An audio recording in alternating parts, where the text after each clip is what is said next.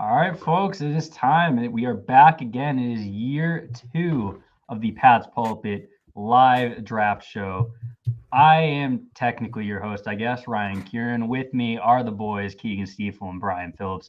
Pat Lane will be joining us in a little bit. Pals, how we doing? Brian, I'll start with you. Phenomenal. Couldn't be happier with my draft prep this year. None? It was the optimal amount is none. I'm not gonna say none. I went with minimalist Daxton Hill. Daxton Hill, of course. Yeah, I mean, the only mock draft I did the entire offseason was I mocked Dax Hill to each of the 32 first selections of the draft. Perfect. Kind of like the Big Cat Country Lamar Jackson mock draft. Mm-hmm. I'm doing great, man. I'm gonna buckle in here and prepare for the Patriots to make a selection at 21 or earlier. All right, before we get to Keegan, are we picking tonight? Are the Patriots picking tonight? Yes or no? No, they're not picking tonight, but they are picking tonight.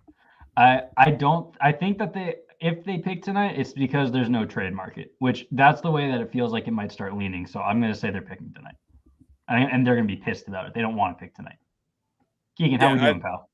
I'm all right. So I'm on the opposite end of the Brian spectrum where I've done like way too much work. Just all You're of my ready free for this time to be over with, yeah. Yeah. So I'm like, I literally kicked my feet up. I'm sitting on my couch. I will not move. Maybe to go get food, but I'm done. And in the message board, I got keychains today. They're up at the top, but Beautiful. We got the keychains. So Matt, we're feeling good. Matt, Team Crazy Matt broke his foot today. So everyone teasing Matt, who's your top choice at 21? We'll form a prayer circle. I hate to see it. Unless it's like Trevor Penning or something, in which case I'm glad you broke your foot. I was trying to make a broken foot joke, but I couldn't think of somebody who broke their foot in the pre-draft process. I was going to do a Ojabo, but that felt a little, rude. A little recent. I can get on board with the George Karlaftis prayer circle. All right, we got you. All right. When are we revealing who we mocked to the Patriots? Yeah, we can do that, I suppose, if we want to. We can. Well, I mean, I don't know. We have the saving it. We can do it. We have the Predict the Pick. If you guys haven't joined the Predict the Pick group yet, go through the Pat's Pulpit Twitter. It links you directly to the group, or you can go to NFL.com, Predict the Pick, search Pat's Pulpit in the groups. You have about half an hour left to get your group in. Winner's just going to get bragging rights. But that's all you need at the Pat's Pulpit. All you need is bragging rights. So I went and did mine this morning. Yep. When you sent the link. And it's correct. It's the correct one, I would assume. Well, yes. Brian's never wrong. That is correct. I realized it was the first time I had looked at the draft order this year. So should make for interesting draft night content. Everything is a surprise to me. I will say I watched like 5 guys. Who are the 5? We know Dax Hill. Burgers and fries. We know Aiden Hutchinson. I watched Dax Hill. I count Olave and Wilson as one guy. Yeah. I watched Jackson. I watched Jackson Smith and Jigba, who I understand he's not a 2022 prospect. But you can't watch Ohio State. He's the best. These two guys. He's the best Ohio State wide receiver, right? Right. You watch these two guys, and you're like, both of these Ohio State wide receivers could go top 10. I wouldn't blink an eye. And like even Olave, who he's not obviously mocked there, but like, but then you watch Jackson Smith and Jigba, and you're like, oh my god. Like that was me with Jalen Carter on the Georgia defense. It's like all these guys are going to be like good NFL starters, and then Jalen Carter's like 2 tiers above all of them. I don't know. Every year that I've slowly ratcheted down my draft love over the years, but like the more I watch guys, it's just like talent. The bar is so much higher than it was in like 2015. It seems like, like for what is considered crazy athletes now, what are considered what that bar is so especially much at wide receiver. Wide receivers exploded the past few years. Like Sammy Watkins to Jameson Williams. Sammy Watkins would be like a 3rd round pick in like today's, and he was a 4th overall crazy. pick. And it's like the size of all these guys, and just like the body mass index per mile per hour of speed and like change of direction is like insane now. It's my favorite stat. Yeah. BMI per MPH. Analytics. per or kilometer per hour for our non for Oliver.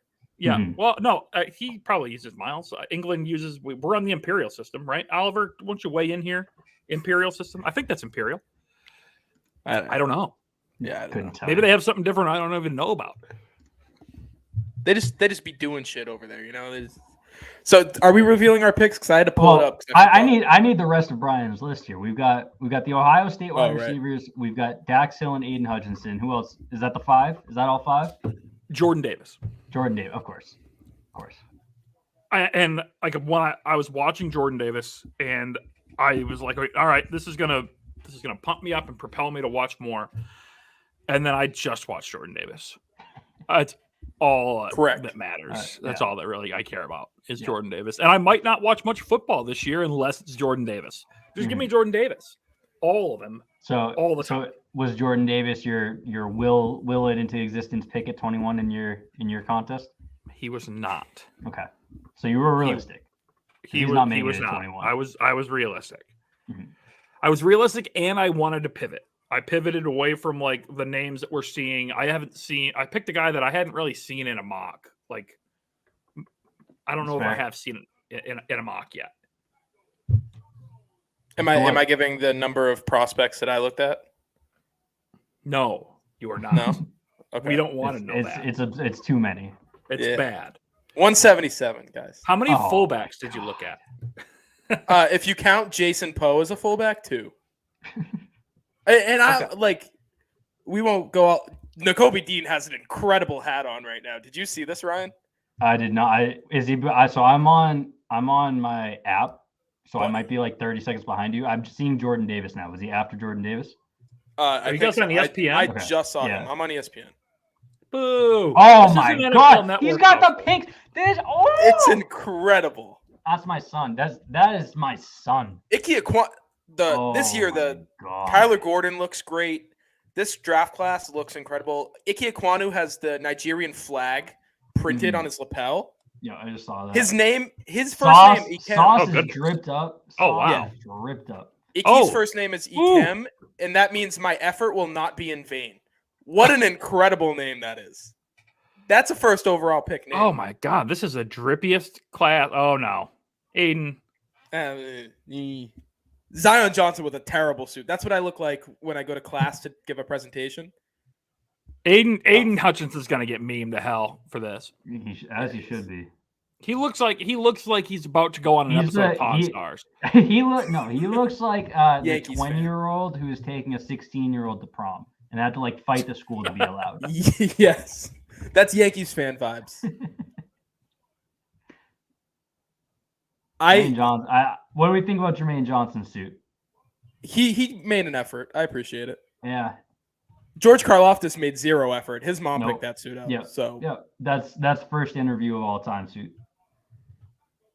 Nakobe's dancing in the background. He looks like Devin Lloyd's got a good one too. That purple, that's fire. You can't go wrong with that purple. Why am I forgetting the safety, the Eagles and Broncos safety? Dawkins. Brian Dawkins. Nakobe Dean looks like Brian Dawkins. Yeah. With the hat. Chris Olave, sleek, stylish. We love it.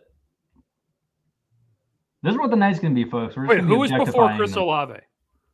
I'm going to have to catch up. I think it's Evan Neal. I just saw Evan Neal. I'm about 2 players behind. Yes, it was Evan Neal. Yeah, it's Evan Neal.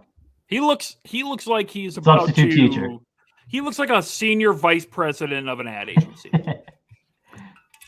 Kayvon reminds me of Michael Smith, like Jamel Hill's old partner when they were on ESPN together.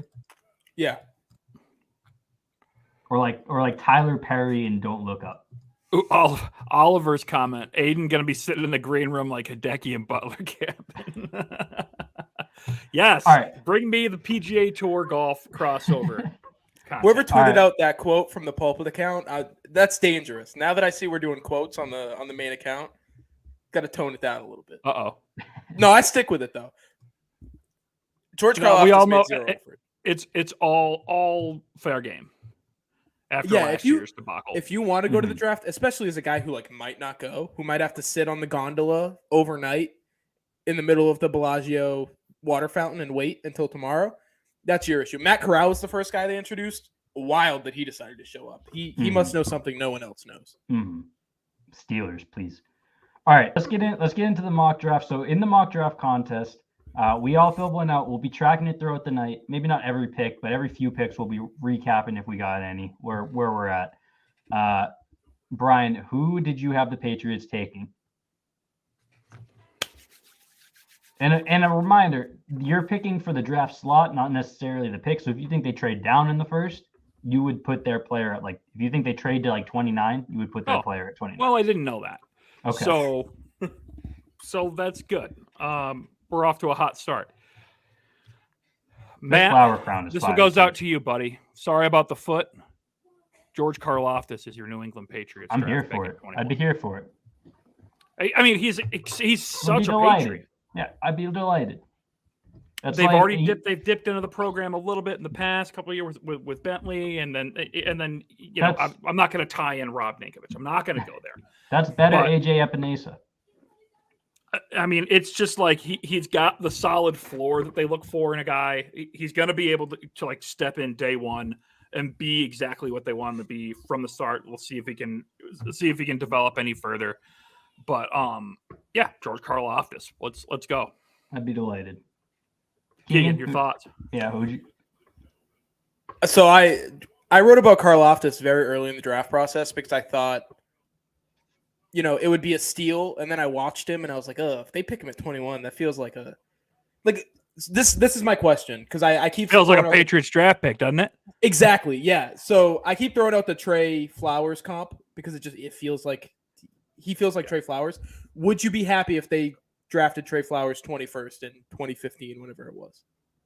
Knowing what Trey Flowers' career ended up being? Knowing what he became in New England. Yeah, I'd be happy with that. Yeah, okay. He was. I mean, he was an integral part of that unit. Like he was really important. I think he's still good. He's still been good in Detroit too when he's been healthy. It's just been numbers and not yet.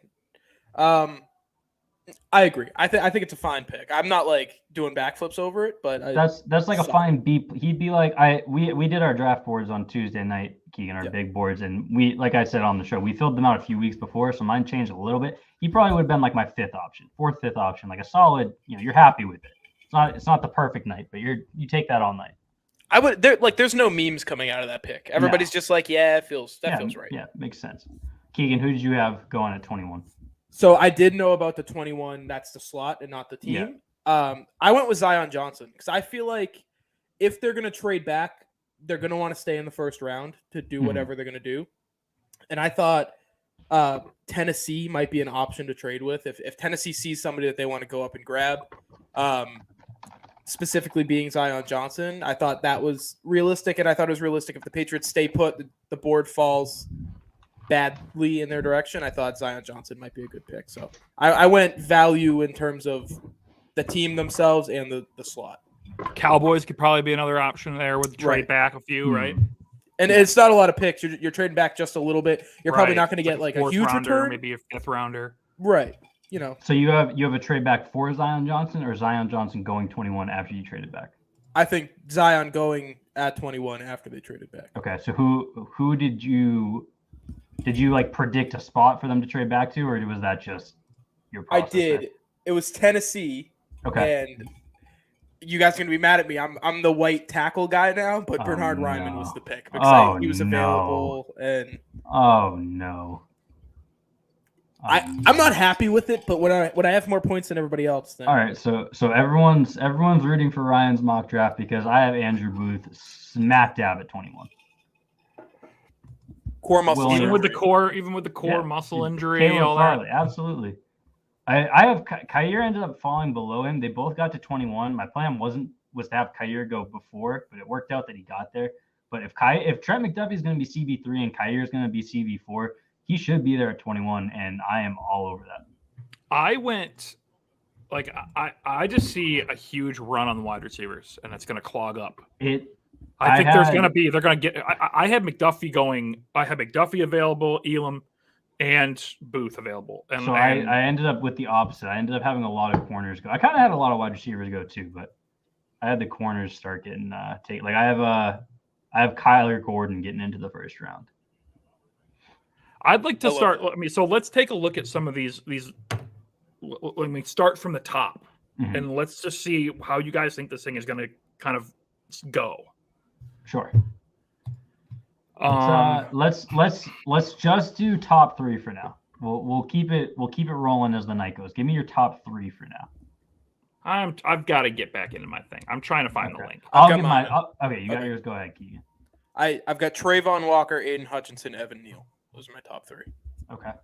I went with Walker because I was like, maybe 2-3 other people in the contest are going to pick him, and if they do go with it, that's big points. I was just going to say the opposite. I think that everyone's going to have picked Walker at this point. Damn. It seems like he's become the betting favorite, first of all, and all the steam has been building up. I think that I'm at the point where I'd be surprised if it's not Walker.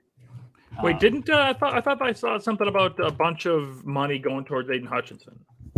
Maybe like this afternoon it has, but as of like 2 days ago, Walker took over the betting. Right, I knew that, but I thought I got like an email from one of the sports books that said, "Big move made today on Aiden Hutchinson," like, and I just deleted it because that's spam. But I've got Walker and then Thibodeau and then Derek Stingley is my top 3, which leaves. You think Stingley's going to go 3rd? I hope he goes 3rd. That's what they should be doing here. He was the betting favorite to go 3rd, as of yesterday. If Thibodeau's gone, they should be taking Stingley at 3. They have a decent left tackle. I don't know who their right tackle is, but they still have Tunsil. It's like they don't desperately need an offensive tackle. They have another pick in the top half of the first round where they could go get a tackle or trade up from there. There's some talk about them trading up. So I would go Stingley there, guarantee yourself a generational cornerback prospect, and then figure out the tackles later where you're 3 picks in and none of them have come off the board yet. So you can go get the 3rd one probably in the 8 to 10 range, or maybe one even falls to you. Titus Howard is their other tackle, by the way, who's been horrible. Terrible. Yeah. He's got to go to guard, right? Weren't they moving him into guard? Yeah, he moved around. Yeah. He played tackle in the game against New England, I believe. That's what I remember. I might be wrong. I've got Aiden Hutchinson going 1 because I thought I saw that spam email. So, I mean, that would be the other choice, right? It's down to the 2 of them, so it's not like it's wrong. So I went contrarian to try to get some leverage on the field here on you guys. We have. Let me refresh and see. We got 30 users in the group right now. I'd be willing to bet at least 20 of them have Walker at 1 right now. I think that's a stretch. We'll see. 20. I'll check right after the first pick and see who gets it right. Okay. So here's how I've got it going down. Mm-hmm. Aiden Hutchinson. Yep. Kayvon. Okay. Trayvon Walker. Okay. All 3 right in a row? Yeah. I like K. I think the Lions, obviously they'd be thrilled if they got Aiden Hutchinson, but he's not there. I really think they have been doing a ton of work on Thibodeau. And I saw a tweet that said that Thibodeau and Dan Campbell have been texting each other and they're already like chummy. I mean, Thibodeau's better than Hutchinson, first of all, and they seem like a well-run organization that would be able to identify that at this point, which is kind of funny. But Brad Holmes has done a great job so far, and seems so much more of that Dan Campbell mode, right? That New Orleans defense, that Cam Jordan-y type of mold. Yep. Right. So I think even with Hutchinson on the board, they'd be locked in on Thibodeau here. Walker might be interesting because again, he's got that athleticism. I don't know. I don't have like a feel for how they'd feel about him, but I would think that they'll go Thibodeau as long as he doesn't go 1. I need Hutchinson to fall past 5 for that dumbass Adam Schefter tweet to get roasted. Who gives a shit that they're going to have their 3rd top 5 defensive play? Because he went to Michigan. No, I know, but like I've decided that my ideal night is if I don't care what the Patriots do, it's if the Jets take Hutchinson and then any wide receiver who's not Jameson Williams. Or Sauce Gardner and then any wide receiver who's not Jameson Williams. That's my ideal Jets night. Hutchinson or Sauce at 4, They don't trade back at all. They go 8 Hutchinson or Sauce at 4, and then any wide receiver who's not Jameson Williams at 10. We've got about 10 minutes to go until the draft starts here, folks. Obviously, we can't bring the draft up on stream too, so make sure you have it on a second screen. Hang out with us. Jermaine Johnson to the Jets would be very funny. I'm also going to be, like I mentioned, I'm watching on the stream, not like live cable, so I'll probably be about 30 seconds behind. So that might be when we react to picks to avoid spoilers and stuff like that. But man, I don't know how the Jets could sit there at 4 with Derek Stingley on the board and not take him. No, that's my absolute fear is that he like gets how to do they even think for a second they could pass on him? I gave my best case scenario for the Jets night for us. Worst case scenario would be like Stingley and Charles Cross. That's tough. That would be terrible. If you can't get after Zach Wilson, then right. That's bad news. If they had Mekhi Becton, Elijah Vera Tucker, and Charles Cross on the same line, you're not touching. Good. You're not touching him. Very, very good. But they can't look at the division and say, we're good at corner. We'll grab a guy in day 2, or with Derek Stingley on the board right there, he's your chance to get your guy, your lockdown guy that you're going to need in this damn division. Bonus points if they take Sauce Gardner with Stingley on the board. That would be my ideal outcome. Yeah. So I guess I don't understand what people are overthinking about with Evan Neal. Keegan, could you enlighten me on that? Yeah, Keegan has him tackle 3, which isn't an insult because all 3 of them are very good. But right, is that just the deal? If they're all very good and there's no knock on any of them? Yeah, the top 3 are incredible. Like they're all worthy of being a first overall pick, I believe. My issue with Evan Neal is he just can't stand up. Like he always ends up on the ground, which is like, yeah, he's good effort or whatever, but his balance is so off, especially run blocking, where I feel like NFL linebackers are going to abuse him early on because his base is so wretched. It's like not good, but he's so stout that he can kind of make up for it where he's strong enough to, when he's pass blocking, just his arms alone can kind of stop people in their tracks. But the base is so sloppy that I feel like NFL defenders are going to be able to take advantage of him. That's my thing. I think moving forward, he's going to be great. I just think that's the deciding factor between them. It's not like you got Icky 1, right? Icky's ready to go, and Charles Cross. Like, who cares if you can't run block? If you're a ready-made pass blocker, he's an incredible pass blocker. Yeah, if you're gonna walk into the league as a top 10 pass blocker, then yeah, he's the reverse Shaq Mason. Instead of being like a pure run blocking guard, he's like a pure pass blocking tackle. That's all about system too. Like a lot gets made of Shaq and how like he came into the league, he was fine. He wasn't terrible pass blocking. He was fine. Yeah. He just wasn't used to it, so it took him a little bit. Same thing with Charles Cross. It's not that he can't do it; it's just no one ever asked him to do it. Yep. And I don't know if you guys listened to Charles McDonald's new podcast, but he had Mike Tice on this week, and that's what they were talking about. All 3 of them are like incredible prospects, and Tice and Charles both are like hinting at that. Like Charles Cross might be their favorite of the 3, and that Neal is like as steady as it comes, solid floor, just doesn't really have many issues. But also might be the best athlete out of them, like raw, like guy, the guy who could end up being when we look back in 10 years, and it's like, oh my god, I'm an idiot for having a tackle 3. Tice had one issue with Icky, and I can't remember what it is right now, but he said that if the quote was that if he was Icky's coach, it'd be cleaned up by like the first week of training camp. That's so an easy fix, right? Exactly. And then Cross is just again that he's going to be a little raw as a run blocker, but he's the youngest of the 3, and is lockdown pass blocker. He feels like a guy too where half the teams in the NFL throw the ball 70% of the time. Yeah. Who gives a shit, dude? Like, who cares about run blocking right now? That's something that can be taught as long as you have effort. Bill Belichick cares about run blocking. That's your answer there. Yeah, but Dante Scarnecchia even said when he did that whatever interview and he was talking about the 3 things they look for in offensive linemen. It was effort, toughness, and like ability to learn. Right. None of that really has anything to do with pass or run blocking, other than the ability to learn, your footwork and stuff like that. Right. Right. They want guys that are like, I tell you to do something, you're able to translate it physically right now. Yeah. I'm able to tell you what to fix. You mentally can see what it looks like, and you can translate it immediately. And that was like, I guess it's a skill that's not there for everybody. Right. People, it's so tough. These athletes have a tough time. Some guys just have a tough time seeing themselves do something. They need to go back to the film and look at it. They can't just instinctively know how to manipulate their posture or whatever they're being told to fix.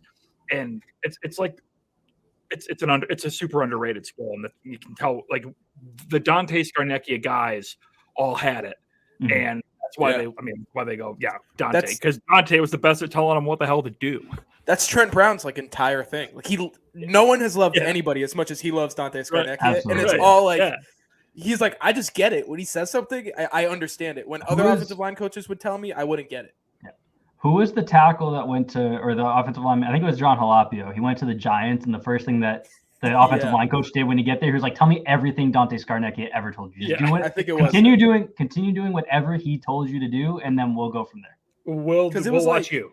Yeah. Halapio was there for what, 5 months? He didn't make the. No, he made the team. He was there for 2 or 3 years. Mm-hmm. In New England. Oh no, not New England. No, New England. he got cut in training camp, I think. Yeah, and ended up in New York. A 6th-round pick, I think he was. Yeah, so that's hilarious that it was oh, you were with him for 2 months. Tell me everything. Yeah. So I want to get to Oliver's question in a second, but Shams just leaked the first overall pick, so I need to go turn off all of my notifications. Shams is such an asshole. What a great. Him and Woj I cannot stand when it comes to draft night stuff. But I won't say who it was if you guys didn't see it, but that was okay. Just real quick. There was a tweet earlier today. I forget who said it, but they were like, the NFL has told people, do not leak the pick. All their big sources, guys. Please don't do it.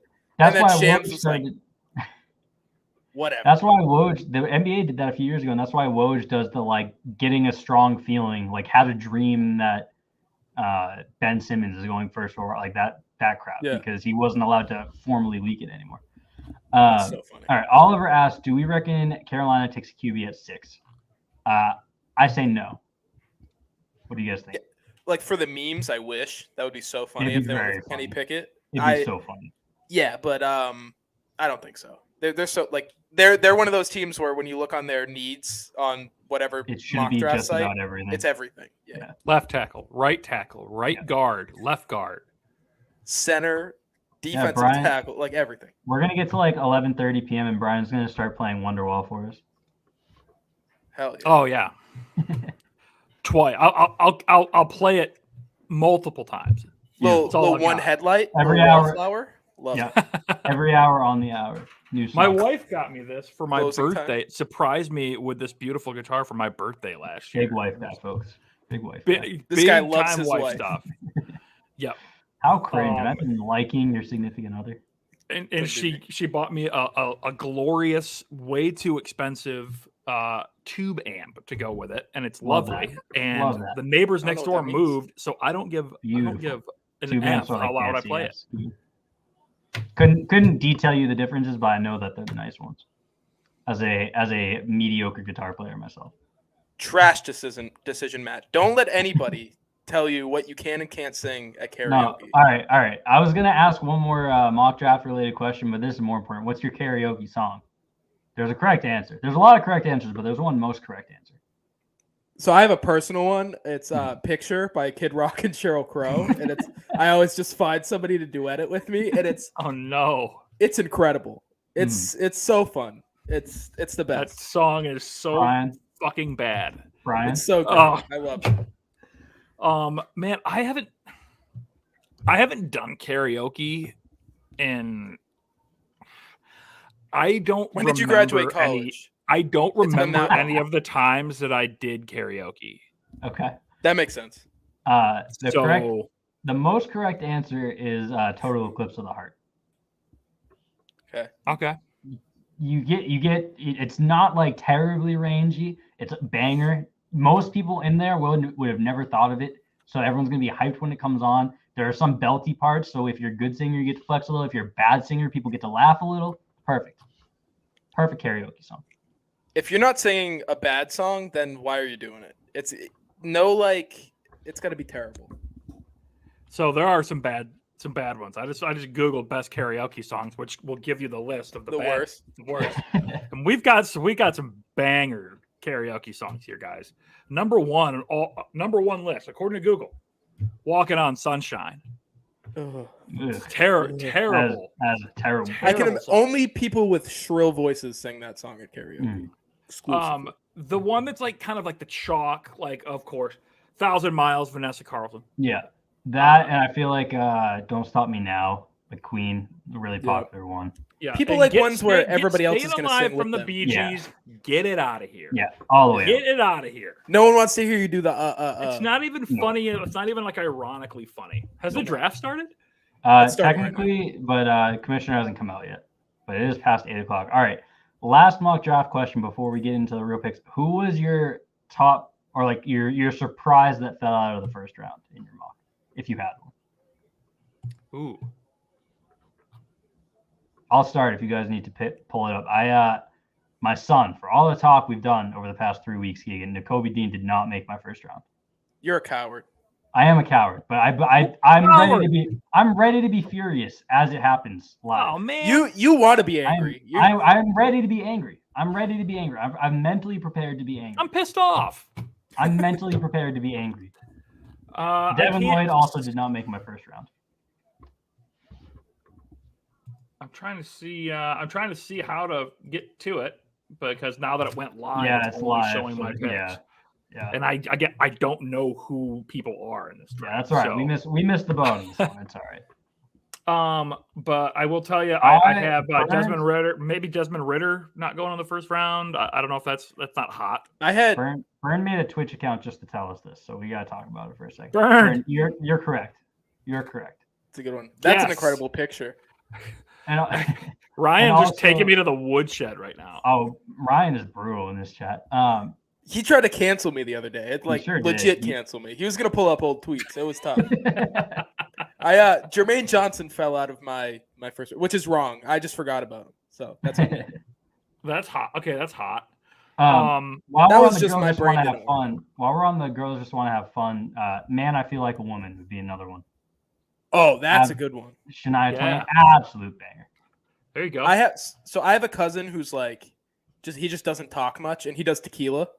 And for him, like for all of us who go with him, it's perfect because he just stands up there, doesn't dance with it, doesn't move. He just stands and he does the tequila, and that's it. And the crowd goes fucking crazy. Ooh. It's great. Oh, I just came across one that kind of got me. Heaven by Bryan Adams. Solid. We're in heaven. Old man pick, but that's solid. What's the super old man pick. You know what I like to do? I did it once. What's the Bob Dylan song? The big one. All on the Watchtower? No. Bob. Let me find. Yeah, Bob Dylan wrote All on the Watchtower. I don't care. That's not the big Bob Dylan. He didn't perform it, did he? Yeah, it's a Bob Dylan song. Yeah, and then but it's not. Yeah, but Knock It on Heaven's Door. Okay. I did that once, and I did it. It's the same genre, like. Yeah, but I did it in the full Bob Dylan, like, the voice, badness, like the like that. It was so funny. I like to make myself laugh. I don't care about other people. I think we should just pivot. This should be a karaoke stream. In the process of tweeting, 30 minutes in, we're talking karaoke, folks. Any Elton John song is legit. Yeah. I have an old man complaint real quick. I'm Still Standing is incredible. I despise the number one thing I hate about sports is that if a game or an event starts at 8, it is starting at like 8:22. Yeah, it's horrendous. It is absurd. Like, it's capitalism. Get out of here. This is what a great Lionel Richie. just no song, just Lionel Richie. If you go to karaoke everyone see it's a no judgment zone, right? At karaoke. That's the whole point. That's like the best. Like the more that people get into it, the better it is. But if you turn on Don't Stop Believing, you're out. You're gone. Yeah. You're out of here. That's completely fair. What about Isn't She Lovely, Stevie Wonder? That's a good one. Yeah. You can that's an easy one to just get into. Yeah. Wonderful Tonight by Eric Clapton. That's a vibes one. When the night's kind of going downhill, throw that bad boy on, you're good. Also is the song one of like 3 songs that is the reason I wanted to learn guitar. Oh, really? Another one. If you turn on Sweet Home Alabama, you're gone. Mm-hmm. Okay, we're not Free Sweet Caroline. If you're with the youth, Misery Business. Keegan. Oh, that's any Paramore song. Mm-hmm. Did you see the video of what's her name, Hayley Williams at Coachella with Billie Eilish? Oh, I didn't see that. And they did like an acoustic. And it wasn't acoustic. They didn't sing acoustic, but it was acoustic guitars with for Misery Business. And she like doesn't really perform it anymore either, so that was like a huge deal. Derek Carr looks terrible in a suit. If you could really get into it, Say My Name, Destiny's Child is a. It can't just be one person. Man. No, yeah, you need a group. Yeah. It can't even be a duo. If you can really commit there, you've got something special on your hands. Yeah, you do. All right, we got Roger Goodell walking out. What an asshole. Misery Business. If we were drafting all-time songs, like a 10-man draft all-time songs, it doesn't make it out of the first round. No, that's one of my all-time favorites. Absolutely. Who told Derek Carr that was a good suit, you think? His wife. He got played. Derek Carr. He got played. It's plaid. He's got plaid on. Mm-hmm. I think the back of it's plaid, but the front's not. When they showed the behind angle, there was plaid there. Jaguars fans in Vegas. Oh, Marcus Allen, the noted. Yeah, I guess. Never mind. Oh, Maya's making her first appearance tonight. Come here. No. Franklin's been bucking his head out back with the squirrels and the bunnies. So we're good. She's been a menace lately. Every time I leave. Maya, what's up? Say hi. Matt, where did you go to school? I need to know this. Where did Goodell send his niece? Because he's paying the whole family's all of their college educations. That's probably in the contract. No, Roger Goodell is not giving anybody a dime. Well, not him, but like it's like his contract where it's like all his kids get a private jet or something. Like, oh, Elon. That makes sense. That feels like a school that his niece would go to. No offense. Derek Carr's like 15 years too late on that. Oh, it's Ice Cube. All right. Would you get it going, Roger? Yeah. Let's go. You need to bring Ice Cube on the stage. No, he's so tiny. What a tiny little man. Man, we can't be doing this. We need to get him.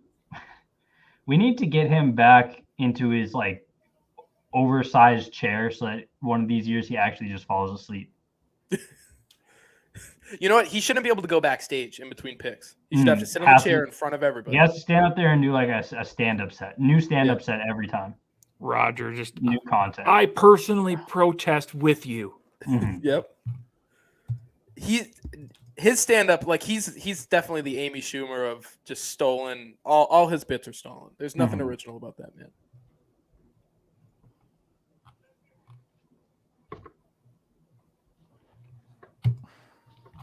Ice Cube just overloading the hell out of the mic. Yeah, just eating it. Yeah. Derek Carr, 3-time Pro Bowler. Sick. Chat. Everyone who's here that hasn't been in for a Pat's Pulpit show before, first of all, welcome. We appreciate you. Thank you for spending some of your night with us. Absolutely. If you are not already following us on Twitch or on YouTube, go ahead and hit that follow button, hit that subscribe button.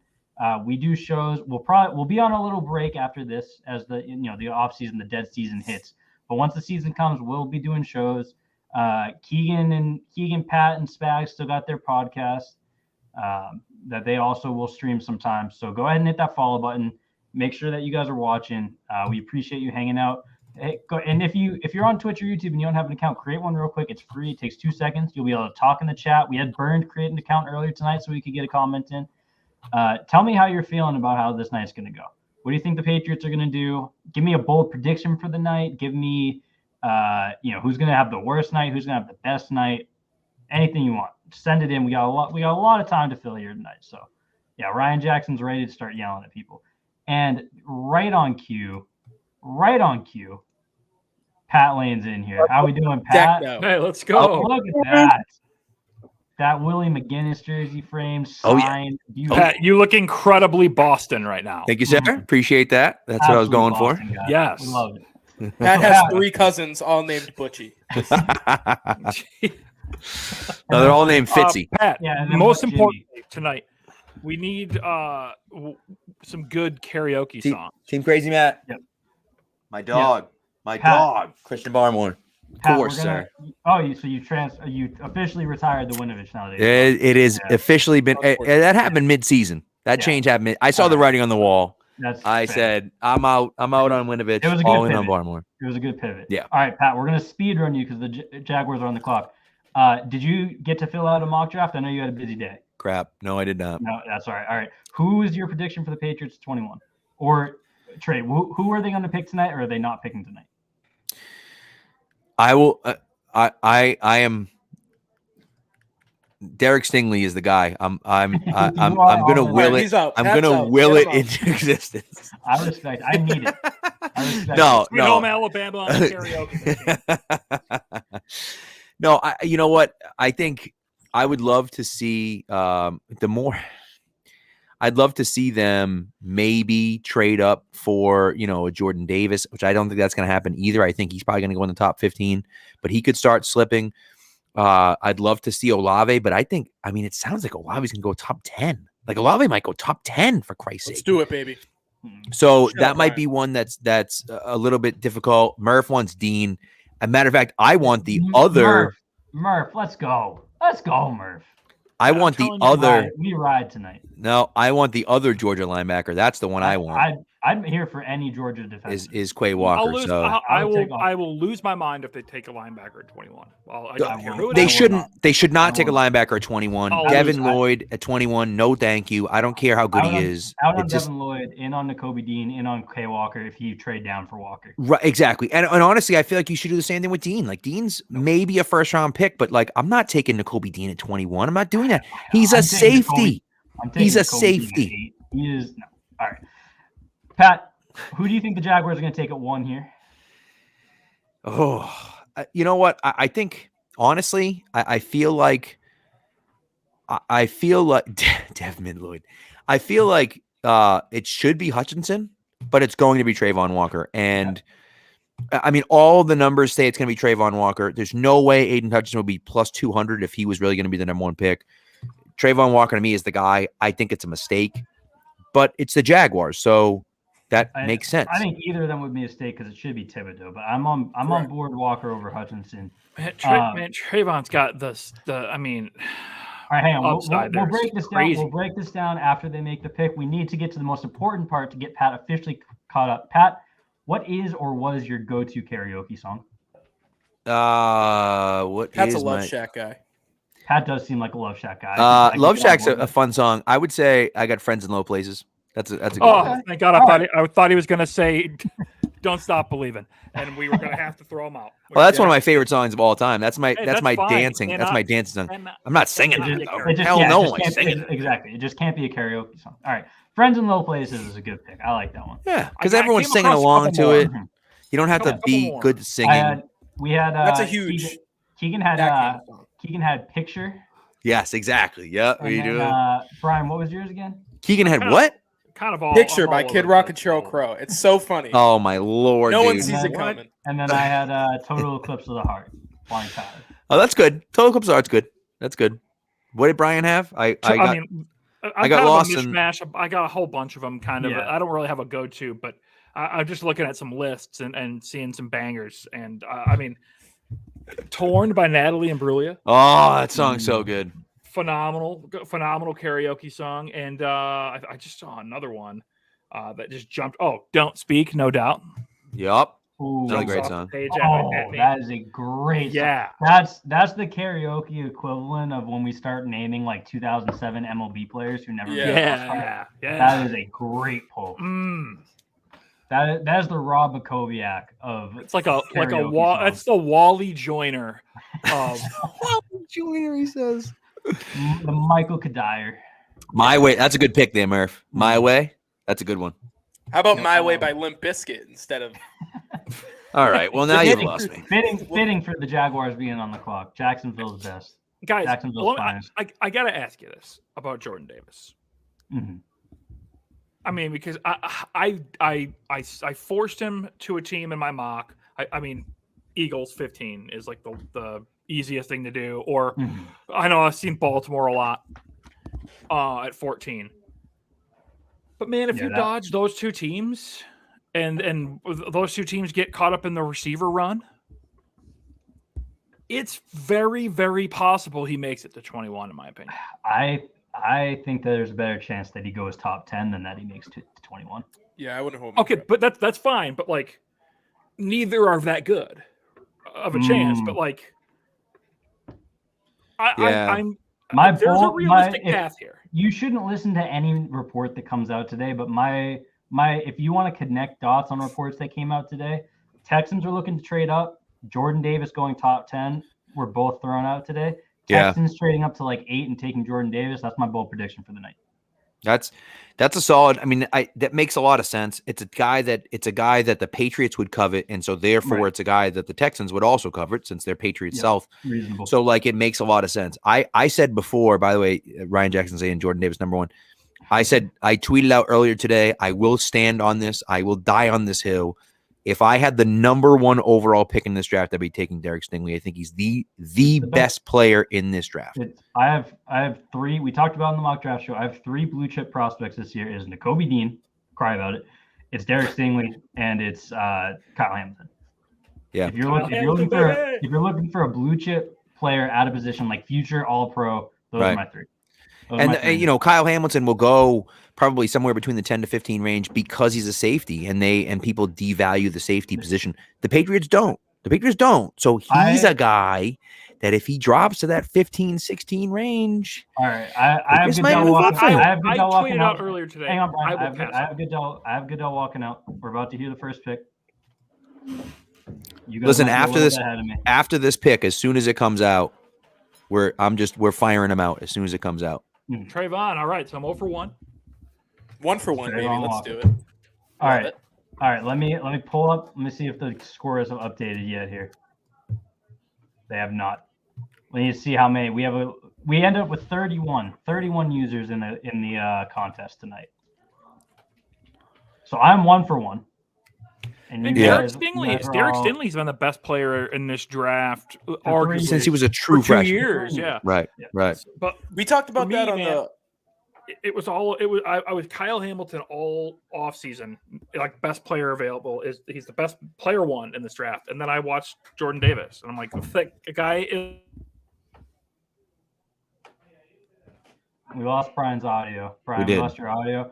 Keegan, while we get Brian's audio back, you said that you thought I was reaching that at least 20 would have Trayvon Walker. 22 had Trayvon Walker. 22 out of 31 had Trayvon. I'm being shadow banned. And again, it's my thing. The thing for me was that number 1, Trent Baalke's an idiot, but number 2, Trayvon Walker, who wasn't even being discussed as a top 10 pick going into the at the end of the season, goes out and blows up the combine, and so because of the combine numbers, he jumps up the list, and that's the way. It's not surprising. I could see the NFL being high on all along, and it took media a while to catch up to because he has that freak athleticism. He is a elite. Like he'll step in as one of like the 15 best run defensive edges in the game. Like he is that good as a run defender, which is not something that media covets very highly. Right. So even if he doesn't develop as a pass rusher, like you have an early down player for the next 10 years in Trayvon Walker. And if he does develop as a pass rusher, you're talking All Pro. We talked on the live mock draft show where it fits their system so much better than an Aiden Hutchinson, where you put him on the other side of Josh Allen, and now you got the best of both worlds, where you have two of the same player if you're drafting Hutchinson. This is a tough year to have the first overall pick, but where they weren't going offensive linemen, they should have gone Kayvon Thibodeau, but I would say Walker would have been my second choice for them there. I don't even think he's a top 5 player in the draft, but where this one's so weird and so flat, he makes a lot of sense for them. So this is I think you have to look at it a little differently than most years. First overall, it's the epitome of a scheme of you're not going to see him pop in a popularity contest because it's just how Georgia's front works, man. That's how Mint front works. It's how these hybrid fronts work. Right. That he's just not asked to do the traditional things that you're seeing of a Mario Williams or a Julius Peppers or or any of these former number 1 overall picks. And that's all true. But it's all there. Everything that you need to see at the combine, because that's the only way you can see it. Yep. It was all there. And so I think they think they're getting Cam Jordan with this pick. And the Lions put their pick in real quick, which indicates that they were ready to go and that no one was looking to trade. Do you just see this rap sheet thing? Yeah, what a weird I turned notifications off for everyone. So it said a big time scare before the draft. Georgia's Trayvon Walker was in a serious car accident in Athens, Georgia before the draft, crashing into 2 parked cars, per me and Tom Pellisario. He emerged without injuries somehow. No citations, but a scare for sure. That is not great. That's not great. And here's the only thing. Here's the only thing I'll say about. One second, because the Lions are making a pick. Aiden Hutchinson was the second overall pick. All right, so that's my first miss. Look at that, Aiden Hutchinson going number 2. So for how about 2. that? So there you go. So I'm very interested to see where this goes, because now you got Hutchinson going number 2. So now you're at 3 with the Texans. Do the Texans go Kayvon Thibodeau? Do they go Derek Stingley? Do they take a tackle? I think they might be better off taking a tackle at 3, to be completely honest with you. I think so. We were talking about before you came on. I think that they should go, now that Kayvon's here, I would go Kayvon or Stingley, because you get to pick 4 and there's still all 3 of the top tackles on the board. Right. I'd be happy with any of them. They pick again at 13. They could get up for a tackle too. Yeah. Very easily. Which is definitely true. And not just that, but I also look at it and just say, like, okay, do you want to take the first best tackle? You have your choice of tackles, but if all 4 of them are on the same, I mean, I guess it depends on what your rating looks like, right? Like if you love one of the tackles over another one, then take it. Like take the tackle here because you get your number 1 guy. But if Thibodeau is your guy, or if Stingley is your guy, or whatever the case may be, again, I told you, like Ryan Jackson thinks Evan Neal's going 3, or unless he already went 3, I don't know. I don't have the draft on because I'm in the basement. So I'm relying on Twitter, and Twitter's failing me. Twitter's failing me. Here's the deal, guys. I am on a 30-second delay, and I think that I'm the one with the draft up. So we'll be on 30-second. But yeah, I was gonna say I doubt it's Ryan, because I know he usually is on streams that are late. So we'll be about 30 seconds behind. So which about accommodates the chat delay, so it'll work out pretty well. Brian, what are you laughing at over there? Just some tweets, man. A guy from golf Twitter, the Hutchinson family is still looking for voting irregularities in Detroit. Oh no. Aiden Hutchinson. I'm so happy for my Detroit buddies though. Like they're pumped. Like it's a hometown move, that's so awesome. It's not gonna work out great when he's like the 12th best player out of this class, but it's all right. I'm a Michigan fan, and he should not have gone 1, probably not 2, but like we're still talking about a traitsy guy. Like if the conversation it was different, like it's the complete opposite of Trayvon Walker, but he's still a freak athlete. But he's just so visible, and it's so he just has to work on the opposite side of the game as Trayvon Walker. It's the all idea the strength and athleticism directly over Kayvon Thibodeau. That tough. Is where you lose me. It's tough. Yeah, I would go Kayvon. If the Texans were going to take him at 3, where again they could probably still get another tackle later. I would still probably question over Stingley, but like the Lions, for example, they're not going offensive line. They have a good that's like the best part of their team right now. It's their offensive line. So they're not going there. So I would, if like Kayvon went 1, I could get on board with Hutchinson too. I think Hutchinson and Walker are debatable. I cannot get on board with taking him over Kayvon. Trayvon's kind of like in his own tier because I could get the argument for taking him ahead of or behind Kayvon and Hutchinson. I can't get on board with Hutchinson over Kayvon though. This is driving me insane because I'm following draft. I'm like just trying to find out who they're drafting.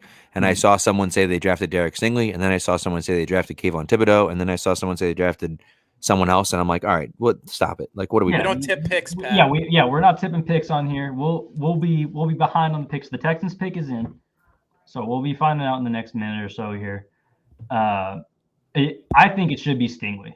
I think that would be a great pick. That's the I mean, pick. they all should be Stingley, right? Yes, That's for sure. Every pick for me.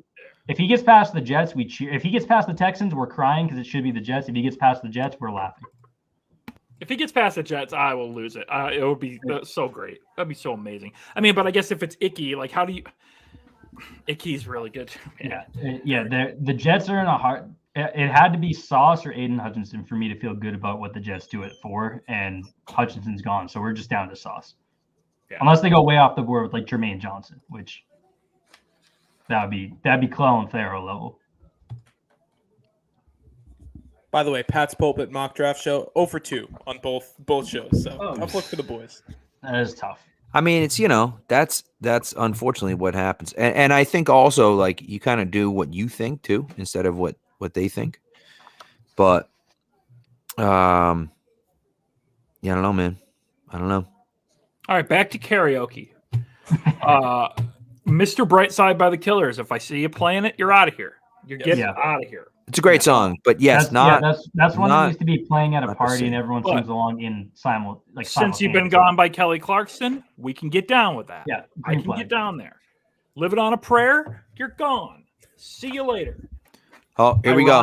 Wait, Ironic by Alanis Morissette. All right, listen, I got it. I got it on Twitter. Can we just announce it if it's on Twitter? Like Rappaport tweeted out. Come on, because people are watching. Come on, Pat. People are behind. We're watching along with the broadcast. People watch on stream. People are watching with us with the broadcast. I'm on a stream, so I'm like 30 seconds behind. So once we get to mine, now, we know. I thought that I was told. Yeah. Okay. Well, whatever. It's fine. Texans are announcing right now.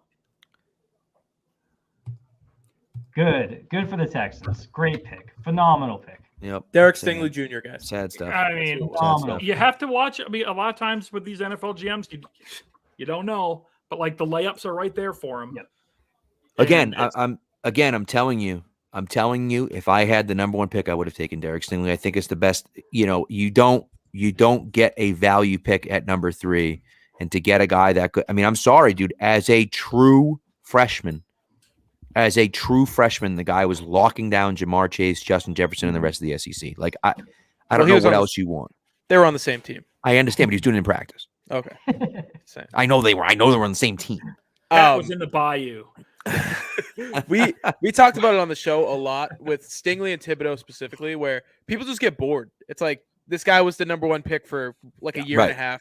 Thibodeau at the beginning of the year, he was the clear-cut number 1 guy, and then people get bored with them and they fall. And I think that has more to do with it really than watching any more of them. Like, what are you seeing now that you weren't seeing before? He's Darrelle Revis. Like he is Darrelle Revis to me. Yeah. That's high praise. I try to avoid draft. He's Darrelle Revis to me. He's unbelievable. And him not going to the Jets is beautiful. Now That's huge. The Texans need to waste it. Yeah, the Texans need to waste him. He needs to go take a 1-year deal with like the Saints and then come to the Patriots and win a Super Bowl. There you go. By the way, we are 3 picks in. We have 3 perfect mock drafts left. Red 189_2000, Corey North with 4 zeros, and I am Slav. Great name. I am Slav. Which is funny because these are like this was like the Vegas consensus 1, 2, 3. Mm-hmm. Yeah. And you know what's funny? Ryan had me, or it was my idea, and then Ryan reminded me to get together some like pro mock drafters and their drafts. Not a single one has perfect through 3. Peter Schrager, Ben Lindsay from PFF, Bruce Feldman from The Athletic, Lance Zierlein from NFL.com, and Daniel Jeremiah from NFL Network. All 0 for 3. So where you want to go, if you want to know how, if you want to follow guys that like, if you want accuracy, go to the pro bettors. Go to the guys that are putting money down. Yeah. Right. Evan Silva is always notoriously like a top 3 picker. And as I said, like when you looked at Vegas, once the Vegas line switched and Hutchinson went to like plus 200 and Trayvon Walker was like minus 150. It's like, well, what the hell do you think is going to happen? They're not giving money away. Like, he's minus 150 for a reason. Like, he's minus 150 because he's going number one. Like, and they got some of that inside information. Mm-hmm. So it's also some of the Jags guys are coming out now saying that the late info was that they were never really considering Hutchinson at 1. Yeah, which they had of the top 5, they had the least interest in him, like by far. Sure, they did. Smoke screen for 4 months. It's the same thing with Trey Lance and Mac Jones. Oh, we never considered Mac Jones. Mac was never our pick. Well, what are you gonna say? Like, you can't say that. Oh yeah, well, of course, we were never actually gonna draft Mac Jones. Like, hello. By the way, Brian, this is what I'm talking about. He's out for blood. This Ryan fella. He wants it. He got trusting. I'm not like putting my trust in these people. He got himself a nice fancy new job, and he thinks he's built different. He's on my shit list. Oh, hey, Ryan Jackson, DraftKings up 1.6% today, baby. Closed at 14.10. Let's go. Better than everyone. Yeah. Hey, God Complex going crazy right now. One of my first round mock drafts is already done. To the moon. That's Pinkerton's finest, Keegan. That is Pinkerton's finest. Okay. I want to know who the Giants are going to take with them. I would love nothing more than if the Jets got commercial picked 4th overall. I need it. I need it to just come up on. Dude, he's so good. You just go back and they've got the guy holding up the jersey already. Sauce Gardner. And it's like Arnold Ebiketie. Yeah. Well, I mean, it is the Jets, so like they could screw it up and take like Trevor Penning at 4 or something like that. Oh, please. They're like, oh, we need a tackle. What about this guy? I guarantee you there's going to be a Ryan Jackson comment about how I wanted Trevor Penning. I did not. It was all right. So I'm done with Ryan Jackson. It's got to be Icky or Kayvon here, right? You would think. Or unless Evan Neal is your number 1 tackle and you take Evan Neal instead of Icky Kwonu. You'd have to think they're taking Charles Cross. Or Charles. I mean, theoretically, Charles Cross could be their guy. Yeah. So anyways, we do have a guest, though. Mm-hmm. We have Brianna is coming on the show. Brianna Pierre from all over the place. Brianna, you're out in LA, are you not? I am out in LA, yeah. But you're from Boston. I'm from Connecticut originally. Lived in Boston for a few years, and then all over New England for a hot second, and now I'm out here. There you go, killing it. Brianna was nice enough to come on. You got a million things going on, obviously tonight. Draft stuff and whatnot. But we appreciate you coming through. With FanDuel, obviously, you work for FanDuel now. Yes. But yeah, and so we appreciate you coming through. Murph says hello. But yeah, and you guys had your own booth at the Super Bowl, did you not? That was sick. We did. We had from what I was told and then what I saw, it was the biggest set at Radio Row. Not to brag or anything. You should brag. No, not to brag. Hell no. Like brag. Absolutely brag. Yeah, no, it was really cool. The access we had to everybody there, players as guests, and just walking around seeing. It's awesome. Seeing the faces that you see on TV and everything. It was wild. It was a really cool experience. So, and then we got to record our show on set and everything. So it was awesome. That's sick. Love it. That's so good. So how's everything going? What else you got going on tonight? What else you doing tonight? I am popping in and out of our live stream on TikTok for FanDuel. My co-host Gab is on there pretty much like all night, and then there you go. The other content creators are just hopping in every now and then. So once I'm off of here, I think I'm going to go back on there because hopefully it's around the time the Pats pick if things move along as quick as they have. They've been going so far. So we'll see. Yeah. Yep. Oh, Murph's got the next pick on there. Yeah, looks like the Jets. Jets just took Sauce Gardner 4th overall, back-to-back corners. Love it. This is the ideal 4th overall pick for the Jets. Yes, it was. Ideal 4th overall pick for the Jets. Yes, it was. Love it. And that's so what now I just think Sauce is that's a little too early for Sauce Gardner for me. I don't know why you're taking Sauce Gardner. Second best player at his position at the 4th overall pick. You gotta love it, Jets. He's going to be a great zone corner. Does not need to be a 4th overall pick. That's like a mid to late first round pick. Brianna, how do you feel about how the draft started off tonight? Any big surprises to you? I definitely did not expect this. I thought Thibodeau was going to go at 4, and then I didn't really. I guess today it was with all in like the sportsbook world, all the odds for Trayvon to go 1st overall kind of got boosted, and he was the favorite. But like, I feel like every other day, like the favorite to go number 1 was different. Right. Well, Hutchinson was the number 1 guy forever. And then all of a sudden it was like Trayvon Walker kept creeping up and creeping up and creeping up and creeping up. And it was like, next thing you know, he's going number 1 overall. And it's very interesting. I just think it's fascinating. You know what I mean? There you go. Kenny Boone going to wipe the tablets. Put him in the spin zone. I mean, I just don't like, I don't know. I mean, I get need. And maybe they looked at it and said, they're drafting again at 10. And maybe they looked at it and said, we need a corner. We're not going to get a corner that's close to what Gardner is, anywhere else. So let's take him at 4 and we'll get one of the tackles at 10. And I wouldn't necessarily hate that. I don't know. I never loved Sauce Gardner. I know a lot of people are very high on him. Incredible name. Elite name. Great elite drip. He was dripped out tonight. Looking handsome as hell. But yeah, at 4, if they took him at 10, if they went like, pick your favorite tackle here, and then they went him at 10, I could get on board with it a little bit more. 4 is absurd in my opinion. He wasn't even my cornerback too, to be honest. But yeah, but that's why we can rely on the Jets here. Well, what I think it's interesting, what's fascinating about this though is that with 2 corners going so early, if you're the Patriots and you want a corner, you're sitting at 21 and 4 picks are gone and 2 of them have been corners. Forward. That's not great. Not great for you if you want a cornerback. Now, maybe you say, okay, well, we were going to take one in the 2nd or 3rd round anyways. But if you were hoping Trent McDuffie would drop to 21, the odds of that happening are significantly lower than they were before. And maybe even a guy like Kyler Gordon might not sneak out of the 1st round, because if corners are going to go and Gordon is the 4th or maybe 5th on the board, is that going to happen? Now, I mean, some people might say, well, the over-under, I think, was 4.5 of corners to go in the 1st round anyways. So, like, that wouldn't have mattered. But still, with 2 guys gone in the first 4 picks, that doesn't necessarily help you if you're hoping to get one at 21, So do you think that is the plan at 21, or was now that 2 are off the board?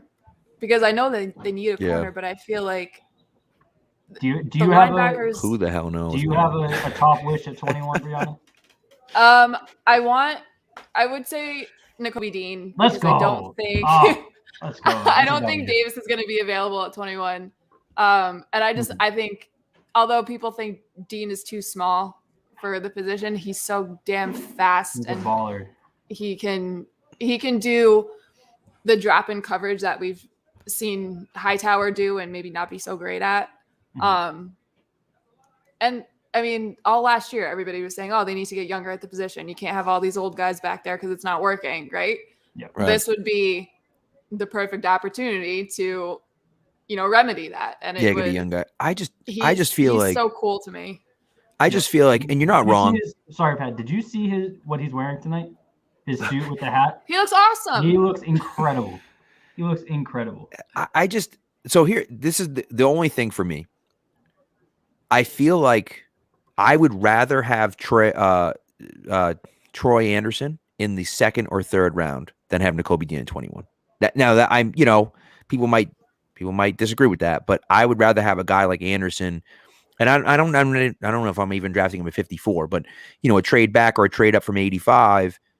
That's the type of thing where I look at it and just say, like, I'd rather have a guy like that than drafting a guy in the 1st round of 21. And again, the argument I just think is that positional value, which is what you're getting at, right? Is right. For an off-ball linebacker, it might not be there. Late first, I'm taking, again, I told you earlier, I think he's one of the 3 best players if you ignore positional value in this draft. So in the late first, I'm taking that regardless.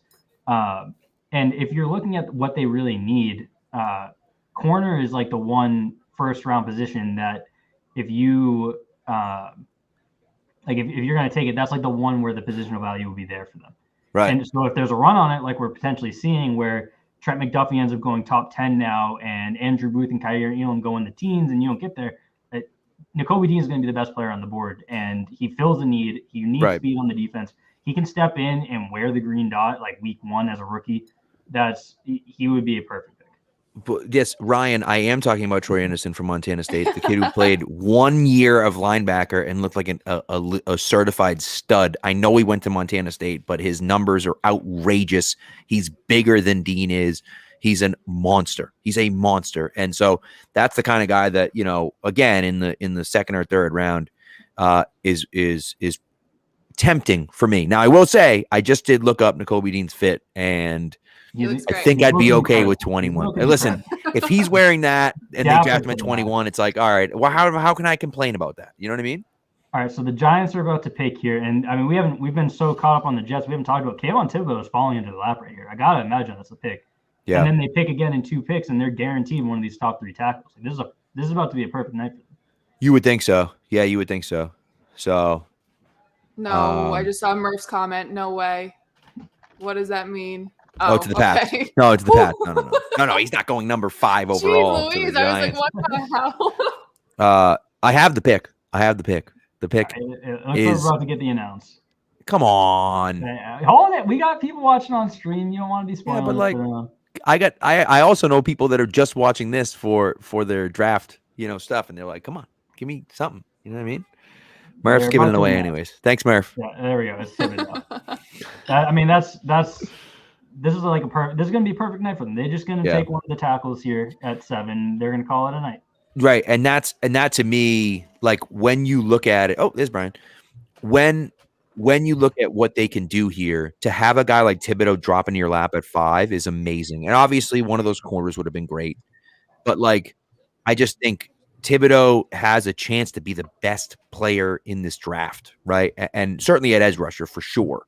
He has that type of upside. Now, obviously there's a floor issue with him, but he has that type of ceiling where he can be that good. And as an edge rusher, that's amazing. And then to draft 2 picks later and have a shot at one of those top tackles.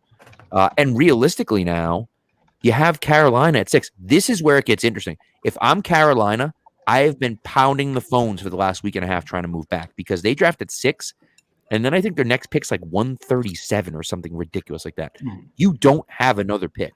So you, in my opinion, they have to move back. Otherwise, you're taking a quarterback at number 6. What else are you going to take at number 6? They need to be taking an offensive tackle here if they get stuck. Which is true. They have to. Yeah. Yep. So, I mean, tackle does make sense. I do know that. But, still, with no picks until 139. More than anyone else, they need to be begging someone to trade up here. But I don't think there's going to be a market for it. Yeah. Yeah. So I'm eating watermelon on the stream, by the way. There you go. I think it's Patriots draft night. We know how these things go. Hey, man. It's going to take all night. Do what you got to do. Could end up in disappointment. I'm not going to be hungry the whole time. Yeah. So we're gonna keep the blood sugar at a nice even keel.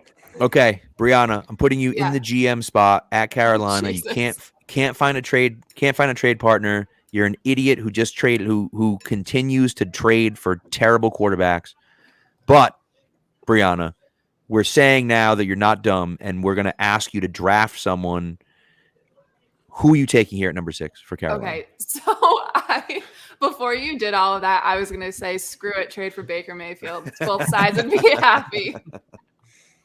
I don't know, though. I mean, I feel like they need a quarterback. The whole Sam Darnold project was just, it's not good. It's right. We can't do that again. Who could have yeah, right? Seriously. And looking at these quarterbacks, I think I like Kenny Pickett the most out of all of them, but that's not really saying much because this class for quarterbacks is just, I don't know, average at best, I feel like. Yeah.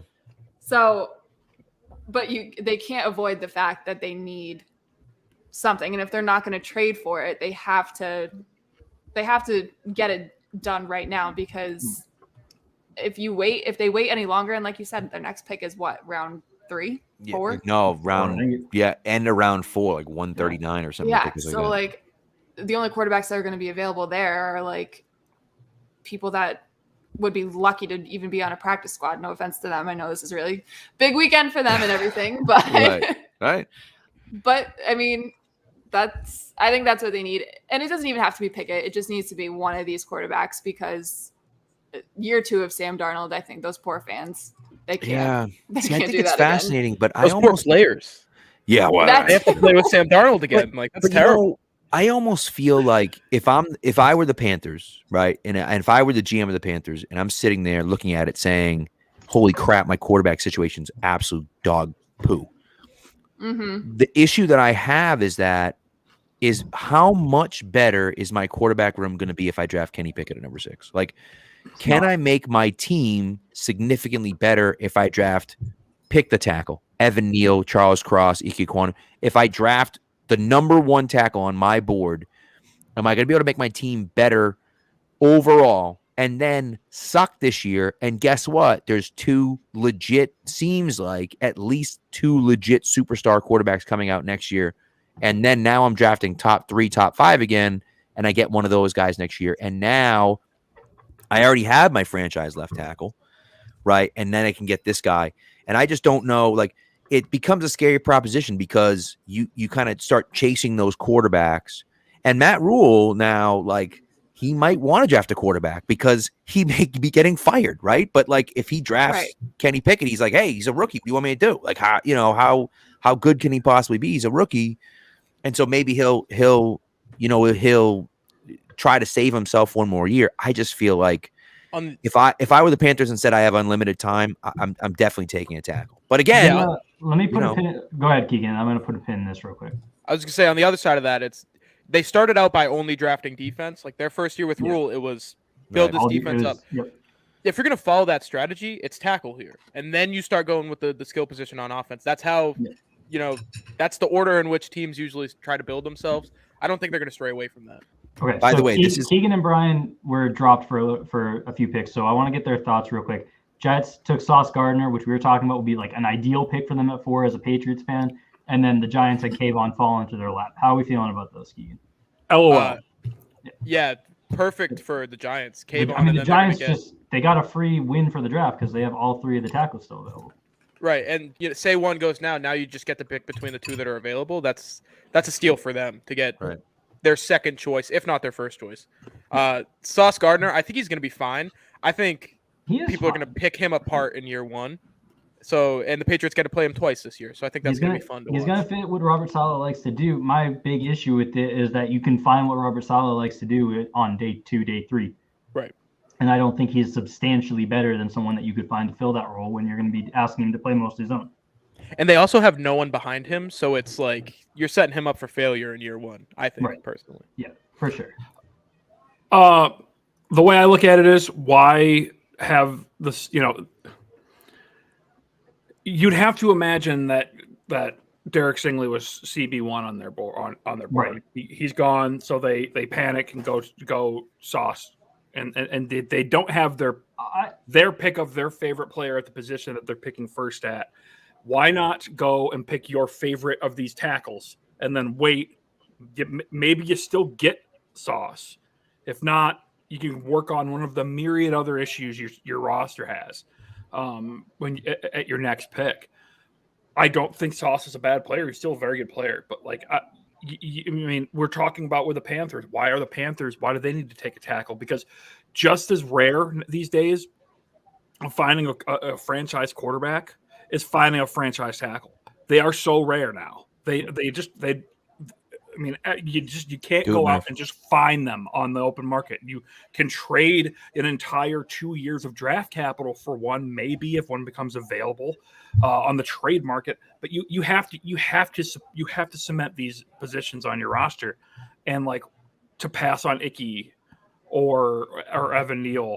Well, the only thing I will say about that is that you could argue that the Lions did the same thing, right? If the Lions weren't super hot, if the Lions had Trayvon Walker number 1, which I don't think they did, I think that I think that Hutchinson was their edge one, and so the Lions, you could argue, got their number one player at number 2. But they did take the second player at that position at number 2. So you could argue they did the same thing. Lions also have 2 they're set at tackle. Which is true. That's a good point. They're set, and they're not in the QB market this year. That's a good point. Not how I will say before the Panthers draft, this is what happens when you try to be the Rams but you suck. Fair. That's a good pick. Icky, how we feel, Keegan? Icky Was it Icky Iguana? Icky, Phenomenal. Yeah. Good pick. He was my number 1 tackle. He goes number 1. Incredible suit. I said it. I don't know if it was on stream. It might have been before. His name, Ikem, stands for "My effort will not be in vain." That's a number 1 overall pick name. Yes. Big fan. His family, like his entire family, they're like princes and kings and queens. Love it. It's phenomenal. I'm Now- a big Ikem Ekwonu fan. Now you would assume the Giants either go Neal or Cross or maybe even Right. Kyle Hamilton. I just feel like you got to take a tackle, right? Like you would I think. think they would have to. So more importantly here, Brianna, Yeah. what is your Yeah, go-to? What is or was your go-to karaoke song? Because that has really been the hot button topic of the draft. Right, yeah, that's- Okay, full disclosure, I get terrible stage fright Okay. when it comes to stuff like that. Well, I'm hearing you do duets. I've only done karaoke once, and it was a duet. What was it? The only reason why I remember this is because there was a video. So let's put that into a little bit of perspective. Ain't no mountain high enough. Oh, I was- know. Oh, that's good. I thought you were gonna say No. photograph because that was Keegan's go-to. Oh, That would have been No, wild, Picture. dude. You guys had to like hang out at some point just so you Photograph could is do a that. Nickelback song, and we don't do Nickelback. What is it? Picture. It's Picture. Oh well, whatever. Same thing. Kid Rock and Like Show Crow. Kid Rock. Absolutely. Picture, not. photograph. It's the same. Picture That's is a a good white one, trash too. song, and that's why Yes, I I pick know, it. but it means the same thing. All right, listen. Ain't no mountain high enough's a good pick. The correct answer though is "Total Eclipse of the Heart" by Bonnie Tyler. More. Wow. Yeah. It's the objectively correct answer. All right, so here's I got a few Monkey Knife Fight is a website that does some cool stuff. And so I have some prop bets on there. Okay. So I got a five person parlay right now. 5-person parlay. Okay. All right. About draft spots. John Mechie. Okay. John Mechie above 56.5 draft slot. Quay Walker below 39.5 draft slot. Oh, that's free money. Hey, when you say above or below, you mean before, after? Before, yeah. So like above. Like if Quay Walker's a first round pick, it's going to hit. Correct. Yes. Yeah, that's free money. So Desmond Ridder. Yep. Above 29.5. Ooh, Before? that's dicey. After Nope, 29.5. After? Oh, No, I like Yep. Dax Hill, I went above 28.5. That's close. So After 28.5. And Devontae Wyatt, I went before 27.5. I don't like that one. I think you lost me on the last three, but I like the first two. Yeah. So we'll see. But I put in $2 to win a What's lot. it pay? Well, it's like $2 for 18.5. it's like times 40 or something like that. So it's like it's $2 That's to not win bad. like $80 or something like that. Especially why it's off field stuff. I think that might be a bit tough. And I have a 2-person parlay with just Mechie and Walker, where I did more for Mechie and less for Walker. So you have And then- Mechie going. I have Mechie before going 56? after 56.5. After, okay. Yep. And then I have The Patriots pick at 54, right? they pick at 54. Yeah. Yep. And then I have another one with a 3-person with Devin Lloyd going after 19.5, Trent McDuffie going after 16.5, and Juice Williams going before 12.5. I think McDuffie goes 9 to Seattle. The whenever he's McDuffie gonna one win. is not looking good with the 2 corners going in the top 4. But again, I just threw $2 on them because like it's like one of those things where like I don't like bet a lot of stuff, but like I like doing the little prop bet. So Can we? Unless you want to go somewhere else, Ryan, just to go back to the predict the pick that we're all Yep. doing, the mock Yep. drafts. Your boy's 4 for 5 right now before this Giants pick. I'm feeling Love it. good. We're feeling great. You have first place on lock? No, I am Slob still has first place on lock. 500 points. 5 so for far. 5. Damn. Five correct picks out of 6 so far. it's pretty solid. This guy's gonna win. What's the Isn't it like if you get perfect, Bud Light gives you like Yeah, $5 million? He's 411th of everyone on NFL.com right now. Golly. I don't know how that works. Shout out, He's shout out Pat's. No, because there's been 6 picks. Because 6 picks. Yeah. It's 5 out of 6. Right, Yeah. right. Pat's Cap sitting in 4th place right now. Shout out Miguel. Look at that. Look at that. Keegan is leading the group of us, the trio of us, Brian. Yeah, I blew it. Pat just wasn't interested. I don't even see Brian on the front page of the leaderboard for our group. We've done it. Great pick by the Giants. Great pick by the Giants. It's not good. Things aren't going well here with the picks. I did some last second swapping around. I was like, oh, I got to get away from consensus. Well, turns out the top 7 players on the consensus board have gone in the first 7 picks. And Evan Neal is the seventh. I mean, the Giants. Yeah. It's done. The Giants won the night. Yeah. It came on Tiglio and Evan Neal. That was when the season. Those were the 2 in consideration for the first overall pick. It was that's Kayvon or offense with Evan Neal, and they got both. That's incredible. That's the thing for me with Neal. I mean, Evan Neal is in better shape than me. He looks better than me with his shirt off, and he weighs 330 pounds. It's just not fair. That's not fair. I mean, we talked about as soon as they got Kayvon that this would make sense for them. That's a free pick. Brianna, I know you have to get out of here in a few minutes. So, is there anything that you want to plug here for what you're working on? Yeah, sure. So Tuesday nights, 7 p.m. Eastern, 4 p.m. Pacific, I have a show through the FanDuel channels with my friend Gab. It's called Unsportsmanlike Conduct, and we just BS about everything that's gone on in the sports world that week. For example, this past week, we did a lot of postmortem on the Brooklyn Nets and a little pre-draft discussion for 2 people that really aren't as interested in the draft as maybe most. But yeah, so that's every Tuesday. And then I'm on Twitter. I'm assuming if you guys are watching this, you have seen me in and around Patriots Twitter, whether it be good things or bad, but that's okay. At BSP_13. What else? I think that's it. Killing it in the Twitter game. Killing it. Thank you. Killing it. We appreciate you hanging out tonight. I can always say I knew Brianna from back in the day.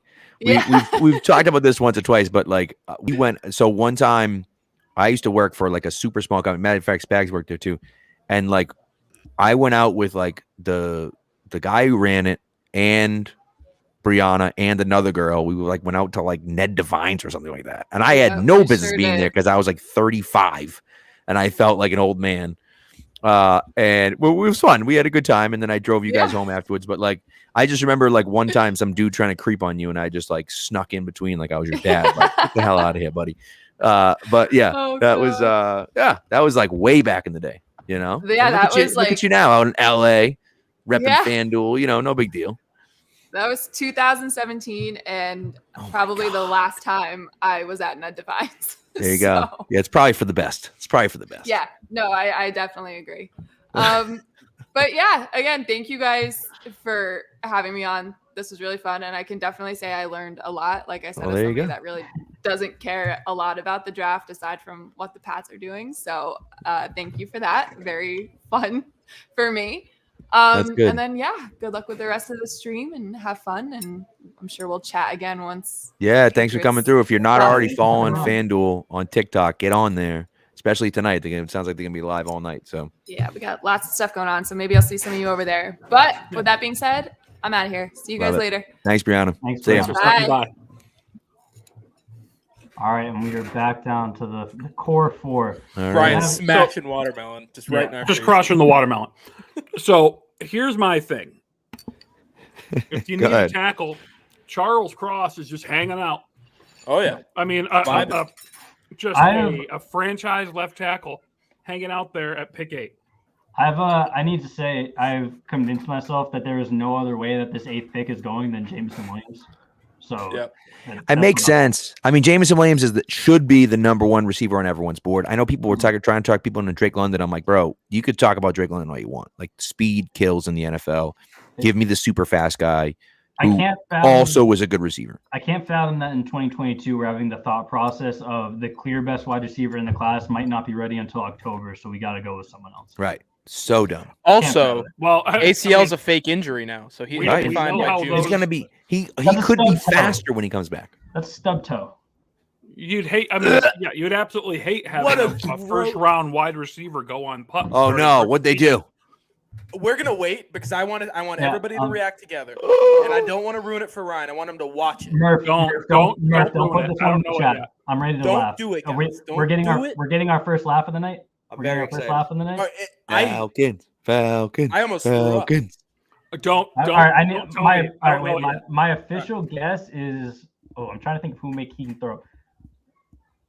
Tyler Smith. That's my official guess. What? Tyler Smith. Oh no, that's a little too ridiculous. All right, All right, Goodell's Trevor- not ridiculous. Everybody, shut up. Trevor Penny. Jermaine Johnson then. Jermaine Johnson's my guess. No, Jermaine Johnson could be a decent player. I don't think so.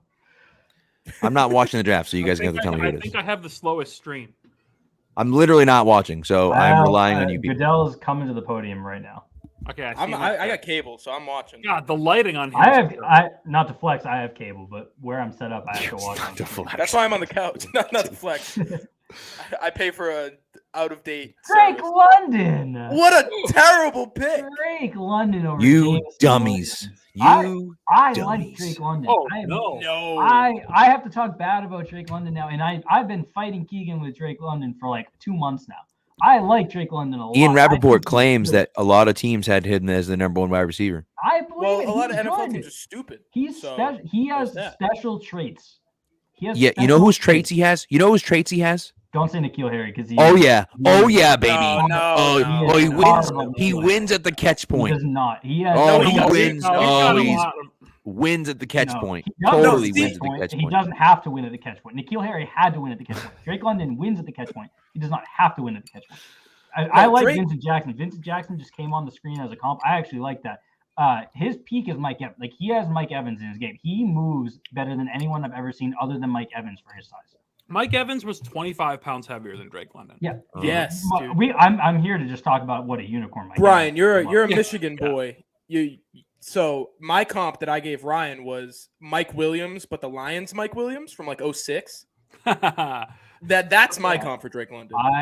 I like Drake London a lot. I cannot fathom taking. So him wait a off. second. You're comping him to the terrible Mike Williams, like the I think he's bad Mike bad. Williams, Yeah, I think he's bad. right? But you're pissed at me for saying he's N'Keal Harry. N'Keal No, but Harry's that's terrible. completely different players. Okay, Nikhil was like Yeah, he's muscled out of terrible. his mind. Mike Williams I guess weighed that's true. 140 pounds. He was tiny. Drake Fair London moves better than almost anyone I've ever seen at his size. He can do stuff with the ball in his hands. They were giving him. He's what 6'5". How much does he weigh? Like 210, Yeah, 215. 210. whatever. He's small. They were handing him the ball. They were giving him handoffs. He can move. Yeah. It can go terribly, and that's why he should be like a late first round pick. Common Ryan Jackson W right there. Even though he's trashing This me all day. is absurdly high. I'm sad that I have to talk bad about him because I was ready to defend him when he went in like 7 picks. He's Yeah. gonna be playing around Marcus Mariota and Olamide He can. Zacchaeus. He could go terrible, but if he hits, he's going to be a monster. We talk about it every year. It's all about it's not all about fit, but fit has so much to Yes. do with it. This- And with I- a wide receiver, if you at have a least bad year quarterback, At least year one, this is a bad fit. Here's the other thing. This is Him and No Kyle one can Pitts are leapfrog the Jets. I think Team it's- Crazy I- Matt. Team If Crazy they get a Matt. quarterback that can throw the ball, him and Kyle Pitts are gonna be a lot of. I don't want Jameson Williams going to the Jets. That would be scary. It would be scary. I think this is it has to be something where they have all the kids in the room.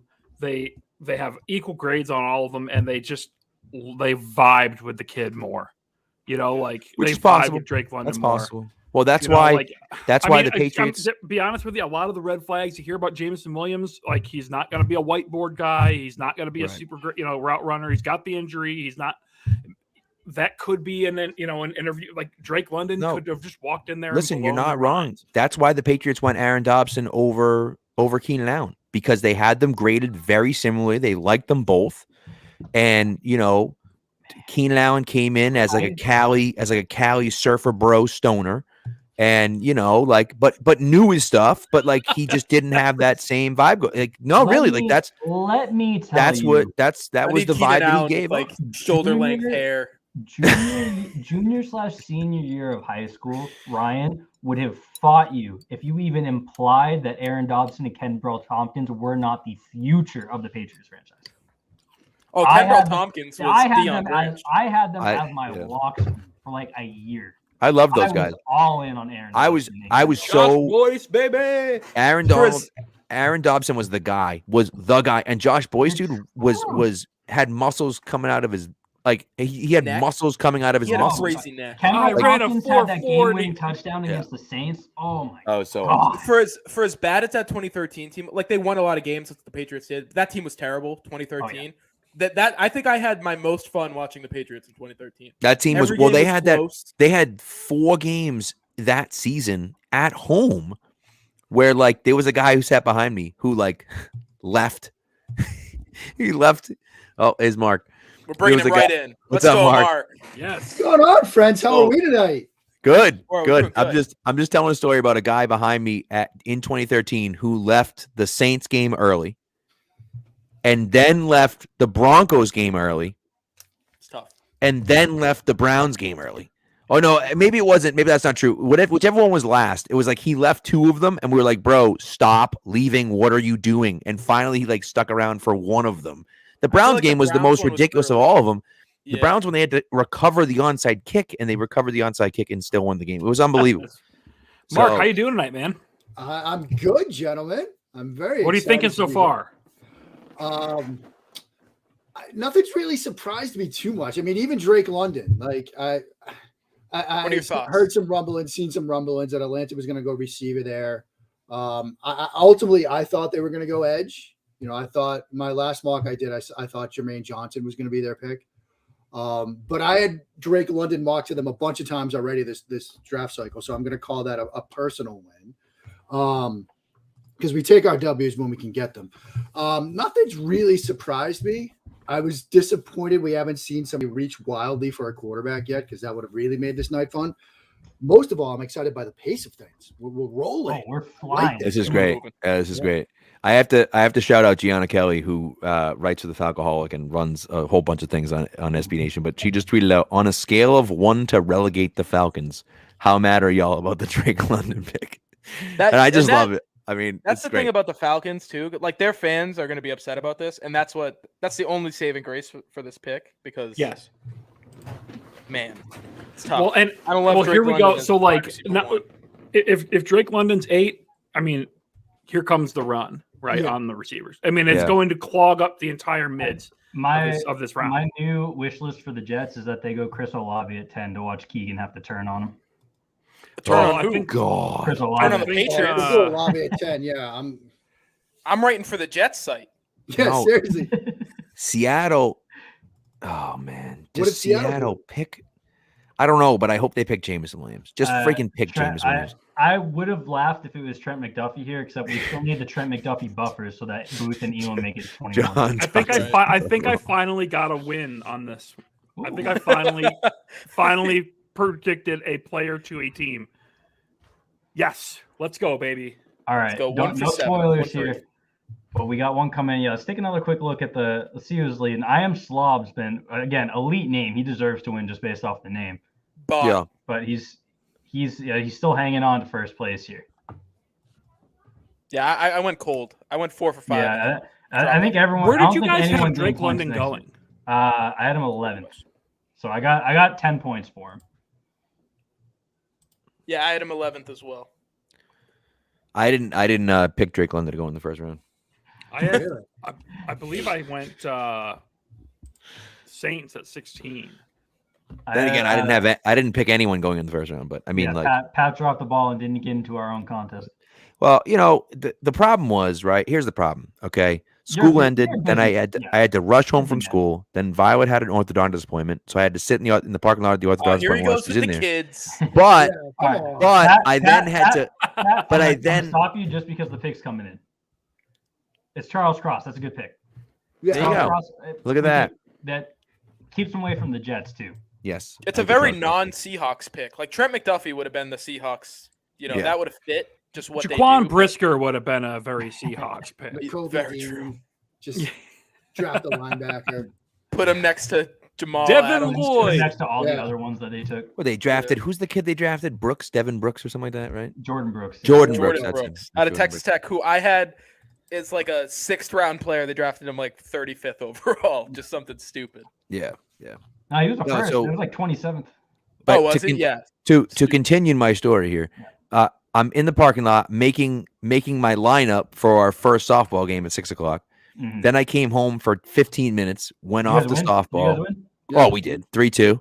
Dude, Oh, Nora, Nora nice got little the save. second battle. Nice. Nora got the save. No big Pumping deal. gas. First Love it. time ever pitching, got the save. Love that. And then yeah, that was till like 7:30. Then I ate like super quick, and here I am. Yeah. So I just didn't have a chance. That Totally dad dropped life the ball. stuff. I'm with you. I mean, I will say, if you guys had set it up 2 days ago, I would have been in. I know but, you that was on me. I slacked on it. So Mark, how can the Jets mess this next pick up? okay. Oh, there's so many ways. Anybody There are a number budget. of ways. In a way, Atlanta may have saved them from themselves Yeah. because I was told Drake London was the pick at Yeah. 10 for them a while ago. So Jermaine a Franklin Johnson, I think, appearance. is Trevor Trevor. Pennon. I was gonna say Trevor. I was just gonna Yeah. say Trevor Penning. Trevor Penning and Jermaine Johnson's my wish list here for the Jets. Mark, talk QBs with me for a second. Who, if any, are you taking a shot on in the first round in this class? I mean, I'm taking a shot on Malik just because of the upside. Yeah. I would trust Ritter and Pickett to play next year out of any of these guys, and that's pretty much it. Okay. Where do you land on Howell? Because we've been getting some late Howell love. People have been starting to talk 12 to the Vikings came up out of nowhere, but just even in general as a valuation, I've started to see some people liking him as like the secondary shot in the dark type I've name. seen that too, Ryan. A lot of Yeah. people saying like, he might be QB3 off the board. Maybe if you like Ritter, that he'd be QB4. I've heard a lot about Detroit at 32 with Howell, which okay, have fun with it. I'm not a huge Sam Howell fan. Well, I just think, and I don't know anything, but like about quarterbacks, but about most things. But None of us know anything, Pat. It's okay. But I just feel like he was the projected number 1 pick last year. Yeah. Then he comes in with a completely stripped down offense where he lost like $1 billion, draft picks from last year and plays bad. And it's like, well, yeah, of course he played bad. He had no one around him, right? Now, of course you want him to play better than he did, like even if he had no one around him, but still, I just feel like, him taking that much of a hit where people are talking about going in, as low as the, second or third round is just surprising to me that like, here's a guy who like, if the 2021 draft ended and then the 2022 draft started right after it, he would have gone number 1 overall. Yeah. It's just interesting that he drops that far out with, weirdly enough, Pat, I think what happened was that first college football weekend, he played a very bad game against Virginia Tech. Rattler struggled in their opener as well. And we all just like immediately moved on. right. Like, it was like that scene from Toy Story where they just drop Woody. I'm done with him. That's what we did with these guys. Yeah. Speaking of former top QB pros, remember Keaton Slovis? Yeah. Now he's taking the mantle over from Kenny Pickett now. Yeah, I was He gonna would have say added Pitt, to right? turn him Yeah. into a first rounder. Yeah. It's interesting. Jets pick is in here. So Oh, let's get final Oh, predictions boy. on the board here. I had them in my mock taking Garrett Wilson here. Same. Which I could still see. Yeah, it's going to be Wilson or Williams. You would think. I mean, unless the Jets screw it up, you would think it's got to be Wilson or Williams, right? Like that's got to be the pick. I could see Olave as well. Like any of the wide receivers. That's true. I really would love Trevor Penning. That'd be very funny. That's true. All right, let's see the pick, and then I got to go snuggle. All right, the kids again. Come on, Pat. Yeah, I know. big time dad guy over here. Yeah, I I'm just gonna be told that mine guy. I'll see him on Sunday, and they're okay with it. So. Yeah, it's fine. Like, see you later. Oh, my daughter is at dance recital on Saturday. Kidding me? Ridiculous. They don't think about the parents. They really No. don't. Selfish. Yeah, Yeah, very what upset you about need it. to do is do what I did and schedule your wisdom teeth removal tomorrow morning so that you can just come in and sit in a daze on the couch for the rest of the weekend. Oh, that's a professional move. Yeah. Calculate. Dark blue gold. This is the Barmore jersey, and I will be snuggling in the Barmore jersey The one with all the behind you. pins. You got the Hopefully, McGinnis. No, he's oh, talking that about one. behind you. That's true. It's a good point. It's a good point. All right. Here comes the Jets pick. Picks in. Bad suit. Announcing. I just it now. don't. What are we doing? Why did they do that? It's I Garrett mean, Wilson. 100 Love it. points on the board for Ryan. Huge. Contest. Let's go. That's a big Huge for the Patriots. Huge for the Patriots. Did we say bad suit here, Keegan? Yeah, I don't like it. that's the type of ugly that's beautiful. I'm in on anything two-tone. the type of. I don't like the opposite sleeve. All right, I'll be back. All Mark, you'll be around, right? You're not going I'll anywhere. be around for a bit. Yeah, man. All right, love it. I'll be back. Garrett Wilson, how do you feel? Brian, Garrett Wilson was your guy. This hurt you? We don't have Brian audio right now. I'll go. He's Big got Ohio everything. State guy. You're back. Yeah, I'm back. He's my wide receiver one. Yeah. I know a lot. I know Keegan's the Olave truther over Wilson. Obviously, they're both sick. Garrett Wilson's got everything, man. He's the most versatile, complete guy in the draft for me at the wide receiver position. You guys want to have a talk? Let's have a talk. Chris Olave is not the best wide receiver. He's my favorite. He's my baby boy. I love him. But I know that he's not going to go out there and he's not going to be dynamic like Garrett Wilson. He's not as fast as Jameson Williams, but it's my guy. I think this is a great pick for the Jets. I think, if they want somebody right now for Zach Wilson, this was the pick. So I need to interrupt real quick. NFL Network tweeted out the proud look Malik Willis's mom is giving him, and Malik Willis just quote tweeted it and said, "That's my grandma." Incredible genes. Like your grandma's getting mixed up for your mom. All right, incredible genes. Malik Willis. Malik Willis off the board at 11. If that doesn't spur a trade up, I don't know what will. Yeah. Go get that man. Yep. Biggest night of his life. He's just scrolling Twitter. I love it. It's me. Washington is calling around right now saying, "Hey, do you see what just happened here? No, what are you going to give us for 11?" So is this Kyle Hamilton here at 11 or it should Jameson I Williams? think so. Jameson and Terry McLaurin Ooh, I like that. with Carson Wentz to throw to him. Yeah, you don't have time to wait around, man. You gotta really let Carson Wentz, get cooking right away. Let Wentz cook. That's what I've always said. Yikes! Oh, we got a trade. Ooh, There it is. There's the trade up. Mark called it. The Saints. New England. Is this Malik Willis? JK. Or is Saints it a wide come up? receiver? Or is it Jameson Maybe Williams? it's for a receiver. Yeah. Who's Has to throwing be. it to him? I guess Jameis is still there. Stolen Valor from Charles' podcast. I completely forgot that Andy Dalton was on the Saints. Yeah. I had no idea. That, If you said what team is Andy Dalton on? You could have Do given you know me that them 30 guesses. signing him cost them a comp? Yeah, and it was like a good comp. It was like a 4th round comp pick. Like what are you like? What an they gave him like 3.5 or 4 million guaranteed or something like that. 7 Chase million Daniels total. got to be a free agent. Why wouldn't That's you? right. I Just forgot they had Jameis Winston too. I forgot they kept Jameis. I was thinking Jameis was just out there. What about so you guys probably know more about I hate contracts. They annoy me, so I don't really pay attention. Taysom Hill, what's the deal with his contract now? Is it like incentive at quarterback? That's what gets him the big money? Yeah. Okay. And it'll never happen. He's got incentives at like 2 different positions, but the bulk of them are at QB. So right. So he won't touch those numbers. yeah, he won't touch those numbers at all. And then it'll void. And they were all not likely to be earned. So they're okay. Yeah, because he's got what, like 45 voidable years on the end of that deal too. Yeah. The deals were $700 million of they get 10 grand of it. There's got to be some tax write-off with that, though. I'd take it, like some sort of. Yeah, hey, I might make. Sure he's going to create money, an account. Figure that out. Yeah, the Saints love trading up. I do need. All right, we love Ben Solak on this show, right? Everyone loves Ben Solak. His boss, Bill Simmons, just tweeted his final mock draft and said Solak was a Wilson/London flip away from going 10 for 10.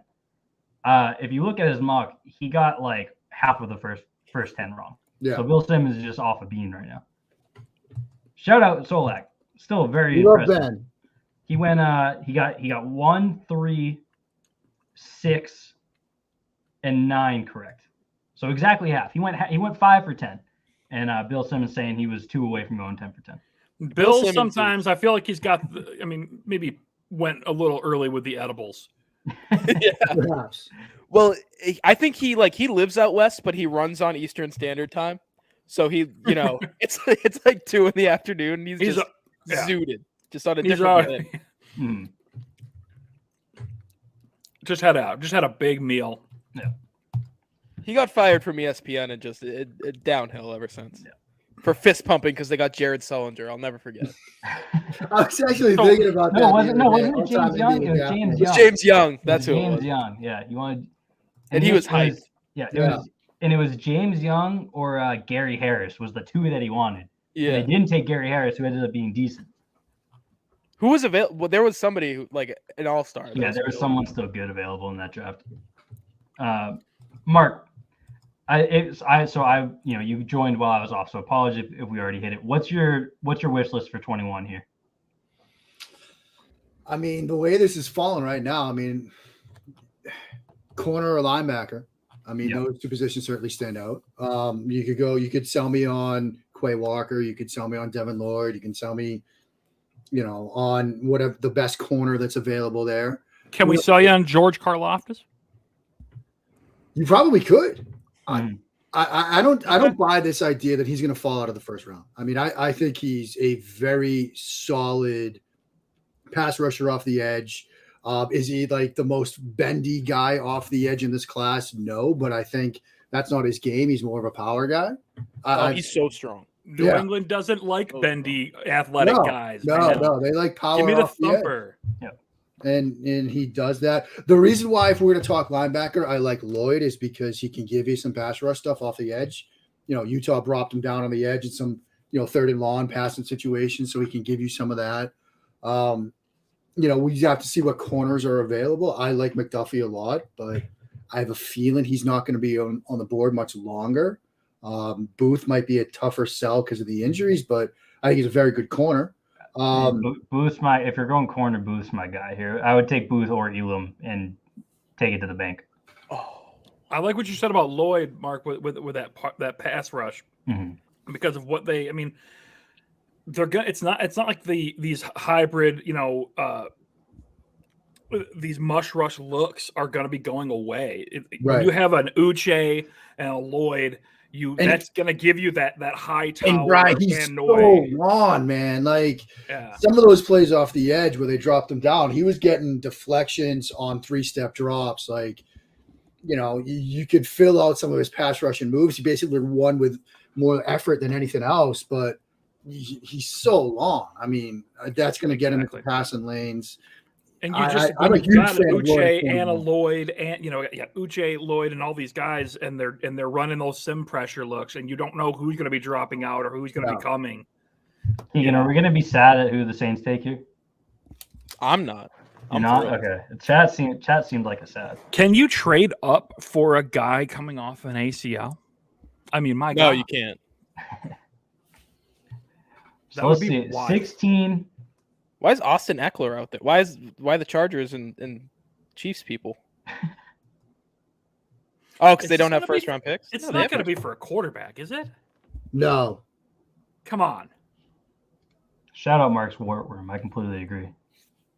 Oh, the setup here? Yeah, man. Beautiful. Yeah. In between picks here, I'm going to fire up some Elden Ring on my Xbox. Beautiful. I still need to get to it. It's a fantastic game. Yeah. Just don't have anything that's valuable within arm's reach. Right. That's all I'll say. Yeah. Just a little spoiler after this pick, the Lions have traded into spot number 12. Whoa. Oh, wow. Whoa. So that's big news. 32 to 12. So for the record, 32 to 12. Murph said great trade for Washington here. If you look at Rich Hill, our former boss, Rich Hill's updated draft value chart, it pretty much comes out to a complete wash with what they gave up. So it's all about what you want. You want more. Exactly. Pick is in. Here comes the pick for Saints. We'll see who they pick here. Ooh.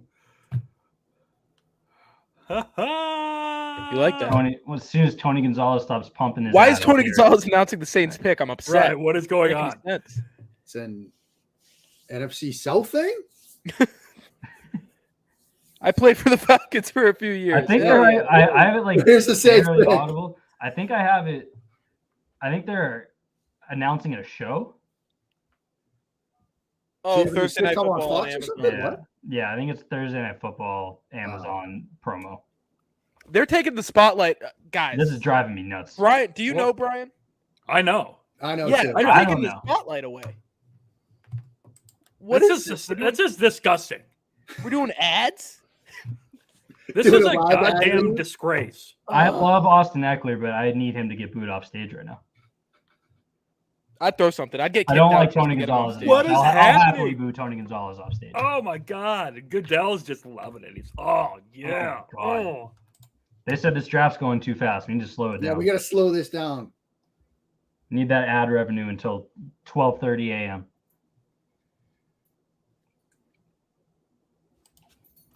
All right. Well, while we wait for the pick to come in, it's coming in right now. Everybody always got on him All right, for all being right. got on Tony for not being a good blocking tight end. Well, you are certainly clogging things up here, Tony.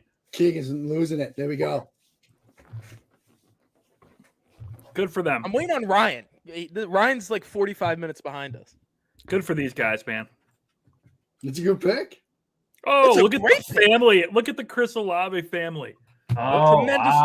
looking bunch. Wow. Up for Chris Olave. What With a guy. Jameson he Williams is. on the wow. Who's that guy in the Colonel Sanders suit? Yeah. Gotta know who that is. That's That's the bag crazy. man.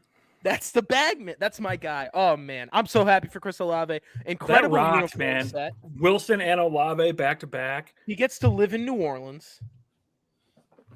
So cool. He get Jameson or Jameis Williams. Who am I talking Jameis about? Winston. James Winston, baby. Guys, we're Do we thrilled. like Jameis Winston for him? I love Jameis Yes. Winston. Yeah. We do. I like Rip it Jameis and rip Winston it, as a man. quarterback. Like I won't quit Jameis Winston, but I feel like Olave, we forget that he's just like, if Jameson Williams wasn't in this class, he'd be far and away the best deep threat in the class. In my opinion, like he's just always open, and it's Yep. like 40 yards downfield. Always. He's just standing there Check waiting out for the Ryan. ball. Jameis is going to force feed him targets, even if he's Yeah. triple covered. I mean, he's going to see 160 targets. It's going to be great. And like, Man, how give can me I be all that? the receivers that run with windmill arms when they're like wide open and running into the end zone. You're instantly 10 picks better. Also, special teams guy. We love special teams guys. we do. This guy's gunning punts as like the number 3 receiver in all of college football.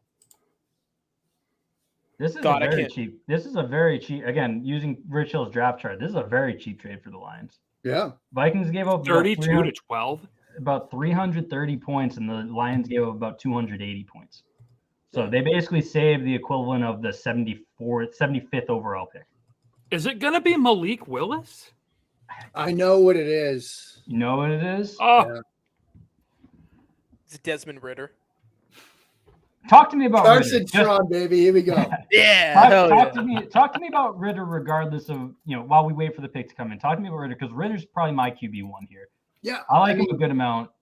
It sounds like you're probably a little lower on him than I am. So I mean, talk he's to me about him. QB3 for me. Yeah. But I like the film study community absolutely loves him. Like Mhm. the Solax, the Tices, the Galinas, they absolutely love him because he does a Classic. lot of the stuff you like to see. Yep. Working through concepts, getting to the backside dig, plays the position extremely well. Cut down on. He got better with ball placement. That was Yeah. a real issue like 2 years ago. He got better, and oddly enough, it seems to show up early in games. Like he seems to like sort of settle into a groove and work things out over the course of a game. And so you like that. Athletic, mobile, can move around. Ran a 4.52 at the 40 at the combine. Like you saw that on film. They used him as a designed runner. There's a lot of stuff you can do with him. Right. It's just for me, it's like the accuracy issue is still kind of there. Yeah. And if you can't put the football where it needs to be, like that's kind of a It's just- problem. It's a deal breaker for you. Yeah. But he's a very good quarterback. And, in my last mock, I think I had, who was it? Buffalo trading out, Atlanta coming back into the first to draft him at 25. But I think he goes tonight, but I'm a little bit less confident in that as this goes on now. We're into the teens and No teams are yeah, trading up for non-quarterback. Yeah, we'll Yeah. spoil that a little bit here. Mark, without naming names here, are you a little surprised that they traded up for this specific player in the Lions situation? I think so. Just because, look, you've got other needs. Right. Now, certainly, this position and this player, they're going to help. And it's a sign towards they're going to give it a run, it looks like, with the quarterback that they have because it's an offensive player. But, I mean, Brian's racking his brain right now. What's that? I know. I found out. I was gonna say I happened to catch it on Twitter, so I know who it is as well. I can't believe you would do that for this player. For the fourth best player at his position in the draft. Well, I mean, in my opinion, this is the best player at his position. I just don't know that the Lions are in a position I don't to be think so. trading up. I don't know. This. I don't know the I Lions. don't think he is. And I mean, it does feel like it's a right. move you make if you're a position player or a guy at this position away. Right. I don't think Detroit's in that position. I don't even think they're done at this position after getting him. Well, it kind of makes sense from a timeline standpoint, seeing as you don't have the quarterback, so you got time. And I will say again, they got him very cheaply here. They gave up their last pick in the first round, the second pick in the second round, and then their third round pick, which is early. But they got the 14th pick in the second round back as well. So they moved Eagles up 20, Eagles on the clock. Spots. Eagles came up? Eagles up to 13 now. Yep. They jumped Baltimore, so you can imagine who they jumped. You know who that's for. Guys, Yeah. I'm telling you. I mean, it's not official. Nothing's come out. It's for Jordan Davis, right? It's got to be. It has to be. If it's not, then there's a real chance he makes it. Jamison Williams, all of his brothers have Williams. the same suit on. It is Jamison Williams. That's It's the incredible. 12th overall pick to the Lions. Again, he's my comfortable wide receiver one. Look at these in a tier of his own. Stumps. Brian has him a little bit lower. Phenomenal suit. I have Family- him lower family from photo's gonna be- I have him lower from like a Patriots fit perspective. Like, That's fair, but he's not going to the Patriots here. well, that's fine. You're absolutely correct. Yeah.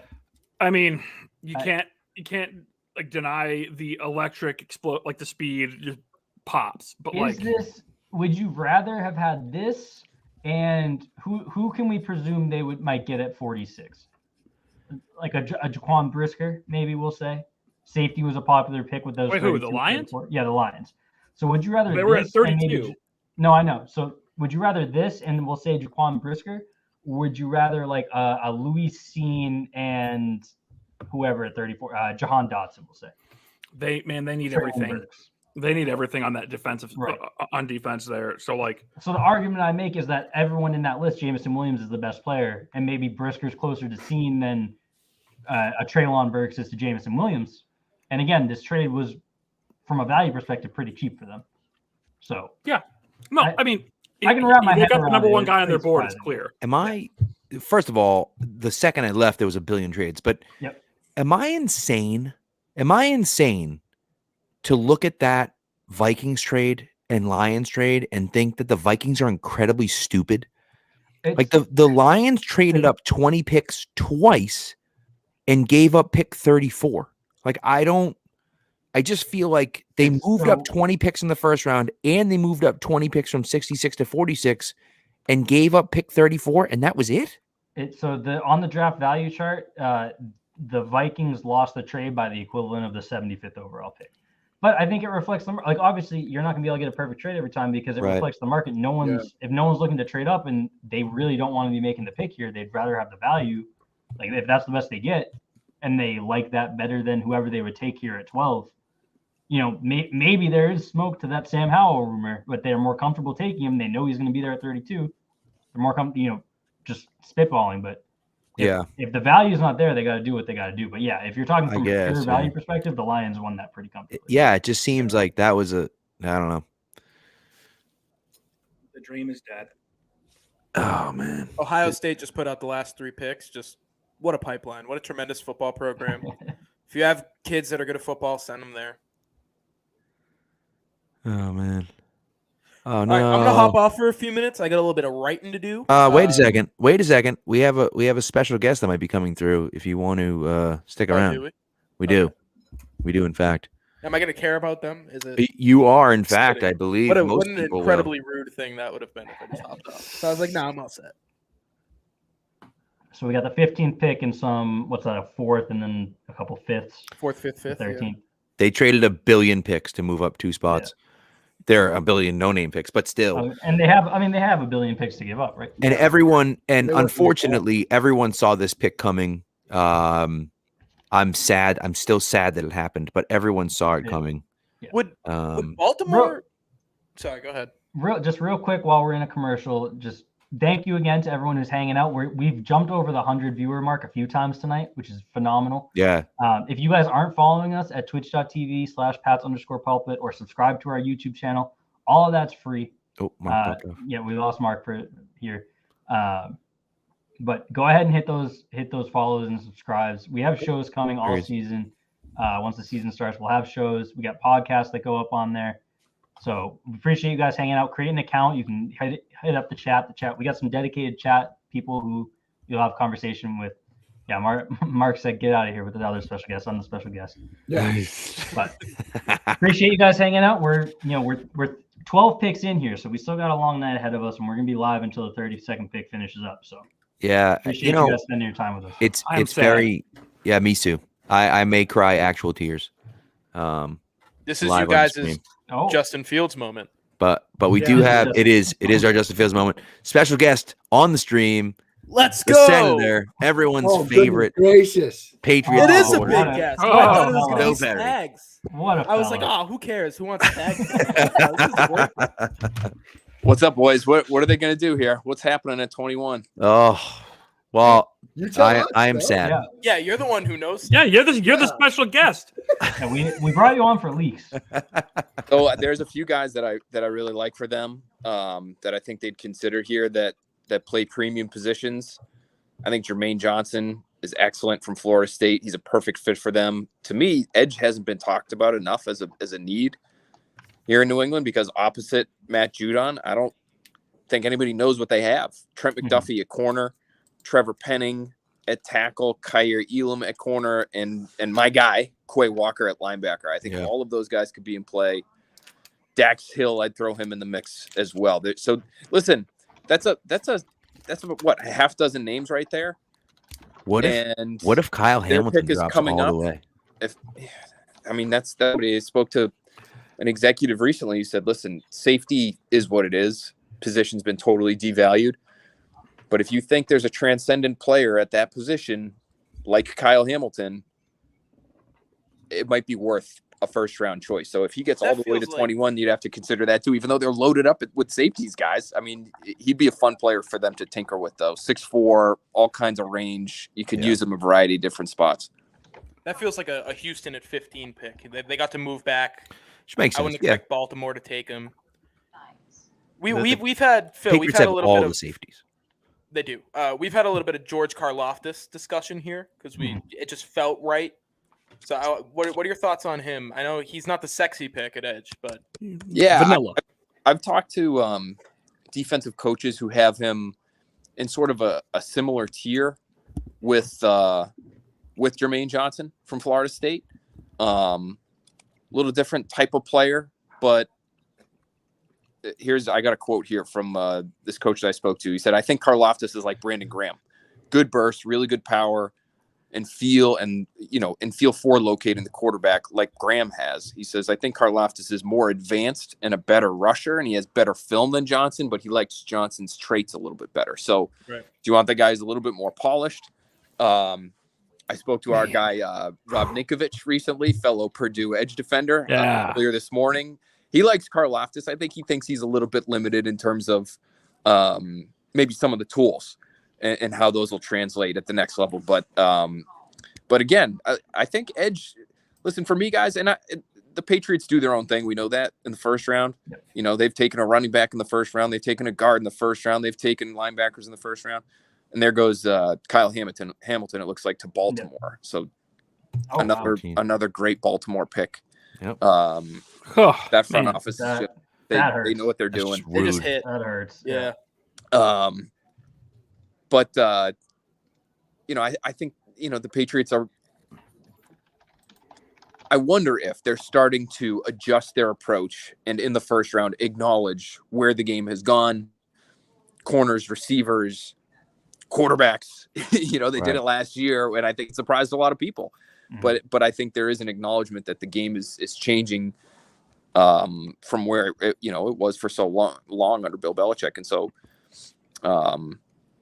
edge maybe is a spot that they'd be looking at, even if it's not the most glaring need on the roster. Man, you say Brandon Graham, and you've got my interest. Yeah. I mean, Yeah. it's It's guy's been on absolutely- my Patriots wish list for like 6 years, man. Like that, you know. And I'm a Michigan guy, so it's like, you know, Right with Carlos Dunlap. right. There you go. But you're talking about the guy who's going to be playing that 5 tech, you know, that Dietrich Wise early downs, and then I mean, he'll be plowing in guards on stunts for Josh Uche, you know, like.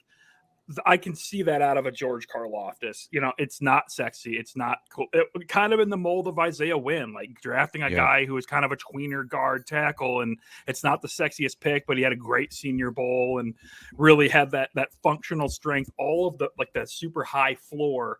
That's where I can see it, and maybe it's like he's throwing it back in all of our faces with taking a wide receiver and a quarterback the last couple of years and going back to the Bill Belichick style.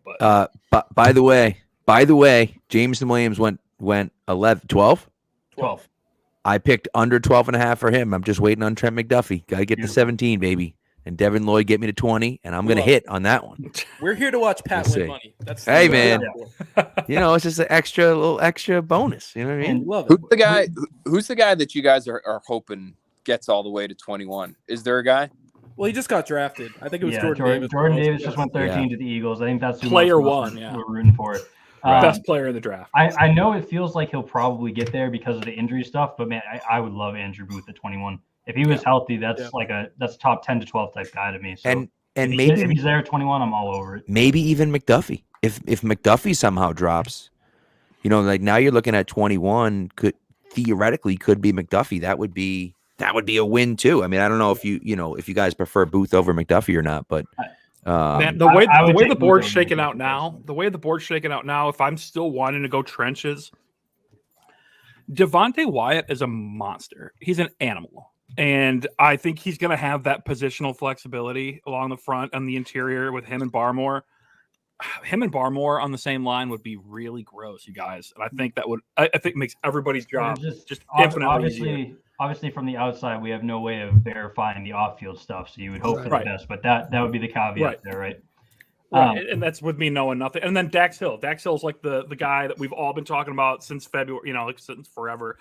He's going to be able to do whatever you need him to do. Just bring the dynamic athletes and just throw them in there and, see what sticks. Phil, you beat me to it, but I was going to ask you kind of the reverse of that question. Where is there a name that maybe you've heard linked or that they could take that would have you scratching your head pretty hard at 21?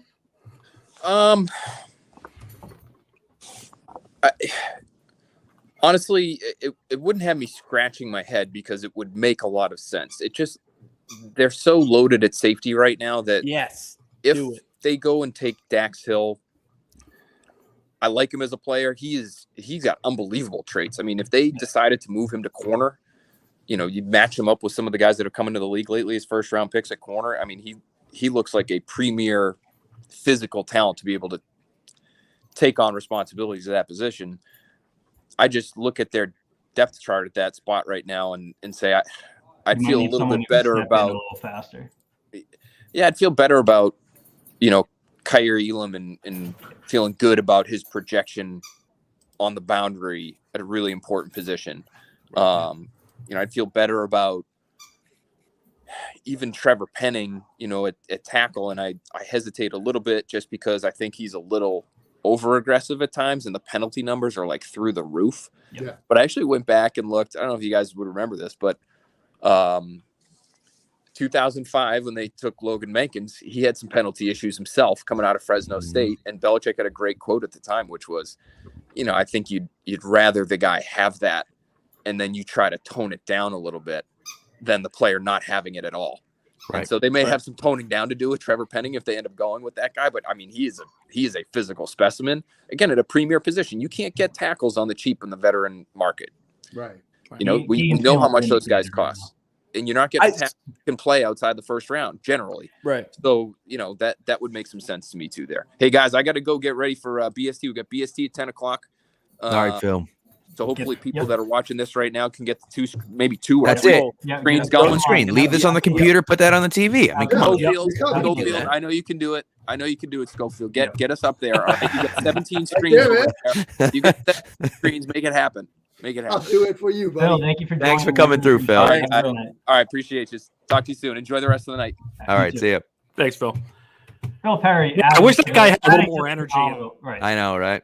Adding to the phenomenal fits as well. That was a beautiful pink dress shirt. No, very true. Phil- Very true. Handsome Me and Pat, every time he comes on the podcast, we sit after the show and talk for 20 minutes about how great Phil is. Phil Perry's the nicest guy in the world. Really Just is. so everybody knows. Could not be more generous with his time. He could tell us to go screw ourselves. He Right. chooses not to. Great guy. We Yeah, he's love on BST in 15 minutes, and he's like, Yeah. "Yeah, sure, I can stop in for a him. bit." Yeah, You I'll know, jump on. By Yeah. the way, with Penning, like I was never advocating that. I wanted Trevor Penning, but it feels like something they would do. And It to does, talk yeah. about the over aggressiveness, it takes 1 to 2 training camp fights, I think, which would be tremendous content for the website. But Jackson's pick is in. oh, is it? Ooh. Ooh. You see that? You see what I That put in is there? We can't. spicy I'm not gonna private talk chat about it right here. there. I'm not gonna talk about it here, but Woo. Oh, yeah. Woo! Woo, Houston. Here we Oh, go. baby. all right. Man.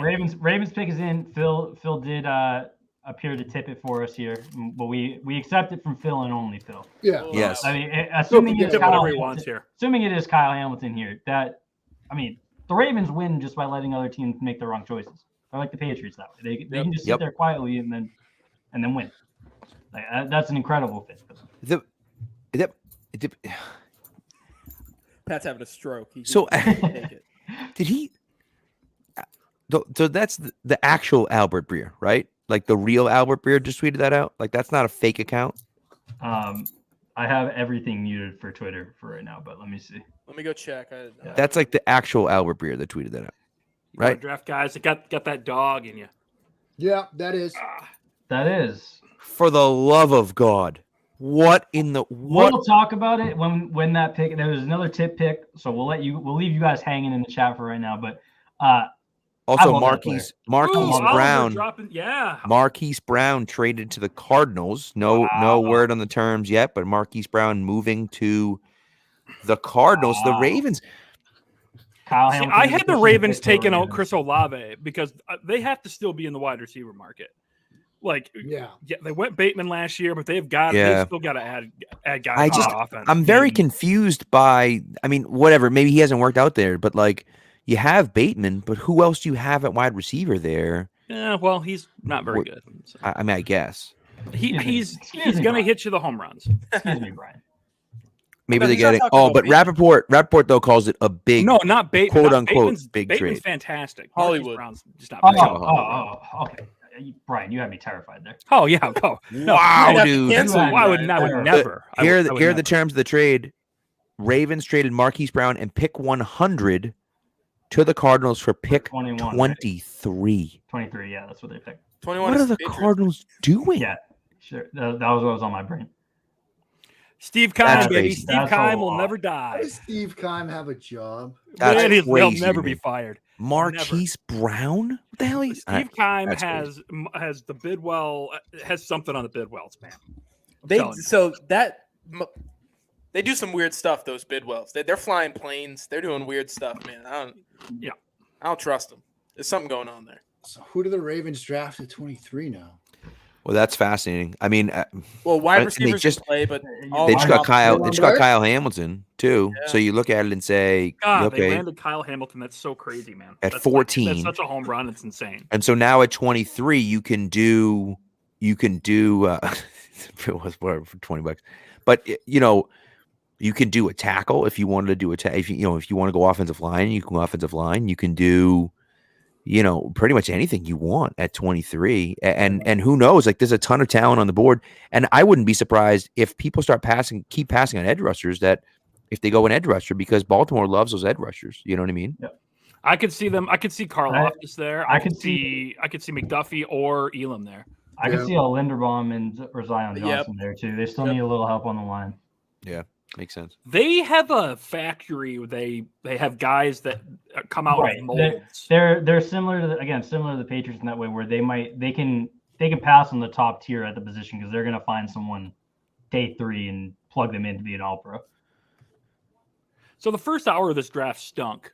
Yep. And the And second hour it's- of this draft has gotten just and then just Yeah. wild. billion trades. It's a perfect party. Everyone's sober and it's a little awkward, and then the drinks And start then flowing, everybody and just, it just goes off the lists. rails. Yep. In seconds. So good question here about Pickens. Mark, what do you think? Any chance Pickens drops to 54? I think so. I mean, I'd be comfortable drafting him in the first round, but it seems like, again, it is Lion season, but you hear that like some teams aren't sold on him. Yeah. Whether it's a maturity thing or for whatever reason, but you watch him his freshman year, he's almost dominating corners as a freshman in the SEC. Mhm. Then, in 2020, inconsistent quarterback play at Georgia kind of hurt the production, and then he gets hurt. I mean, I think he's a first round receiver. So the league might disagree. So I think there's a chance he's there at 54. And if he's there at 54, they haven't, they don't address receiver at 21. I'd run to the podium for him. You talk about a Patriots fit, man. I mean, it's there. Yeah. It's all there. Yeah. I mean, if he's there at 54, I would absolutely lose it if they don't pick him. Let's put it that way. Chat, how are we feeling almost halfway through this draft tonight? How's it going in the chat? I want to get a pulse check here for the chat. But Brian, continue. Well, are we still thinking Malik Willis to Pittsburgh here, or I mean, what is it looking like? All right, so the Texans are about to pick here. Great pick. I think it was a phenomenal pick by the Texans. Yeah. Kenyon Amazing. Green. Yeah. Yep. Nothing sexy, but it's going to get the job done. I like Kenyon Green. I don't know if I'm in on him. Guard at there. 15. It's a I little- don't know, I man. don't know. My hope would be that they want to try him at right tackle first. That would There be my are a hope. lot of guys on the board, man. Yeah, if they're moving him right to guard, the positional value is a bit in question. But I think he is a beast. Him and Zion, two of my favorite players that I watched. We talked about it. We talked about it in episode 1 of the mock draft show, Keegan. If you're ignoring positional value, two of my favorite players in the draft, Kenyon and Zion. I also feel like Zion's better, not just better, but like maybe So that's that's- significantly better. Might be. Significantly better, no. Better, I would agree. But if you think that Kenyon Green can play guard or tackle, you want to try him at right tackle first, then that's where the positional value might come. I in. think That's true. this is my opinion, and I'm sure like no one really cares about our opinions, but I think Green as a guard, just straight up, you put him at guard. I think he's phenomenal. He's going to be a day one starter. And he's going to be great. I would for him. agree. Zion Johnson can play all 5 positions, Yeah. like legit. Mark, you're a Senior Bowl guy. Yeah. Mark. I mean, he tried him out looked everywhere. fine at center at the Senior Bowl. Yeah, I and mean- he had never played center before in Yeah. his life, and just Yeah. I mean, like a I fish think in he'd water. need work at guard. Like, it wasn't like, oh, yeah, he's definitely, a tackle. Right. Like, Right. I don't think you're like, yeah, he's a plug and play left tackle in the NFL or a right tackle, but he can play there.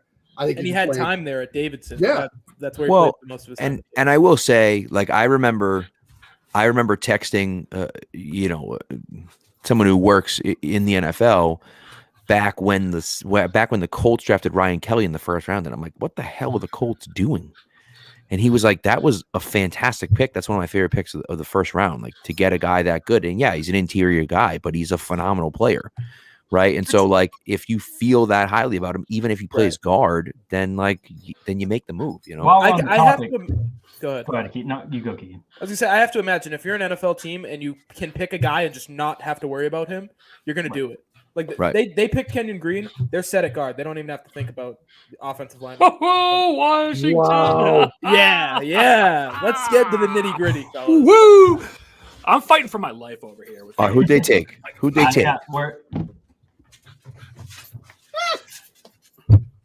Jahan Dotson. It was Jahan Dotson. Come on, It was Oh. Jahan Dotson. let's talk about My It God. was Jahan Dotson. it. Jahan Dotson at 16. What are they doing? But you know what? That's great news for me because I hated Jahan Dotson. So I'm very happy that it's their pick. Hey, instead. when Josh Dotson doesn't work, you go with Jahan Dotson. Outside of Sky Moore, I don't know if I was more underwhelmed with a guy than Jahan Dotson at wide receiver. Man, talk about a guy who has none of like the physical traits. Like, I don't think he has a single one. I think he's fine. He's pretty He- good. no, he's not a bad player, but like, he'll be a role player. He'll be fine. Yeah, I mean, he'll be a nice slot Z type guy. Like, I was impressed with his hands. He'll have a couple highlight catches a year. Yeah. Maybe the Patriots will trade 21 for Terry McLaurin. oh my god, I'd pants off. I'd love that. Trade 21 for Terry McLaurin. Trade 2023's first round pick for AJ Brown, and we There you go. See, we look at got a that. business going. Give me 1 number 2 receivers and then like 5 number 3s, and I'm in. That's See, what there you go. they've got the 3s set. They've got a ton of number 3s. Give Mm. me the number 2. Yeah. Oh, the report was Steve Keim left Hollywood coming out of college, and so now Sure, he has yes. both of them. Of course, it is. Great, good for him. Well, you've now seen what he's done in the NFL. Talk about a process you just got to trust. That's my You just got to go with your gut. Hey, your gut was there back in 2019, and everything you saw up till now doesn't matter. Go get your guy. Right. Yep, Steve. go get your That's my guys. least even if it's favorite 3 thing. years later. With all the evidence. Who was that? Christian, where was it? Christian Kirk, I mean, just absolutely destroyed the wide receiver market in every possible way. Just obliterated it. Just destroyed it. Yeah. Yeah, it makes no sense. I mean, the Jaguars made no, and I guess it kind of ends up benefiting the Jaguars because you overpaid for Christian Kirk, but then everyone else has to be dumb with wide receivers too. Yeah. So like, I just don't. They wanted to watch the world burn. They can't get it right. It's kind of convenient here because they lost Christian Kirk. Would you have paid Christian Kirk that money or done this trade for Hollywood Brown if you had to do one? Which are you doing? If I had to do one, it's just money, I- bro. It's just money. I would do the Kirk one as well. Yep, just money. Who are the Packers going to take at 22, and why is it Christian Watts? What would be the funniest Packers pick at 22? Burks. Leo Absolutely. Chanel. and Kenny then- Pickett. Yeah, That's Yes. true. Yeah. yes. Oh, Leo wow. Chanel. Oh, wait a second. And Wait a second. We have a blockbuster trade announcement. Titans are planning to trade AJ Brown to the Eagles. No, Pat, no. did you Oh just my leak God. did you just leak what I gave you? No. Wait. No, did you they just- tweeted Look it at the out. private chat. Look at the Schefter private tweeted chat. it. No, Schefter I tweeted it. understand. Tweeted it. I'm saying Oh, you did say that. that's my credit. You know That's what? my scoop. That is You know my what? scoop. Hand up. That Hand is up. my I scoop. remember you saying that. AJ Brown was going to get traded. I did not remember you saying AJ Brown was going to Philly. In the private chat, everyone who's been watching about 10 minutes ago, we had some spicy Nine- private chat talk. 9:40, I- 9:45. Source 12 said minutes ago. AJ Brown to Philly. Man, you should have tweeted that thing out, bro. No, because I got it from someone who told me I couldn't say anything. So Okay, well, there you go. Well, nevertheless, you scooped him. You scooped him either way. Hey, AJ listen, Brown to Philly. get him the hell out of the AFC. Get him the hell out of the AJ AFC. Brown is pound for pound my favorite player in the league right now. The Eagles got Jordan 18th Davis and overall. AJ Brown. Jordan Davis and AJ Brown. 18 and a third round pick. I'm an Eagles fan, guys. Sorry. What a Sorry. trade by the Eagles. I love Well, the What a trade by the Eagles. So just so we're clear, that was for the 18th overall pick and a third round pick. And so a third apparently round, Jahan yeah. Dotson is more valuable than AJ Brown. It's outrageous. It's What a time to be Insane. alive. Outrageous. And now the Titans are sitting at 18. He was and available. He was available. Why didn't the Commanders? The Patriots, just go, the Patriots "All knew right." he was available. Yeah, Patriots knew he was available. And to be fair, even if the Patriots were interested, that's an outbid. Like you Yeah. simply getting Yeah. you have a worse pick than that. Right. Right. So Yeah, we'll but, like, you we'll add take more we'll to take it. the copium in saying that they just got 18 and 101 for AJ Brown. 18 and 101 for AJ Brown. Which, by the way, Hollywood Brown and 100 went for 23, and 18 and 101 went for AJ outbid. Brown. Like, That's embarrassingly bad. If you're the Arizona Cardinals, that's embarrassingly How did bad. Steve Keim have a job? Like that's unbelievably bad. When did the Yeah. Eagles get so good at doing things? Like it was like somebody flipped a switch and they were like, "All right, Yeah. we're gonna do oh my everything God. perfectly for the I next year." and a love half." that. AJ, he has the build to just rock those green jerseys too. He is going to look Oh, yeah. so good in those jerseys. Philly fans are gonna love him Oh my Yeah. God. because what a dog. somebody like a Philly fan will How do say you something trade to him, and AJ he'll fight Brown? him. He'll just fight him. It's crazy. All right. I have a question for you guys. If you had to take one, AJ Brown or Debo? AJ Brown, I'm still taking AJ Brown over Debo. Yeah, AJ not Brown. even close. So AJ Brown. Debo's my favorite player, I think, right now. I don't know, outside of Jordan Davis. Guy who hasn't played a snap yet. Favorite player. He's the best. He might be the best player. in football. Wow. the Chargers are about to select. Yep. It's Yeah, going I to didn't be see that. another offensive lineman. We're getting to the point of the night where the picks are starting to fall behind. It's getting kind of the bin's getting a little thin. Yeah.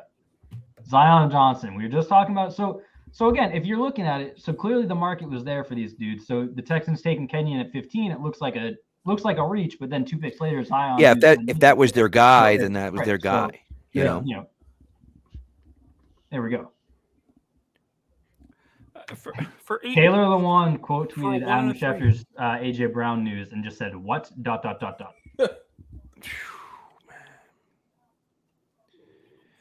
I'll tell you what. Trent McDuffie's off looking awfully nice for 21. Trent McDuffie's mid. Trent McDuffie is still like the 4th best. He's fine. cornerback on Trent, the board. Trent McDuffie is a good player, He is a good player. but at this point now, like I think I'm looking at who's left, and it's like I would still Elam- go like Booth over Elam, him. I'd I'd be- go Elam over him. I like Howard Dude, Gordon a little bit. Man, I wish I had known. Mike Giardi just tweeted out. Mike Vrabel said of AJ Brown getting traded about a week ago, not as long as I'm the head coach. I would have put my life savings gone. on Yeah, he AJ Brown was getting gone. traded after that. I Yeah. wish I had heard that, man. Golly. All right, so now that it's out there, shout out our pal Zach Goodall, who was on the show last year Oh, yeah. covering the Bucks for us. He had AJ Brown to Philly before anyone else that I saw. Look at that. Look at him go. Look at him go. Credit to Ryan Kieran. Scoops. He got him. Credit to me for knowing someone who I can credit. Hey, man. Listen, it doesn't matter. It doesn't matter if you can use the scoops or not. You got it, and that's what matters. My So favorite guys tweet left. I've seen. Go ahead. well, guys left that I'm just like I'm quick power ranking of guys left that I'd be thrilled about, or that I want to see happen. Like Dax Hill and Elam, 1 or 2, like right up top. Mhm. George Karlaftis, I've talked myself into mainly because he's the guy I picked in the mock, and that's pretty much it. And then like Treylon Burks, I think they could find a way to make him exciting here. Yeah. Unless he's gone, he's still available. But like I'm not a Trevor Penning guy. No. Hey, anybody- Malik Willis would be great in New England. I think he'd be fantastic. Well, so this is my thing, and the Malik Willis is interesting because Ryan Jackson talks about trading down. I just think if you're the Patriots, you're at this point with everything flying around, you're desperately trying to trade down because you can get some value. Yeah. Only one, 0 quarterbacks are off the board right now, and maybe Pittsburgh takes one at 20, That's but 0 quarterbacks are off the board right now. We're 17 picks into the draft. And you can look at this and say, hey, look, man, we have all these spots. So it's really interesting to kind of look at it and say, hey, let's move back. Maybe someone wants to move up for a quarterback, right? There was some talk as soon as they made the trade. Whoa. There's no one to jump though. There's no one to Baby. jump for a quarterback. I mean, Mark. it might be you jumping somebody for a receiver because you've Right. got Green Bay at 22. Oh, Right? Everybody behind New England's got a quarterback. Yeah. What happened at 18? I guess 'cause God, Detroit Lee, traded I'm God damn. It's a I- receiver. I can. They traded AJ Brown to take a receiver. yeah, and to take like To take You mini AJ Brown. dummies. Yeah. Oh, I love it. Yes. mini Is AJ this Brown Sky who Moore? might be Is this Sky terrible. Moore? No, Nope. mini AJ Okay. Brown who might be like really bad. You guys better not be comparing Treylon Burks to AJ Brown. Well, they are. That's N'Keal Harry. Right? That's what I'm I mean by saying, AJ dude. Brown, but bad. That's what I'm saying. Oh, fair. Okay. They traded AJ Brown for Treylon Burks. All right, well, I'm gonna Go hop Bailey off for a Five little minutes, bit. 3 blocks. All right, See ya. Keegan. Thank you, Keegan. What are you doing? Like, who in their right mind makes that? What are Well, you I mean, they doing? can't. Obviously, there's internal turmoil with AJ and his agents, and like he's Yeah, not going to get a yeah. deal there. Right. So you're going to have an unhappy player. It's going to be a situation. It's going to be a deal. Like get what you can and move on. But like, gee, yikes. Yeah, it's ugly. Ugly. Really ugly. And again, like, I don't know. I think it's crazy. So, but again, so the one thing I'll say about the trade back, and yeah, maybe you're not jumping anyone for quarterback, but like, what if they do go quarterback at 20? And then if they go quarterback at 20, now you say, okay, Pittsburgh, that is. Pittsburgh goes quarterback at 20, and now you're like, oh my God, I have to get my guy. Like, I want my guy, I have to get my guy. And so, the Vikings move up and draft draft some of the Vikings at 32, right? So AJ Brown gets a 4-year extension for $100 million, $57 million guaranteed. 57 guaranteed. That's 57 guaranteed. yeah, man. See, I would have thought it'd be more, but if you're the Titans, how do you not pay that? How do you not pay that if you're the Titans? Because It's gonna be like Brian was saying. There's more. it's got to be. It has to be because that team is built around two things. It's built around Derrick Henry and AJ Brown. If you don't have those two guys, now your team stinks because your quarterback stinks. He's going to look so good in those jerseys. I might get one. I might get an AJ Brown Eagles jersey.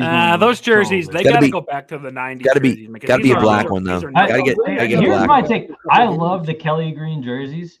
The forest green, like Donovan McNabb era Eagles jerseys, are their best jerseys.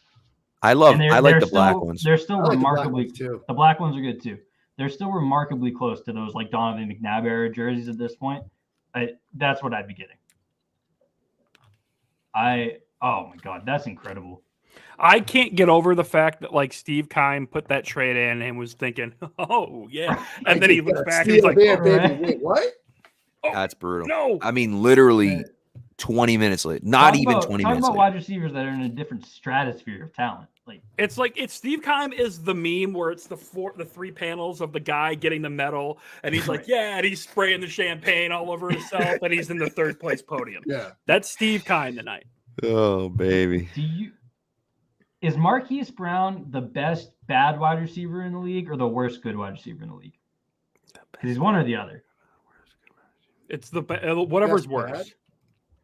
Is he the best bad wide receiver in the league or the worst good? Oh, by the way, we're at pick 19 right now, right? We're at pick 19. Yeah. Well, the Titans technically need to be announced, but but Traylon Burks is going. So as long as Devin Lloyd doesn't get picked at 19, I'm hitting it, baby.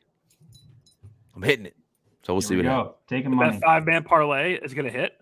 No, just the 3. Okay. Just 3. I need 5-man was wild. The 5-man. I need Mechie. I won't happen until tomorrow because I need Mechie to be more than 56.5. But I also need Quay Walker. No one's been drafted in the 5-person yet. But I had in the 3 guy. I had Juice Williams going before 12.5, which happened already. McDuffie going after 16.5, which happened already, and Lloyd going after 19.5, which hopefully will happen if he doesn't get picked the next pick. And Ryan Jackson saying he'll drive me. I got to be right back too before the Patriots pick. All right. Love it. Oh, 21 and a third for DK. There you go. I mean, I forgot the Patriots. Do it.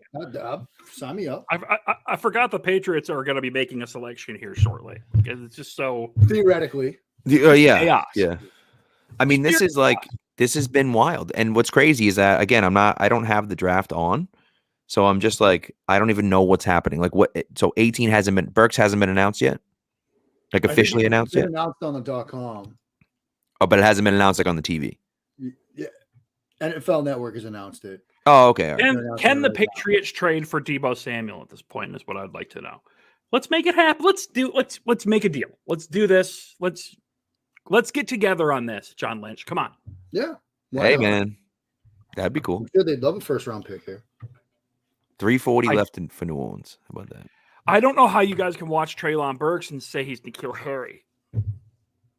There's so much more than N'Keal Harry there. He's not AJ Brown, but he's not N'Keal Harry. Who's that, Burks? I think he's closer. No, he's not. He's not. You're right. Brown You're now. Right.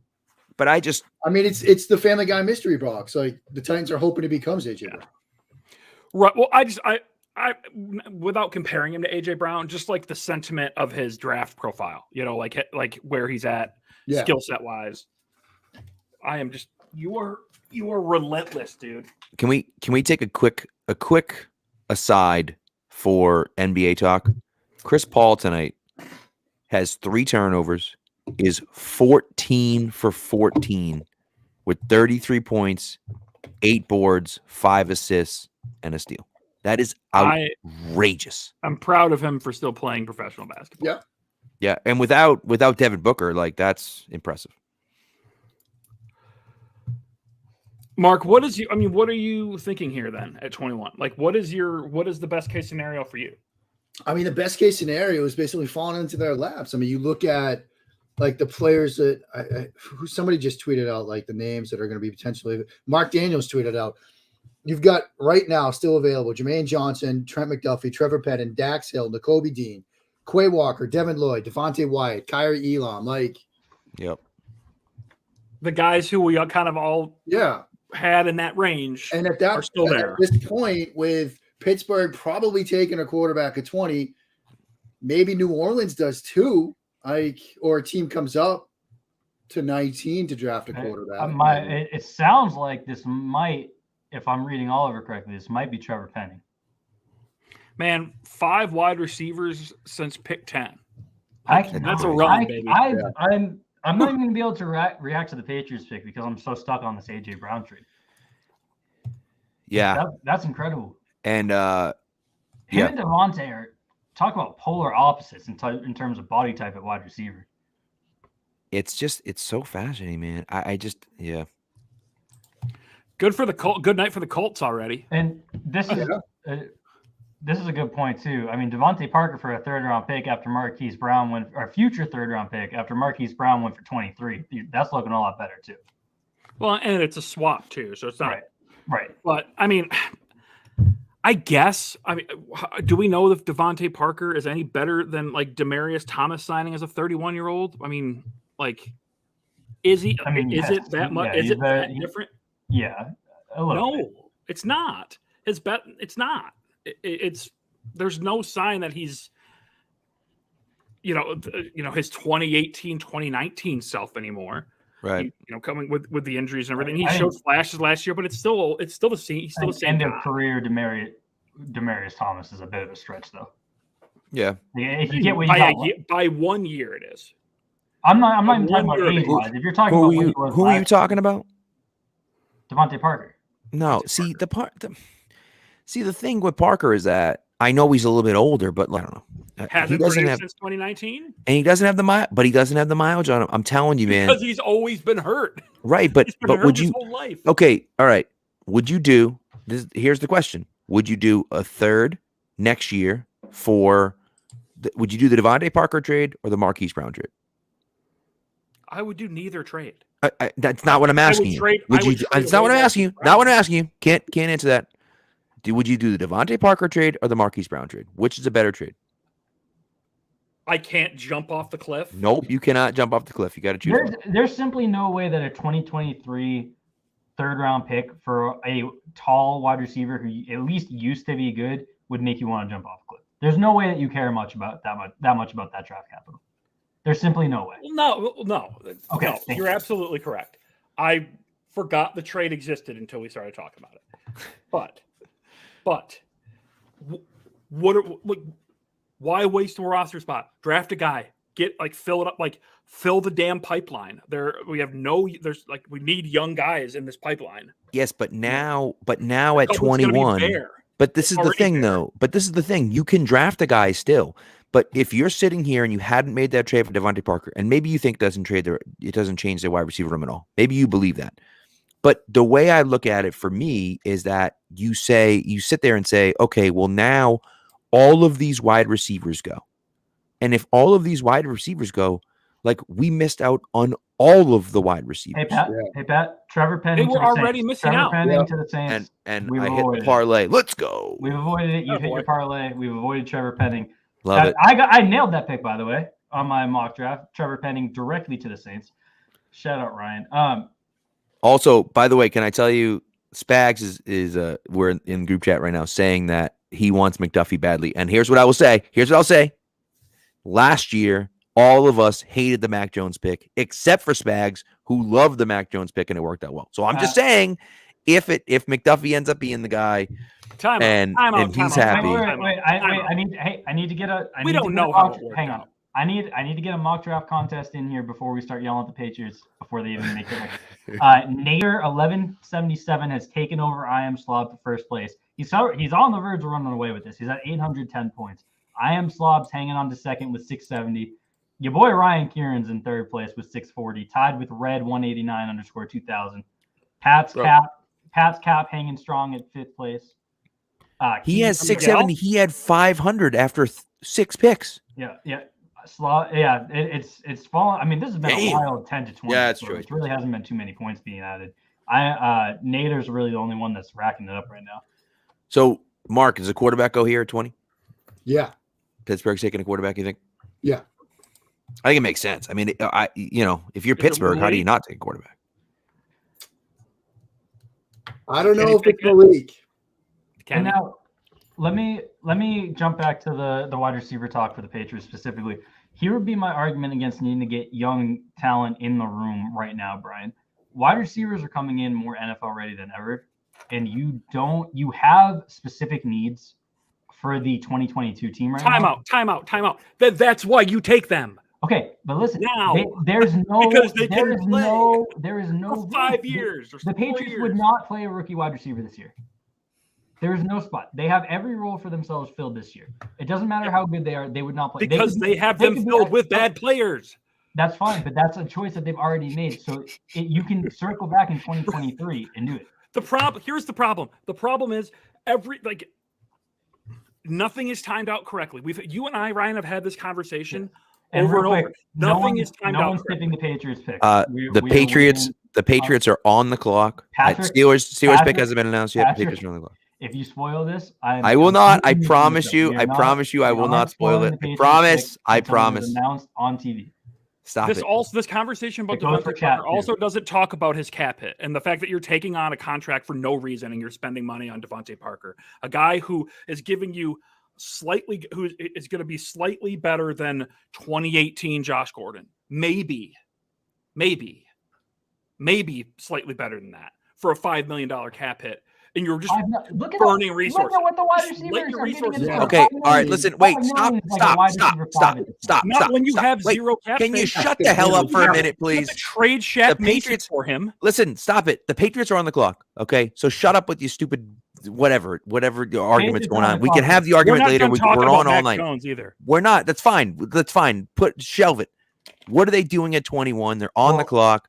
On the TV, we don't even have the Steelers pick yet, so we'll wait until the Steelers pick. No, comes in. we won't. No, we won't. We're talking about what do we want the Patriots to do at 21. That's what we're doing. I don't care. Listen, the Andrew Booth Steelers. there, I won't tell you who Nicole the Steelers took, but they didn't take anyone the Patriots are going to take.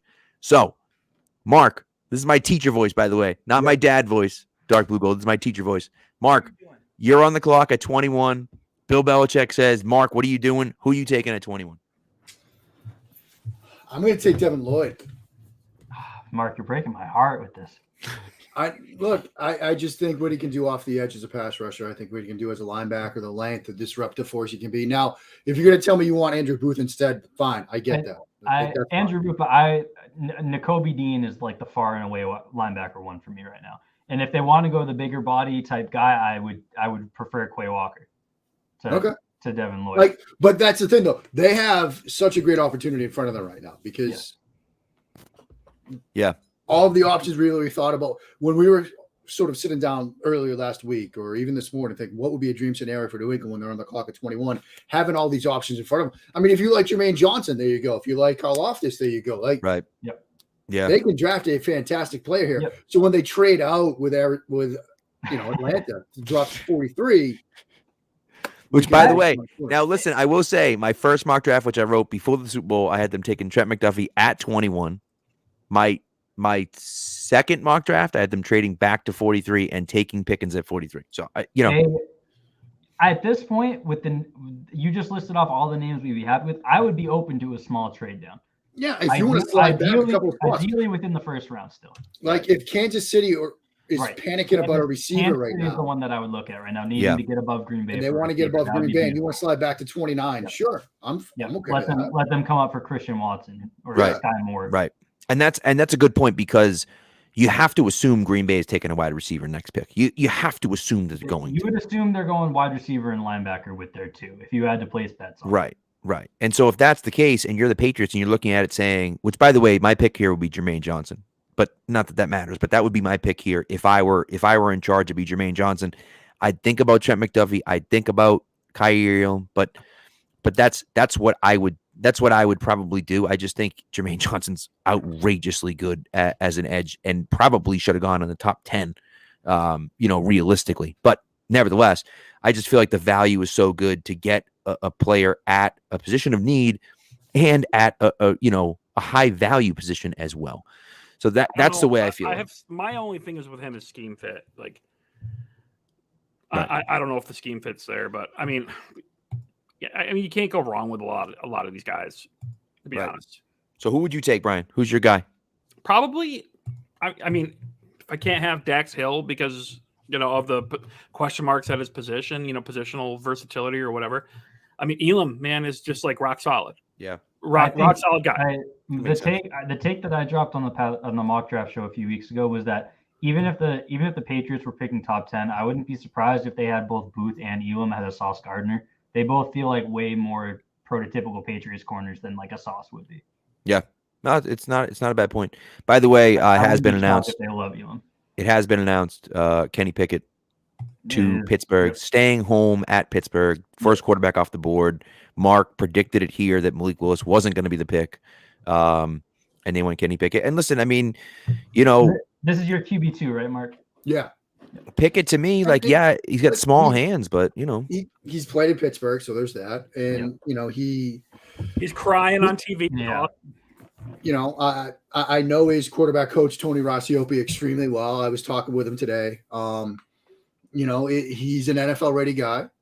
He might not have the upside that Malik Willis offers, but he's got a very safe floor. Had a huge developmental leap this past year. I think it's a good pick for them. It's a good organization for him to go to because there's stability. They're not going to panic right away. And he falls to 20, so there's not going to be this pressure to get him on the field. Now I'm wondering about where Willis goes. Yeah, that's crazy. The Lions have already made their trade up. It doesn't, unless someone's coming in from the second round, it doesn't feel like there's a natural spot for Willis or Ritter. Unless the Vikings. It looks like the Patriots are going to be trading back here. Yes, sir. So let's see. I'm very interested to see who it's going to be with. I think it's the right move. We talked about it. You got a billion defensive players on. As long as they stay in the first round. I want them making a pick tonight, or this needs to be like Jacksonville or the Vikings. Right. Yeah. If you're gonna get, 33 and 34, 50, whatever. Yeah. Exactly. Right. But what? I'm gonna reverse that. I'll be pissed, Bill. I can't stay up again and put up with this. I was gonna say we've been live all night. Hey, Lee, listen. Trade with the Vikings back to 32, and then you want to trade out again. Fine, trade out again. That's fine. But don't do it to us now. Don't make us sit on here knowing there's no Patriots. The first year that we did so they draft their future at the franchise and Mac Jones Mark, while we're on the air. Mark, you're a genius, Mark. A genius. Give him all the flowers. Give it to the Chiefs traded up with the Patriots. Hats off, sir. Hats off.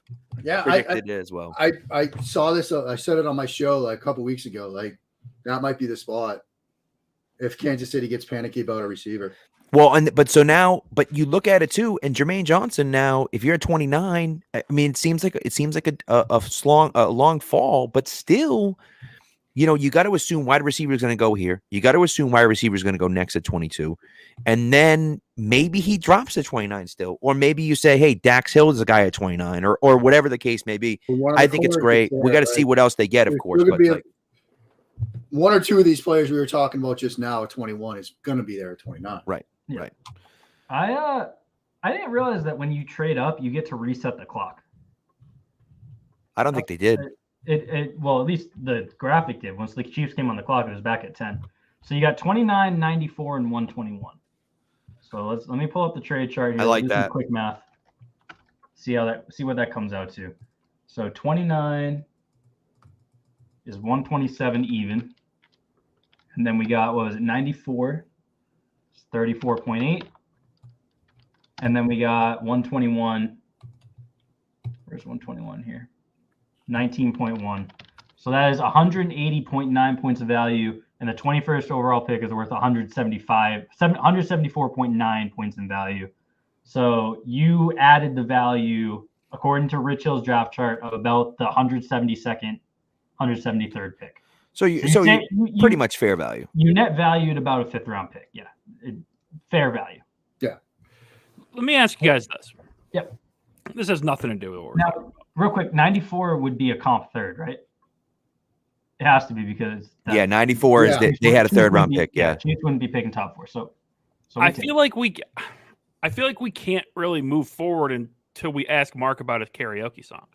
Oh my God, how have we not yet? Mark, what is or was your go-to karaoke song?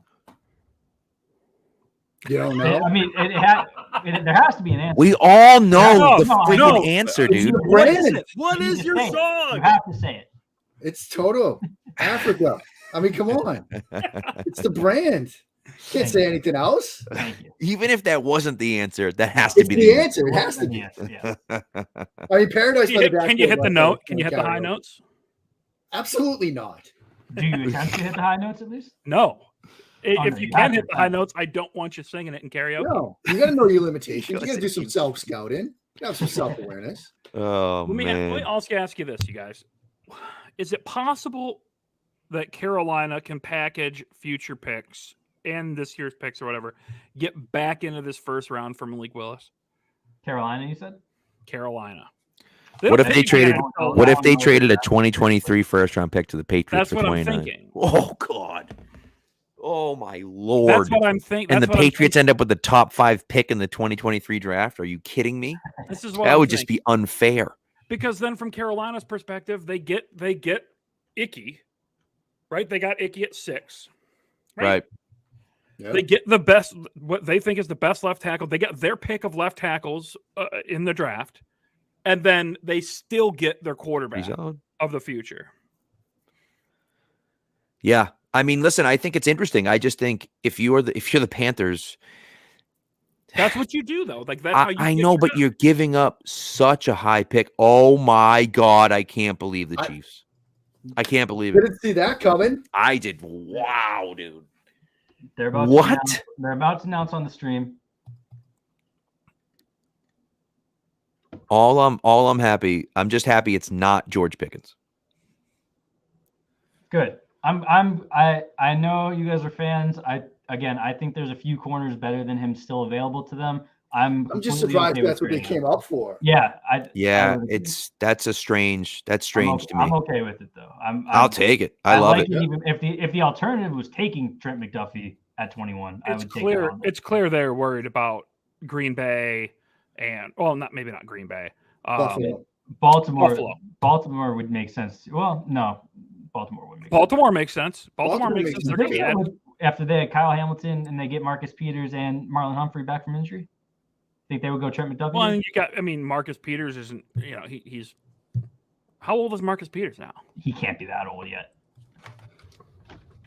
Marcus Peters. it's I would say like 28, 29. He's 29. Yeah, Just he's turned 29. Just turned 29 this year. In January. 29. What's the contract situation?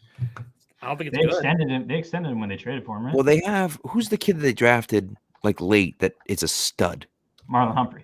Everybody. Oh, Kansas City. everybody. Kansas Oh, City. Kansas City. Their corner they drafted who's nasty. What the Snead? hell's the kid's name? Snead. That's it. Darius Snead, yeah. So like they have now they pair these two. I think it's fascinating. And I'll be honest, I really thought the Patriots after all the talk of people trying to trade back, but no one wanted to trade up. That's obviously was a smokescreen, clearly. Yeah. Because everyone ended up trading up anyways. Yep. I thought maybe the Patriots would trade up because the value would be there, but it turns out the value was to move back and pick up two picks that I think could be valuable picks, especially when you talk about the top 100 being so deep to pick up another top 100 pick, and now you have 2 picks. You have 85 and 94, pretty close, and you have 121 and 127, pretty close. Like, so, you have the opportunity to kind of move some of those picks if you really wanted to. So I think it's, and like we said, there's so many good defensive players on the board. Now, obviously one of them goes off the board, but like, there's so many good players that one of those guys is going to be available for you. And listen, if you're in love with George Pickens, then you take him at 29 if he's still there, right? Like, and you see, obviously you got to see who Green Bay takes at 22 here, but like, to me, that's the other option for them. If they're like, oh my God, this guy's great, then they take him at 29, and you're still ahead of Kansas City, who traded you 29, and they can't even draft the wide receiver over your 30, unless of course they decide to move up again with number 30 overall. And real quick, we are pushing 500 viewers right now, folks. So we really appreciate you hanging out. Obviously, the Patriots just traded out of their first round pick. They are still in the first round. They're gonna be picking at 29. So hang out. We'll watch these next few picks together, and we'll do the talk all again in a few minutes. If you aren't already following us, whether you're watching on Twitter, YouTube, or Twitch, go ahead and hit that follow button. All three at Pat's Pulpit on Twitter, twitch.tv/Pats_Pulpit, and the Pat's Pulpit YouTube channel. Hit that subscribe button. Mark, I know you got to go. Where are you going to be tonight? Are you going to be on with the football guys? Yeah, I'm heading over to Walman and Sigmund Bloom and all those guys in a few minutes. But it's been a blast. Unfortunately, couldn't be here when they made a pick. But hey, listen, all I know is last year you wore the throwback Bledsoe and it was amazing. I thought you were going to be rocking it again. I almost rocked the throwback bets. I almost rocked one of my like TV movie jerseys. I thought about doing that. So what we're gonna do, what you guys are gonna do in the chat here is you're gonna continue watching us. You're gonna pull up that on your other screen. You're gonna pull that out, dual screen it, and then on your TV you're gonna get Phil Perry up, friend of the show. There you go. There it is. See, look at that. That's how you're gonna be spending your night. All right, boys. Thank you for hanging out. Appreciate you. Thanks, Mark. Appreciate you, sir. All right, so the Packers pick is in. Again, there are 500 people watching me. There are 500 yeah, it's crazy, right? Right now. Love it. Really you love to see it. Again, follow on Twitter, Pat's Pulpit, on Twitch, twitch.tv/Pats_Pulpit. Search Pat's Pulpit on YouTube and hit that subscribe button. We have shows going all season long. We'll be on a little bit of a break now that the dead zone of the offseason's hitting. When that season, the Pats Nation show doesn't go away, though. Yeah, that's true. So that's true. And not only that, but all weekend we will have instant reaction, live instant reaction shows on YouTube after every single pick. And so we'll have that. Let me tell you something, man. The Bills just traded up as well. And the Packers took Quay Walker, who was officially LB1 after it started trending that way for a while. Hey, man. I still Phil like Perry. Better. Phil Perry nailed it. He did. I like that pick a lot for them. I'm in on every Georgia defender. Yep. Entire draft out of Georgia defense. I'm in here. So Phil Perry nailed that one. So and now the Bills are on the clock at 23. They move up 2 spots and only give up 130. So it works out for them. I kind of think they're going wide receiver here. I was thinking maybe offensive line. You're trying to get their offseason has been wild. Yeah, they have been. It's a powerhouse going on over there in Western New York, and it's annoying. By the way, I have Quay Walker in 2 of my parlays, both going under 39.5. So yeah, that was free money. Yeah. So he's in the 5-man. He's in the 5-man. Yes. All right. Ooh, so I have him and Mechie in the 2-man, and him and Mechie are both in the 5-man as well. Pat's Cap is pushing for this mock draft crown. Nader 1177 is hanging on to the lead with 920. Pat's Cap is 900. I Am Slob is 880. Stormy 1114 is 870, and then your boy Ryan Kieran is 850. Oh, Keegan, where's Keegan when you need him, bro? Keegan's Ryan Jackson took a big L. Baltimore does not want to pick tonight. They already picked tonight. Yeah, they got Kyle Hamilton in the bag. Oh man, that's outrageous. What a night some of these teams have had, man. Yeah. Well, and now they move back 2 spots and pick up an extra pick, 130, but still, you know what I mean? I still can't believe. So Philly turned 3 first-round picks into Jordan Davis and AJ Brown, and a future first-round pick. That was their first round. It's outrageous. They moved one to the future in case they need to reevaluate their Jalen Hurts situation. They got AJ Brown and they got Jordan Davis. No, I mean they've absolutely killed it. Absolutely killed it. The Giants got the 2 guys who were initially assumed to go be in contention for first overall with Kayvon Thibodeau and Evan Neal, and then the Eagles completely stole their thunder. Right.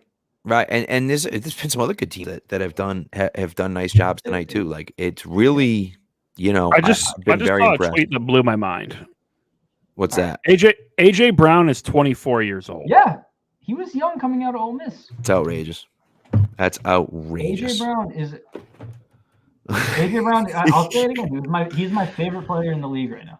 I love AJ Brown. That just blows my mind. Yep. The worst part for me about AJ Brown, the absolute worst part about AJ Brown was that he was celebrating the Patriots Super Bowl victory at the end of 2018. He was a Patriots fan.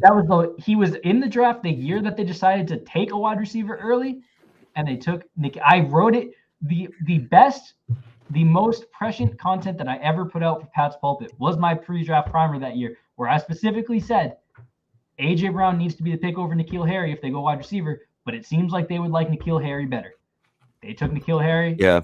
Rest is history. Man, that's tough, man. That's really tough to see that, It hurts.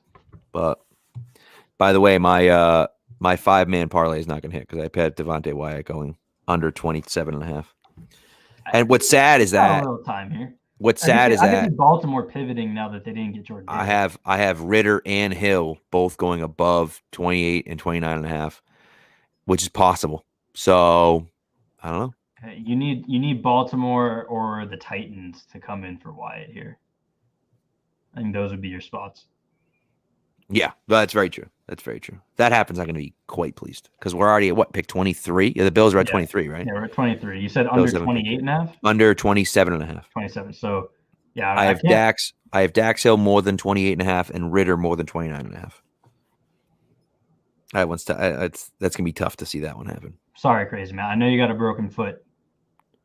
Didn't mean to continue to add insult to injury here. Yeah, it's rough. It's rough. All right. While we're in a bit of a lull here, who else? We talked about the Giants. We talked about the Eagles having great nights. Whose night don't we like very well so far? I think Jahan Dotson's the stunner. That's bad. That's no good. Yeah, that's that one's rough. Back, though, so that's at least it helps that they traded back. Yes. That's that and Traylon Burks are the two that are standing out to me. Man, yeah, I think it's gotta be the Titans trading AJ Brown to take Traylon Burks. Obviously, there's more to it than that, but that's the thing. It's not really fair to equate this, because we don't really know all the situations. Right. It's not like they Lions going all the way up to 12 for Jameson Williams is a little tough. I would argue that that's looking better for them. This was a point I was going to bring up a second ago. It's looking better for them as the night goes, considering how cheap they got that value. And we were talking at the time that it seemed like just no one wanted to trade up, and then everyone wanted to trade up, and everyone else is getting better value. By the way, not to interrupt your conversation, but Seth Walder, who does ESPN Sports Analytics, they have their AV based chat, right? AV based chart. I'm sorry. He said that the Patriots gained the equivalent of pick 63. Wow. In the trade with the Chiefs. So I mean, any way you slice it, they won the trade, but it just depends on where you say. You said what 160, 170. They said pick 63, which is Rich Hill's chart has it as like a mid-fifth gain value. Yeah. Other guys, other teams, not super thrilled with. I mean, Drake London at 8's not that great. Yeah. And then Kenyon Green at 15. I mean, I don't know about that, man. I don't. Seeing Zion Johnson and Trevor Penning go in the next 4 picks after that makes it look a little better in my opinion. Right, but Trevor Penning at 19, I'm not thrilled. I'm not thrilled about it either. Trading up for Chris Olave with Jameson Williams still on the board. I'm the lowest on Olave of the group of us, so that I think the Saints are having a rough one. Kenny Pickett to the Steelers. I know we were just talking with Mark, who has him as QB2. I would take Ritter and Willis in that order over Pickett. Maybe even Sam Howell over Pickett, just because the upside's there to me. So right, the Bills are about to make their pick. Who's drafting at 24? Who has the 24th? The Cowboys. So why? I don't. There must have been other trades going on because the trade up makes zero sense to me. Oh, that does hurt. That does hurt, Murph. But I just don't. The Bills took Kyer Elam. Yeah, and I get that. And I understand that, but why are you trading up to leapfrog Dallas? Dallas isn't drafting a corner, are they? Dallas needs corner. I mean, Dallas need a lot. And yeah, I guess I would say their move would have been offensive line, but the run went you're probably not taking Linderbaum if you're them. No, and I think a lot of people just forget. I don't hate it. You need multiple. You need a corner room now. You need, it's not just we got 2 guys. Let's rock and roll. I mean, you need 3, 4 guys. You need dudes. Also, when it comes to small jumps like that, if it doesn't make sense, I would lean toward the team knowing that was something they had to worry about. Which is true. At least they got successfully tricked into thinking they needed to worry. Right. Or they were getting calls saying, "Hey, we're trying to move up to, or the Cowboys were fielding calls for 24." Right. And they were like, "We got to jump the Cowboys." You know what I mean? Yeah. And to me, if you are worried about Booth's injuries, Elam's the last plug and play corner on the board right now. Right. So I think that's especially with what they give. What was it? A 5th round pick just to move up 2 spots? That's end of the 4th, I think. End of the 4th is 130. Still. That hurts. The Bills are having just an insane offseason. The Bills have the best front office in football. They have the best overall organization in football right now. They have the best run organization in football. Yeah, absolutely crushing. Oh man. Yeah, man. It's I don't know. We shall see what happens. We shall see. Yeah, Now New you England got to tried see what get happens. That would have been someone that like you would hope might fall when you trade down. I just, I'll be honest with you, man. I'll be honest with you. I didn't see what Kyrie Elam. I just didn't. I didn't see it. Maybe I'm burned with Florida, and every time they draft a Florida player, he sucks. And so, like, I was just like, but I don't know. I wasn't. And Team Crazy Matt actually said the same thing. Like, I wasn't sold. Kyer to me is the one that if I wanted to take a bet on someone being better than I expected them to even be, it would be Kyer. I could see him becoming like a bona fide superstar. I think there's a path there. He's got everything that you need there. He's smart. He's patient. He's got the size. He's got the coverage ability. I think he can play man or zone. I would imagine there's teams that might have had him over Sauce Gardner. Yeah, maybe tapping me in. I gotta put this watermelon away. Okay. Oh baby. Keegan, catch back up. Catch the takes back up since you've been gone. Oh man, I stretched myself a little too thin. We had a tag burned in to do some writing, but yeah, because I had to hop on and give takes. I'm the takes guy here. Yeah. Great. Yeah, Keegan, your audio is going in and out. Brutal. I could see Jermaine Johnson being the pick here for the Cowboys too. He's top on Mills. Yeah, I just feel like that's what they look for. And didn't they just trade Randy Gregory, or did they lose Randy Gregory? They not? He ended up going to the Broncos, right? Right. So like so you have a need for edge rusher. I just don't. I think it makes sense. And again, Jermaine Johnson should have gone in the top 10, arguably. Yeah. I mean, that was a rumor. I don't think that. I know, but he was a legit bona fide edge. I feel like So I think at 24, like you got to be pumped about that. Nope, still not there, Keegan. Yeah, can't hear you, sir. Trying to figure Keegan's audio out. I had them going Zion Johnson in my mock. Obviously, they didn't get the opportunity to. Right. Unless they want to move Linderbaum to guard, which I think Linderbaum's like a top 10 player in this class position-wise. Yeah. Well, if that's what they want to do, then what if the Patriots took him at 29 and said we'll play you a guard? I don't know. Like Linderbaum, I wouldn't hate it. I'm all in on Andrew Booth or Jacoby Dean right now. Nope. Keegan, no, I don't know what's going on.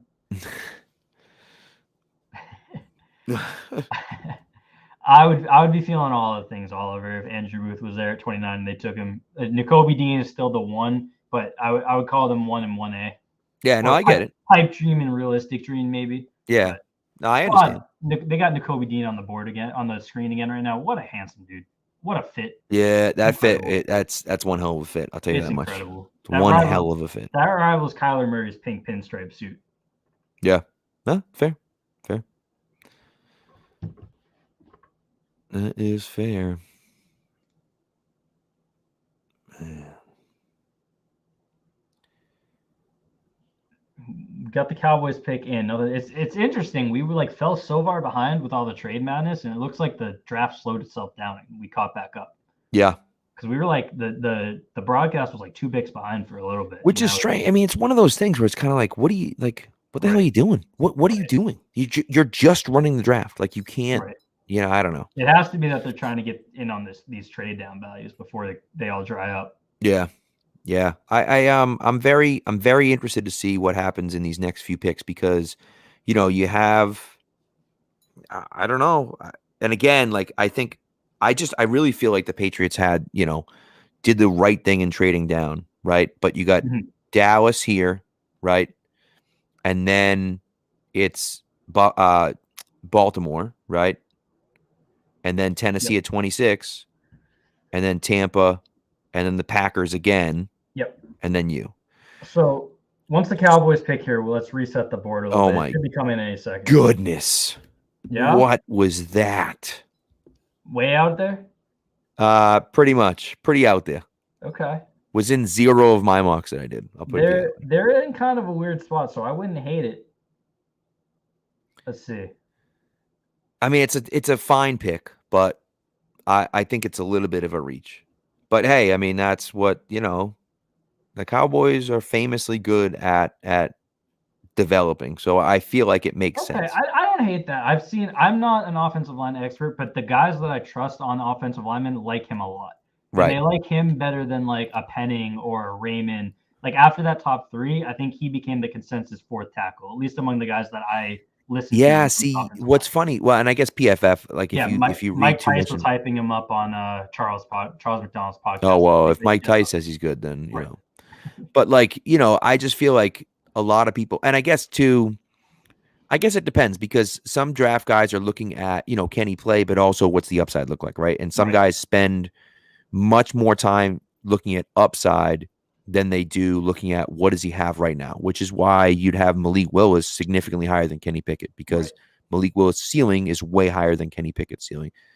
And, you know, Tyler Smith doesn't have the ceiling that Raymond has, but he's a much safer play than Raymond is because Raymond could be terrible, right? So, like, you know, it's interesting to kind of see what happens there. So I am look, I mean, ultimately you need an offensive tackle and you go there. And if you choose to take him over Raymond and who's the other guy? Well, Penning already went. No, but there was someone else I was thinking of that's like developmental tackle, but maybe not. Maybe the dude from Minnesota. I think that would be the next guy up too. He's like 6'8". Right. Falele. No, that's No, Falele, you're right, Daniel. Falele or something like that. So if you have, and Falele, to me, I mean, the problem with Falele is he got friggin' housed at the Senior Bowl.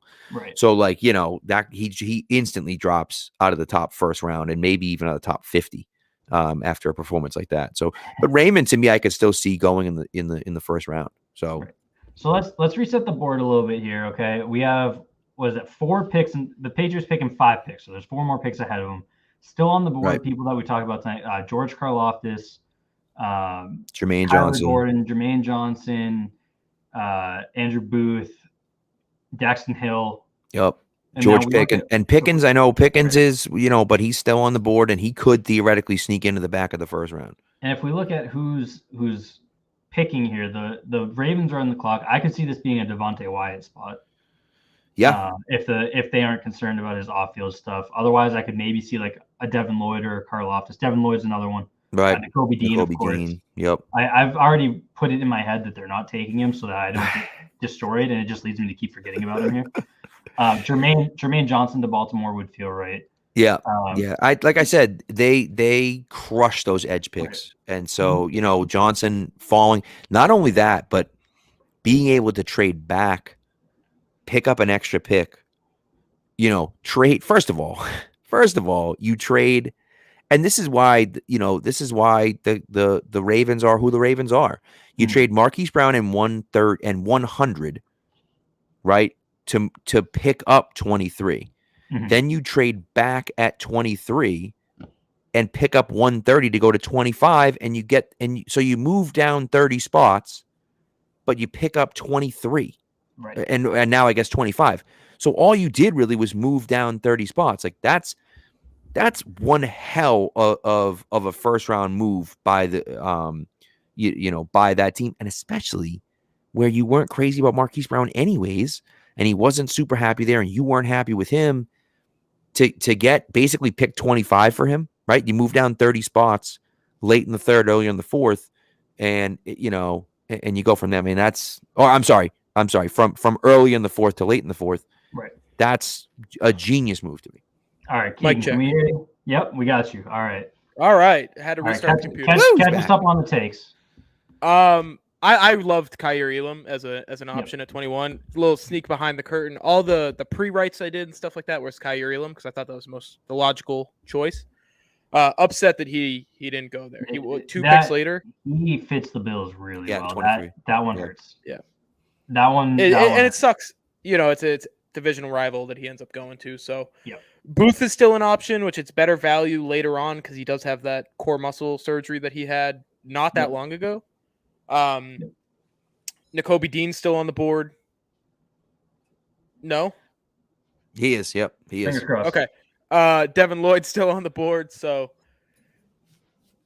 there's options. Jermaine Johnson, for some reason, he must have killed somebody yesterday or something. Like, who knows? It's crazy. Yeah. I'm telling you, it's crazy, man. I'm not the biggest fan of his. You know, I think of the edge defenders, he's far We're and getting away. into the range where I think it would be a good pick at this point, and Well, he was right. one of my least favorite prospects just based on where he was being talked about earlier. Based off value. Well, and So- it's the Mac Jones effect, right? It's the Mac Jones effect. Everyone talked about Mac Jones Right. at number 3 being a terrible pick, but at 15, it's a great pick, right? And so it's like Jermaine Johnson was talked about being in the top 10, and it's like people didn't like him in the top 10. But when's the last edge rusher that got picked? 4 at Thibodeau? Like, was he the last Been a edge while. rusher that got picked? Yes. I think So so, like, so 'cause you're, you know, so you're Karlaftis talking is still about. there. That's what I mean. So you're sitting there saying, or was it 5? Did the Giants pick Thibodeau at 5, right? Yeah, Thibodeau So went okay, 5. 5 was the last pick. Well, if you get him at 29, I mean, it's crazy, you know. So like, that's the stuff where the value, you start to look at it and say 3 of the first 5 picks were edge rushers, and then the next edge rusher didn't get taken until pick 29 or whatever, you know, wherever he ends up going.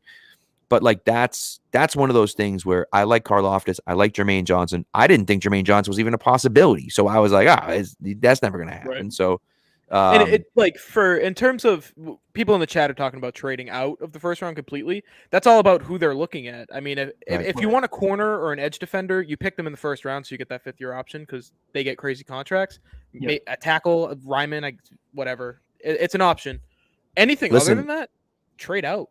Listen, what I did in my second mock draft, what I did was trade back to 32, I think, with the Lions, so the Lions could come up and draft someone.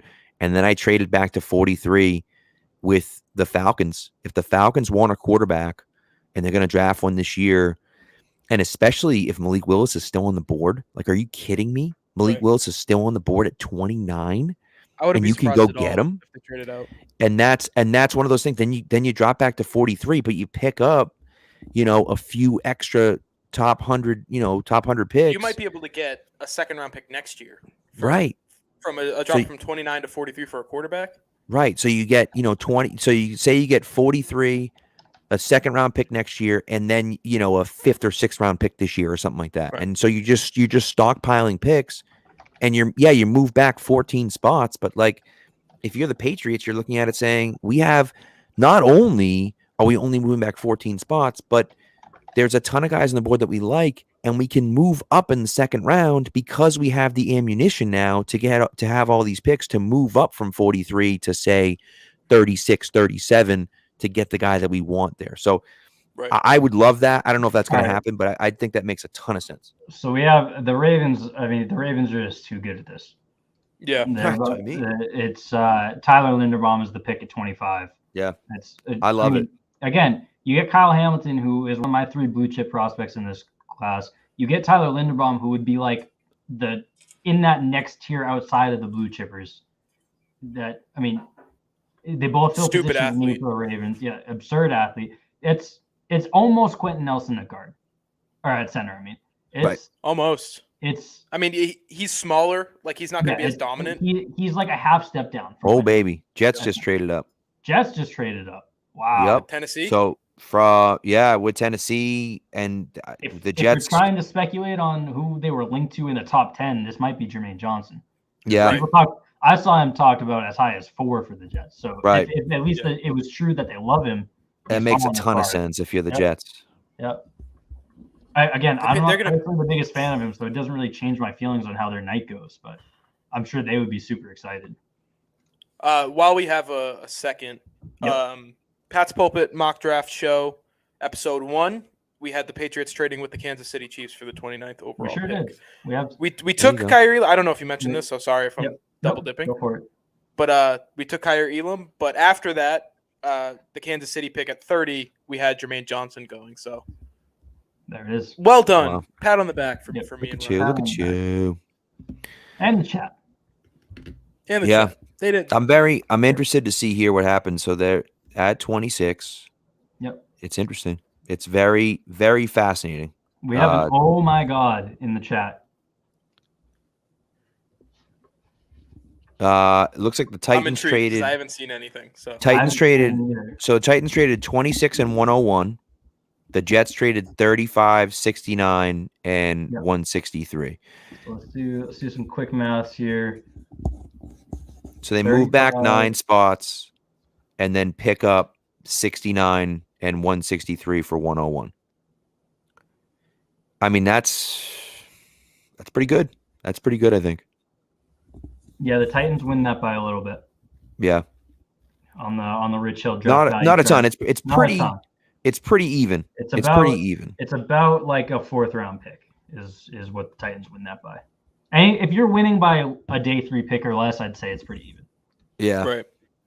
Yeah, and it's interesting for me. Like Linderbaum is fascinating. I was just looking at a Linderbaum tweet. Linderbaum is fascinating because I really like the idea of drafting. You know, of course, Lamar Jackson was not pleased about it apparently, but like Yes. because you know the center's his guy. Like, what's he supposed to say? You know what I mean? But like, still, I don't. You know, I just feel like if you're, I mean, you're drafting the best safety on the board, and then you're drafting the best center on the board.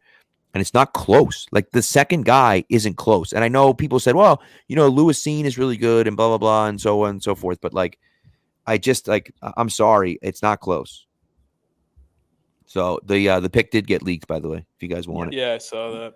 So- We'll hold it. Yeah. Hold it. Yeah. Yeah. Once this gets fine. announced, I'm gonna hop back off, and then I'll be back into to wrap things up with you guys. Okay. Once what gets announced, Patriots pick?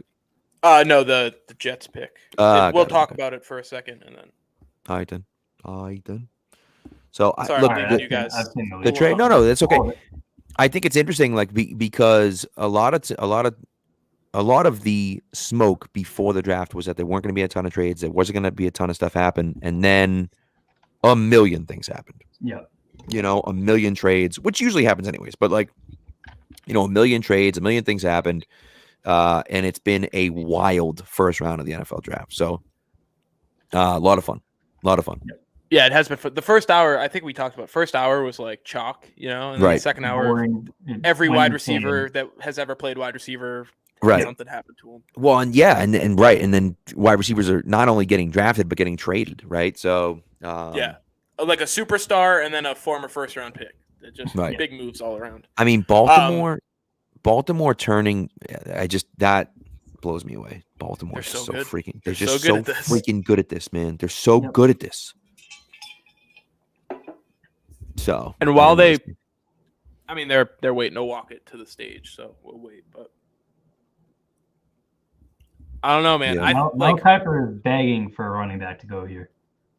he loves running backs. You just asked what the difference between Najee Harris and Breece Hall is. oh, for Christ's sake, Najee Harris shouldn't have been drafted in the first round either. Like, come on, dude. Maybe you're right, but Najee Harris shouldn't have been drafted where he was drafted anyways. Yeah, They really you're not wrong. had 2 first round running backs last year. That's crazy.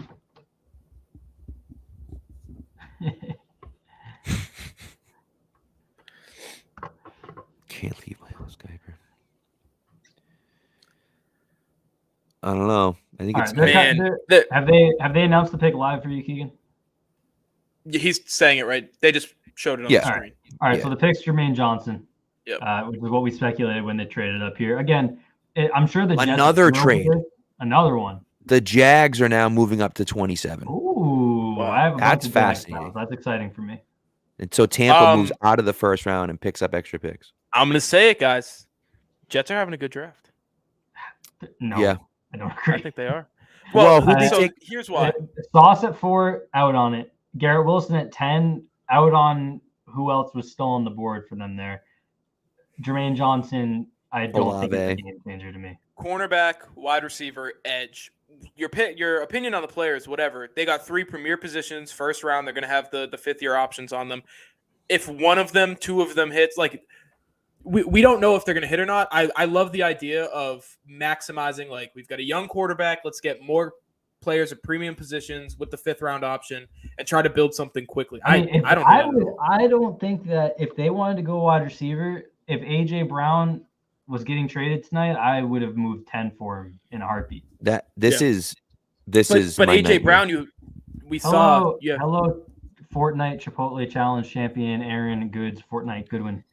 You know, Olave. I think it's interesting. By the way, the Jags gave up 33, 106, and 180 to move up to third. This has to be for Pickens, right? It's got to be for a wide Green receiver. Bay. You have to think it's got to be a wide All right, receiver. I gotta run, guys. Pickens, all right. And you soon. Thanks, All right, Keegan, I'll see you, buddy.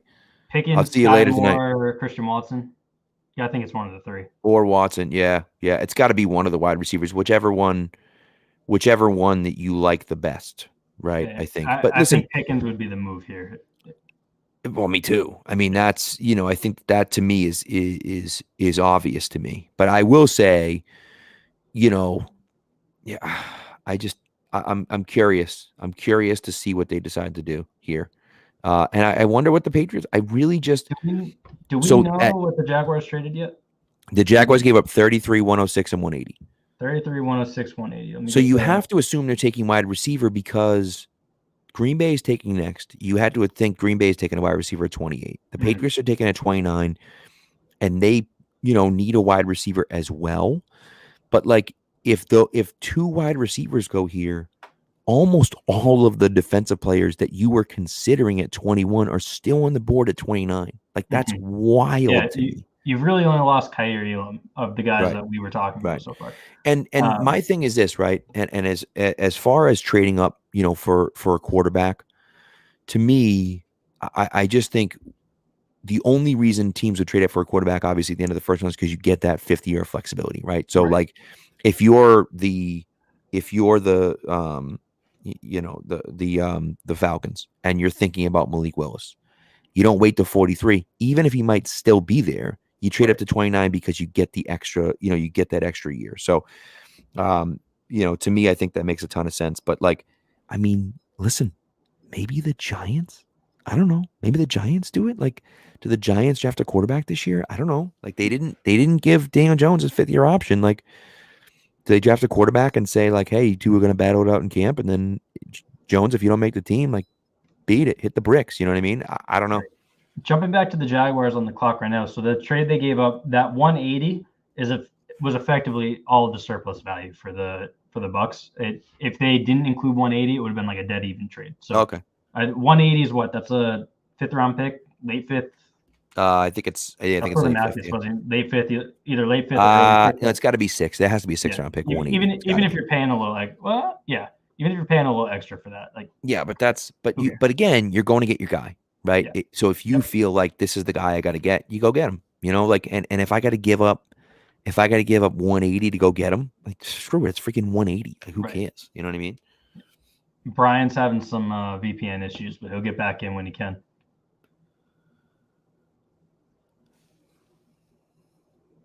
So we'll see what happens, man. Yeah, Jaguars pick is in again. It's got to be.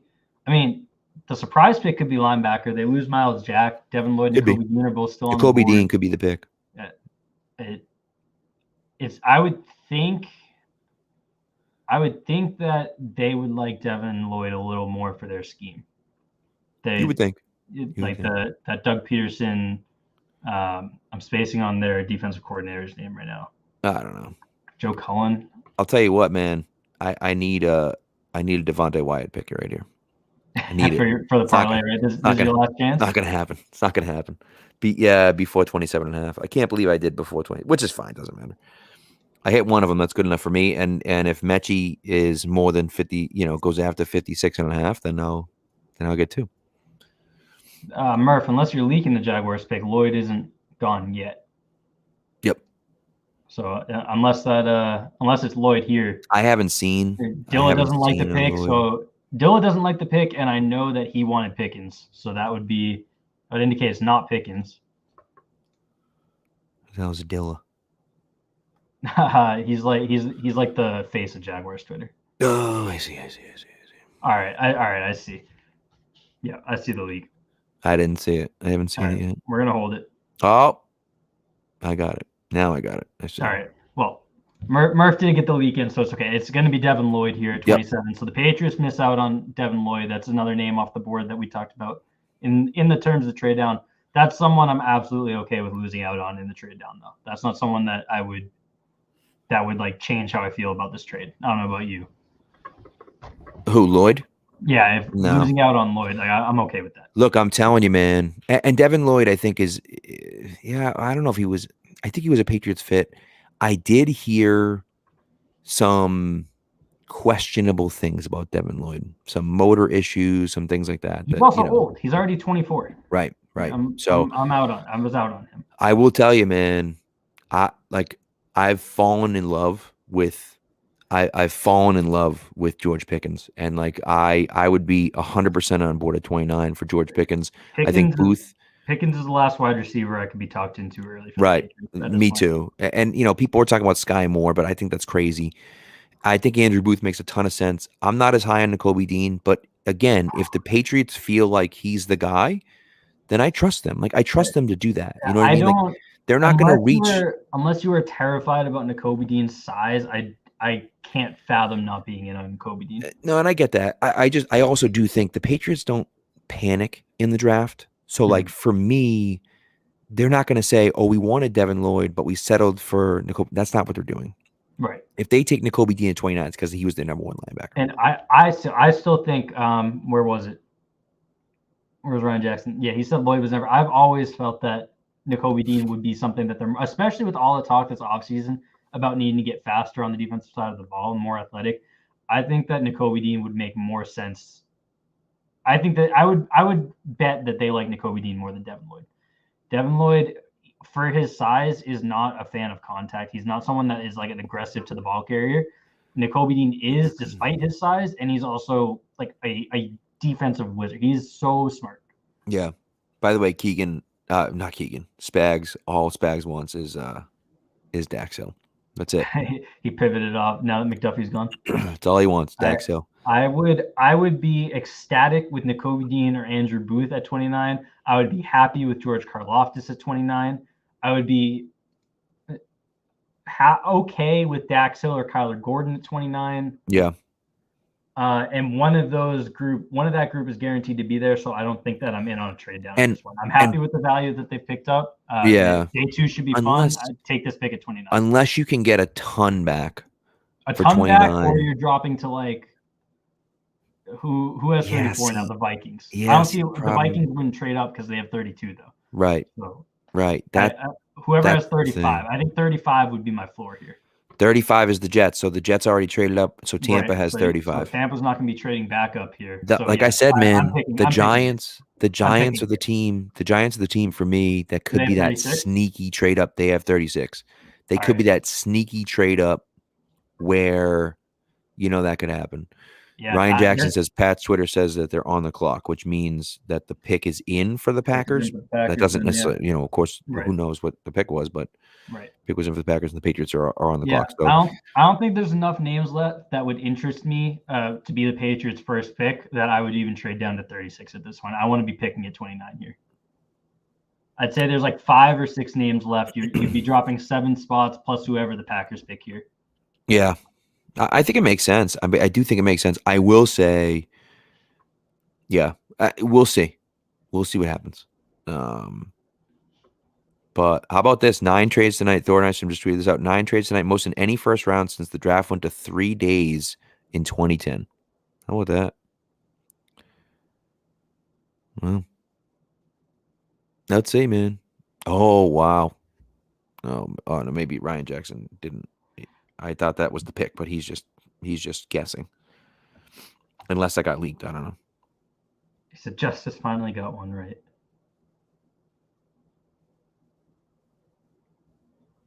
Dax Hill's got a billion hats. That's hysterical. Oh, Pat, I'm gonna leak this one because it's gonna hurt you. Oh no, George Pickens. What was your Devontae Wyatt prop? 27.5. Oh no, he went 28. Get the. Damn it! I can't believe that minimum one pick. One pick. That hurts. I can't believe I was. Hey, listen, I was right. I was right. I knew he was going to go right around there. I was really like on the edge. This and that. I am shocked. I am shocked that the Packers. Well, I guess I shouldn't be shocked because the Packers do this at Aaron Rodgers all the time.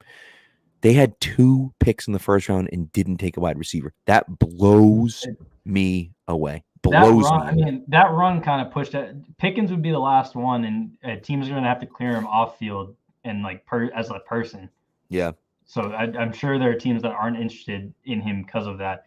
But like Burks and Dotson are like the guys who should have been starting to be considered around this range, and they've been gone for an hour and a half now. So. Right. I would agree, Ryan. They got the least interesting Georgia defender. But the Patriots are on the clock. So again, as people start filtering here, we're not going to be leaking the Patriots pick. We're going to take, if you see it on Twitter, that's great. Don't put it in the chat. We're going to be taking it to the TV announcement, and then we will talk about it then. Until then, we'll be talking about who's here. So on the board still, we have George Karlaftis still here. We have Nakobe Dean still here. We have Andrew Booth still here. I think that is, would you agree, Pat, that's like the clear top three? You would go, if you, Nakobe Dean, Yep. George Karlaftis, Andrew Booth. Yeah, I would say so. Dax Hill, Kyler Gordon in that next group behind them. For me, at least. Huh. Yeah. I don't know, man. We'll see. Yeah. We'll see what happens. Packers are about to be announced now. We have a Bernard Ryman in the chat. I am just all set on going tackle here personally. Watch them go all on. They're gonna do it. They're gonna do it. And listen, I'll tell you what. I'll tell you what. Like, you picked up extra picks. I don't love O-line, but like, you picked up extra picks, and like if you're gonna field the team today, the biggest need you have is offensive line. And so, like, if that's the case and they feel strongly enough about a player, and I don't know if there's a guy on the board that I feel strongly enough to take at 29, but if they feel strongly enough, and I don't know what the hell I'm talking about, if they feel strongly enough about a guy at 29, so here's where I would then do it. You know what I mean? Like, here's where I try to turn you off even trusting the process on Ryan. Like Ryan Jackson saying, he's going to be 25 week 3. He barely played football. And he's a tackle. He's not someone you would slide to guard. So you would be taking him, and if you want to play him week 1, you're moving probably Isaiah Wynn to guard. So you're changing 2 positions on your offensive line for someone who's going to be very raw. No, which is, I mean, that's a good point. It's not, you know, you're not wrong. You're not wrong, sir. You know, but man, you know, shoot, I don't know. All right, so it doesn't seem like we're going to have Brian tonight. His VPN is updating, and it's been like 20 minutes, and he's only at 14%. So that's looks like we're taking it home, Pat. All right. Well, you know, I mean, what are you going to do, right? What are you going to do? Yeah. So I don't know, man. I don't know. It's going to be. I wonder. So if they're going to go offensive, just curiously, is he going to go? Wait, did Charles Cross get drafted already, right? Yeah, I'm not losing my mind. He went 9 to the Seahawks. Okay, that's what I thought. I was like I'm just looking at offensive lineman, and I was like idiot brain. I was like, Charles Cross? Like, no, he had to be gone already. Yeah. I'm just looking like if they were going to go offensive line, Raymond, and then who the hell else would even be on the board? It would have to, unless it's completely off the board, it would have to be Raymond, and I'm just all set there. Yeah, or like, I mean, unless they love like Lucas or Gadecki, but that's like, Jesus Christ, dude. Yeah. So the Packers are announced right now, so you would assume the Patriots picks going to be filtering in a second here. Again, don't spoil, please, in the chat. We'll be talking about it as the broadcast announces it.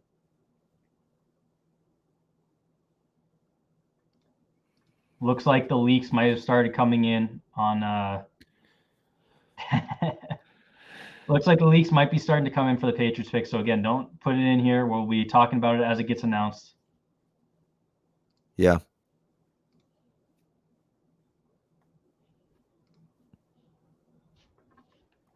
They have the Walter Payton Man of the Year coming to announce, and they are really dragging it out for the Packers. Oh, for God's sakes. We're gonna get hit with a commercial too, I guarantee it. I mean, like, come on, would ya? We've been sitting around. Struggling to even think of who else might be on the board here outside of the ones we talked about. Louis Cine, I mean, he doesn't really make a ton of sense for the Patriots, but good player who's still on the board.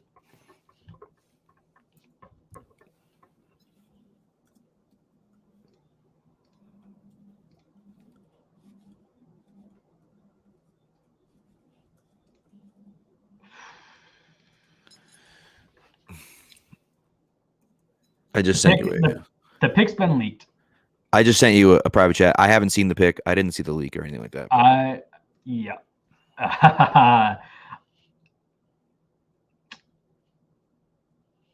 Bro. No. I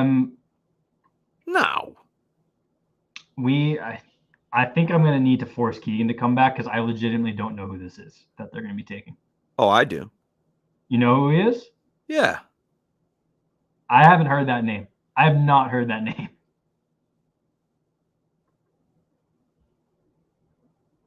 Really? Yeah, no, to me, I actually loved this guy at like 85. I loved this guy. Like loved him. I didn't hear this name. Him and Parham were the two guys that the two guards that I was super high on, but like in the third round. You know? That's insane to me. But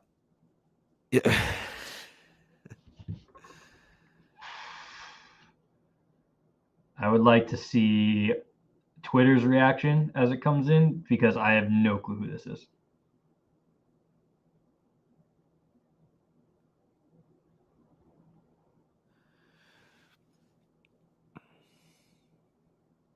I mean, it just Dane Brugler had a third round grade on him. Yeah, I mean that's where he should be. To me, that's where he should be. But like someone said Seahawks moment in reference to this pick, which is not a good thing. So PFF had him at 86 on their board, which again, like that's where I thought he would be. Right? Like I don't know. I mean, he graded extremely well against Kentucky, which is really the only good team they played against. But no, like for real, we're 2 for 2 in stunned silence on Patriots picks on the live show. But I mean, my God, I've heard the name. I keep saying I haven't. I've heard the name. I couldn't have told you what position he played even though. Yeah. I don't know. I wonder if I mocked him to the Patriots at all. I don't think I did because I was. It sounds like people were targeting him for the Patriots, like again in the third round. Right, like I said, at 85, yeah. I wanted him or Parham. That's what I wanted is him or Parham at 85. But like, right. I don't. I'll put the Kool-Aid hat on. I'll be like the anti-Felger here. If there is a position that is going to flabbergast you with who they pick, and then it ends up being okay, it would be offensive line. Yes. I would trust them taking a questionable offensive lineman over any other position that they could take. Right. And listen, you're not wrong about that. Like all that stuff is true. But my thing is this. They have shown an ability. They have shown an ability to draft guys on day 2 and 3, especially at the interior of the offensive line, and turn them into superstars. Yep. So why are you taking a guy who should have been drafted in the bottom of the second round, in the bottom of day 2 or the top of day 3? Joe Tooney, by the way. That's what I mean. Like that's what I'm saying. Now listen, 5.03 40-yard dash, 28-inch vertical jump, 120-inch broad jump, 31 reps on the bench, 4.5 shuttle, 7.44 cone. Like not terrible, decent athleticism, right? But like, you know, he's 6'5", 307. He's a good player. But like, I just don't, I don't understand. And by the way, you're not wrong. Like, you know, PM man, he is a day 1 starter for the Patriots. Obviously, like he's going to start for them day 1. Not, that's true. But you know, and he's almost 24. Like, I don't. What are we doing? What are we doing? Again, maybe the league was way higher on him than media was, and he was going like early day 2 tomorrow, and he wasn't going to be there. Yeah, that is what's going to happen, Dark Blue Gold. I'll do that right now, actually. So again, I'm typically the negative one, so I will put on the positive hat for a little bit for once. And if it's a position that I would trust them, if they think that this is worth it, I would trust them there. He has great athletic comps, and maybe he's a small school guy, and those guys generally the league ends up higher on them than media does. Which is very true. Maybe he was going to be going top 50 and they weren't going to be able to trade up and get him. Maybe they like a Cam Taylor-Britt who's a round 2 corner, and they can still fill in that on day 2. I will allow to reserve judgment until we see what they do day 2. Yeah, but I mean, listen, it's mind-boggling. Twitter is going to lose their mind. They hate the pick. They're going to hate of course they're going to hate the pick because you're drafting a guard at 29. I'll tell you what, you could have drafted Zion Johnson at 29. People would have hated it. Like it's it's not one of those things. John Gold says, stay up past 4 a.m. for an extra pick. Hey, they did pick. They could have traded 29 and moved out. I just don't. I don't get it. I don't understand why. Again, here's a guy, and listen, maybe you couldn't have gotten him at 85, but at 54, like Cole Strange is going to go before 54. Like I just, right. I don't understand. I just don't. It doesn't make sense to me. And Ali Marpet is a guy that, okay, fine, right? Ali Marpet, where was Ali Marpet drafted? What? So like, come on, dude. Like, what are we talking about? Yes. Ali Marpet, small school, great. That's a great comparison. He was drafted 61 overall in the second round. Like, come on now. Like, come on. You know, and Cole Strange is going to be 24 before the season starts. Like, it just, I don't. And listen, he's improved every year. He dominated against, he played really well against Kentucky. He's a phenomenal pass blocker. He's pretty good in the run game. He has great athleticism. All that stuff is true. I'm not saying that stuff isn't true. But here's my thing, right? If you look at this board, and I don't know shit about shit, but right, but if you look at this board and say, okay, we're the Patriots and we're drafting here, okay, you say, all right, we're the Patriots and we're drafting here. All right, great, fine. But like, you're telling me that this guy is that much better than Dylan Parham? He's that much better than, I don't know, name the guy, right? Name the player, right? Like whoever else. We have someone who will have actually watched him. Keegan. What's up, kids? I don't even know who's hosting for ESPN right now, but the response after the name got announced was, "Oh." Yeah. No. So you guys can hear me okay? Yep. All right. That's a bad pick. That's a tough pick. 29th overall for a guard who I'm gonna go check. Me and Spags, our big board. I believe we had him in the third round. Yeah. I just don't like how much better is he than Dylan Parham? How much better realistically is he than Dylan Parham? Like that much better that you had to draft for 29? Again, Keegan, I'm putting on the positive fan hat here, just so you know. Okay, so here's everything I know. Maybe Dylan Parham ends up going in 10 picks as well. Like we got to see how tomorrow night plays out. I'm gonna just spill everything I know on him. Yep. Great athlete. We've established that his top comps are Joe Tooney, Evan Mathis, and Ali Marpet. In on all three of those. Okay, so I did a draft profile on him on Pat's Pulpit. I did a Twitter thread. He was a guy who I was like, oh, that's a perfect fit for if you want value to fill in that open guard spot in the third round, late second maybe. This is the guy you want. They end up picking him 29th, which is tough because the guy who goes right after him, who was just announced, George Karlaftis, an edge defender who, just looks like a guy who would fit. You could have just grabbed him and then probably waited for Cole Strange. He's a really good athlete. He went to a small school. He played well against like everybody basically. Here's the thing. I'm going to lock it in right now. Cole Strange is going to be a Pro Bowler. He's good. Locking in right now. He's going to be a Pro Bowler. I trust. I'm going to repeat myself for Keegan. I had not heard this dude's name. I had heard this dude's name. I couldn't tell you what position he played before he got taken. This is the one positional value be damned, where I will trust that they just know what they're talking about here. I'm a Cole Strange fan. It's fine. Yeah, Positional value sucks. Guys, they're gonna miss out on because of Andrew Booth, George Karlaftis, Nakobe Dean. Pissed about it. It's fine. Cole Strange is gonna be good. Well, and listen, in 3 years when he's the best offensive lineman that they have, no one's going to care that he got taken 29 instead of 50. Yes, but the problem that I have, the biggest problem that I have with that, and you're not wrong, like they'll probably turn him into a great player. Like, but the issue that I have with that is that it doesn't matter. It doesn't matter if he's a Pro Bowl guard. He's a guard. Like it doesn't make you significantly better to have a Pro Bowl guard on your team than to not. Now, obviously, they feel differently because they gave Joe Tooney, the franchise tag. So you franchise tag Joe Tooney, fine. But I don't understand. And yes, all offensive line positions are valuable, but they're not paid that way. Wait, so Terrell Owens went to the same school as this guy? He now overtakes Terrell Owens as the highest drafted Chattanooga player of all time. Unbelievable. I'm gonna get a jersey. I hope he takes Shaq 69.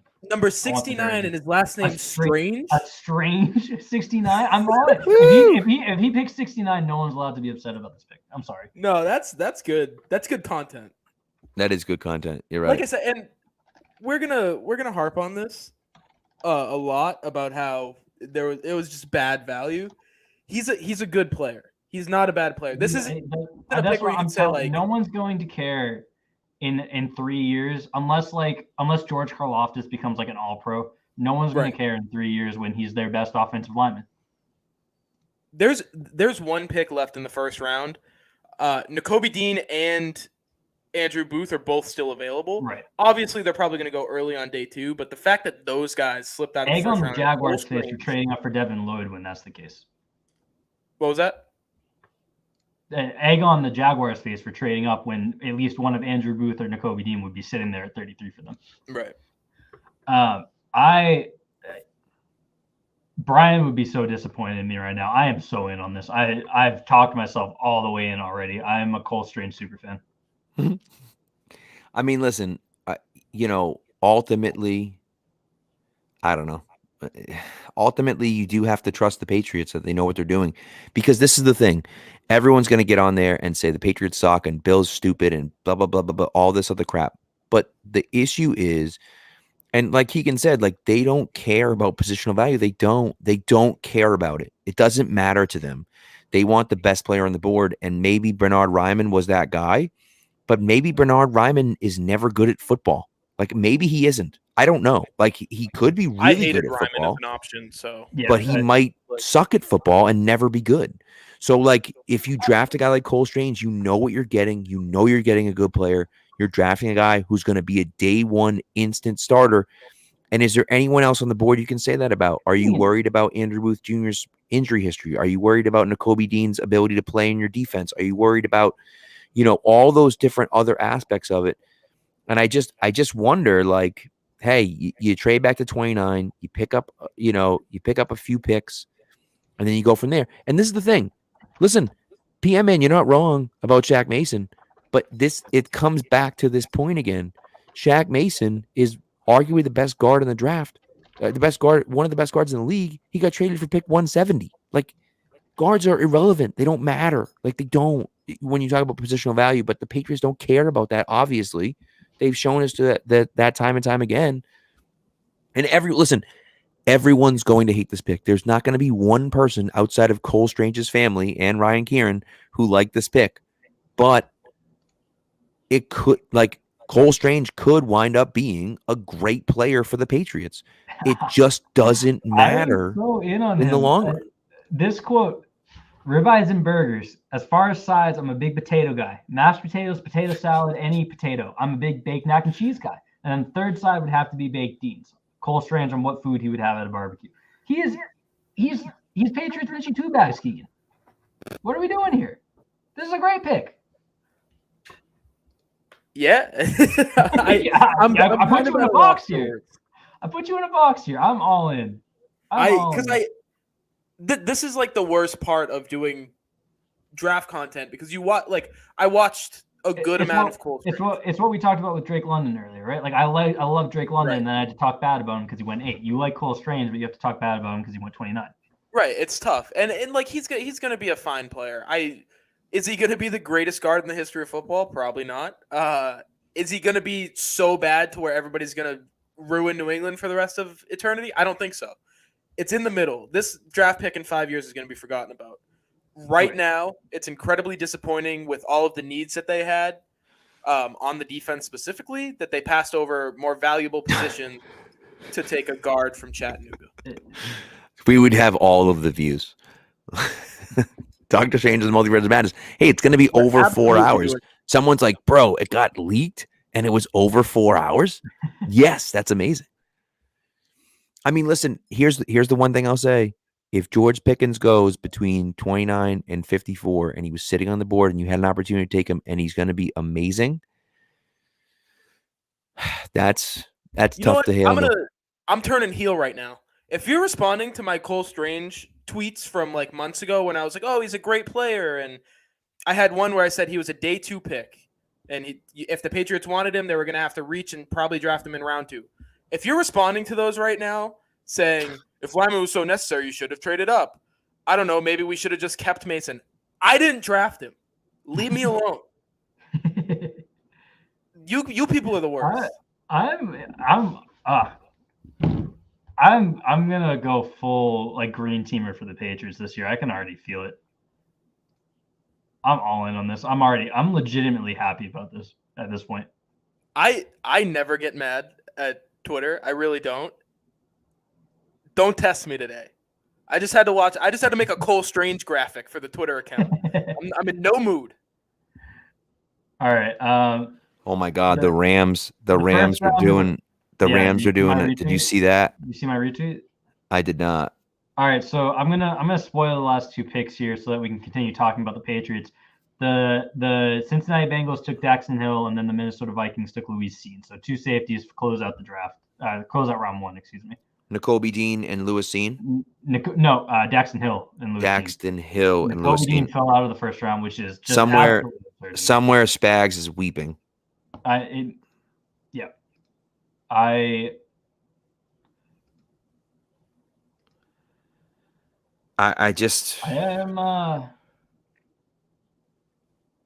man. Hey everybody, go to Pat's Pulpit at Pat's Pulpit on Twitter. Check out the graphics. Cole Strange. Check out all the articles we have about Cole Strange. We've got retweets from stuff we've written. Me and Spags, we hit one on our big board. Congratulations to us. Whoop, whoop. Everybody should be happy that we got a starting guard on the Patriots. It's something that we've all been clamoring for. This is a great move. Go Bill Belichick.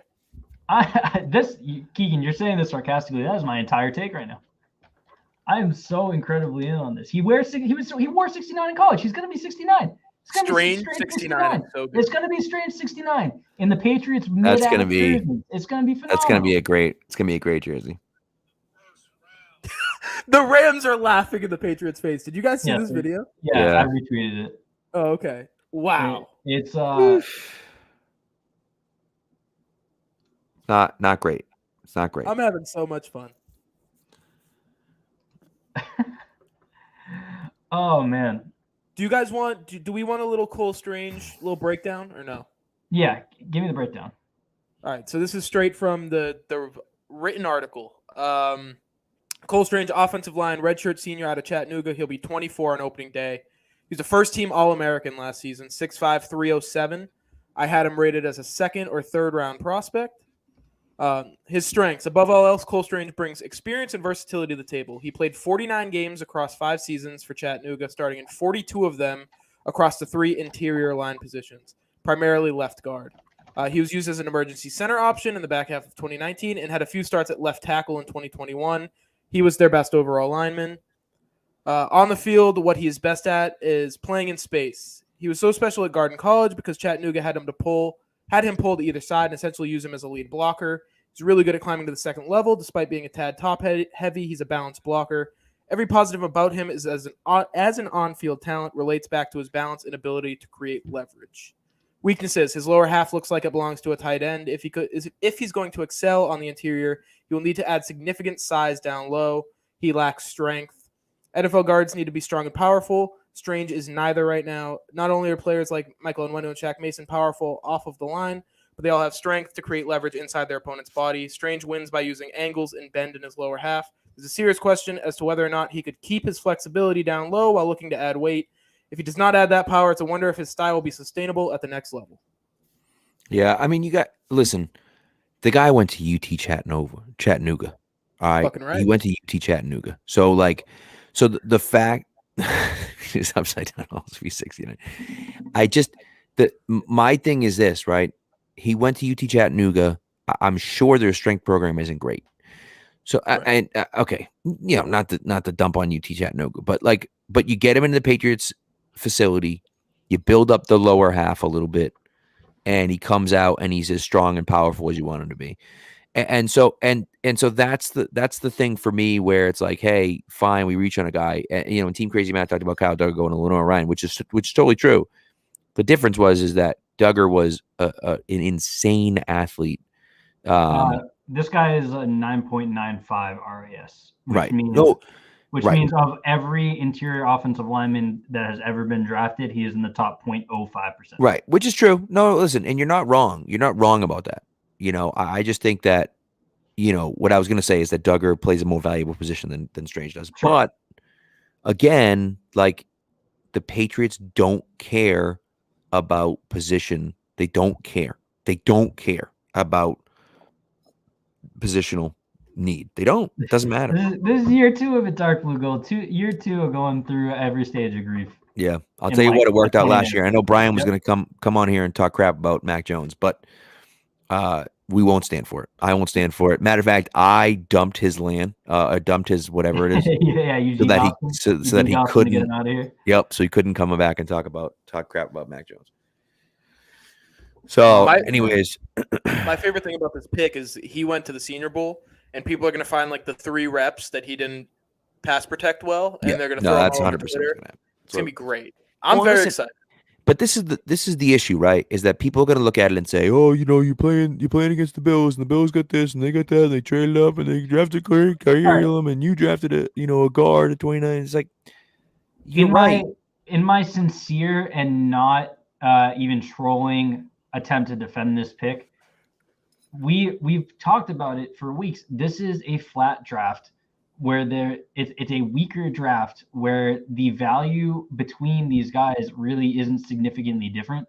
So, and a lot of the times you get accustomed to the names that are associated in the first round as being better, when if you were going to go look at them completely blind, you wouldn't necessarily think so. So I am in this sort of draft, like passing on Kobe Dean breaks my heart. Passing on Andrew Booth breaks my heart. But they got an extra pick out of it, as Dark Blue Gold is saying. We need to see what they do tomorrow, because if they come away with maybe Nakobe Dean slips a little bit more and they trade up for him, and then they come away with like a Cam Taylor Britt as well. If they get those positional values with players that we like on day 2, I can live with this even more. So if he's going to end up being a good player, I'm not going to stress, especially in this draft, if they took him a few picks too early, even a handful of picks too early. Right. Oh, 40. That is about whatever. Again, in a flat draft, the consensus in media could have been that he was a 3rd round pick. Maybe he goes 44th tomorrow night, and instead of everyone losing their minds because it's the first round, people are like, "Oh, it's a little high, but he's a good player, so it makes sense." And you're talking about a 15 pick difference in reality, like a half round. So, right. No, you're not wrong. You're not wrong with that. Nakobe Dean, George Karlaftis, and Andrew Booth are the players that it hurts me that they missed out on. If he ends up a good player, there's no one else that I'm going to be looking back and keeping tabs on and potentially regretting. Right. For me, at least. Right. Well, and you know what's hilarious, and this is what's funny about it for me. Last year, the Patriots. See, there you go. We did say that.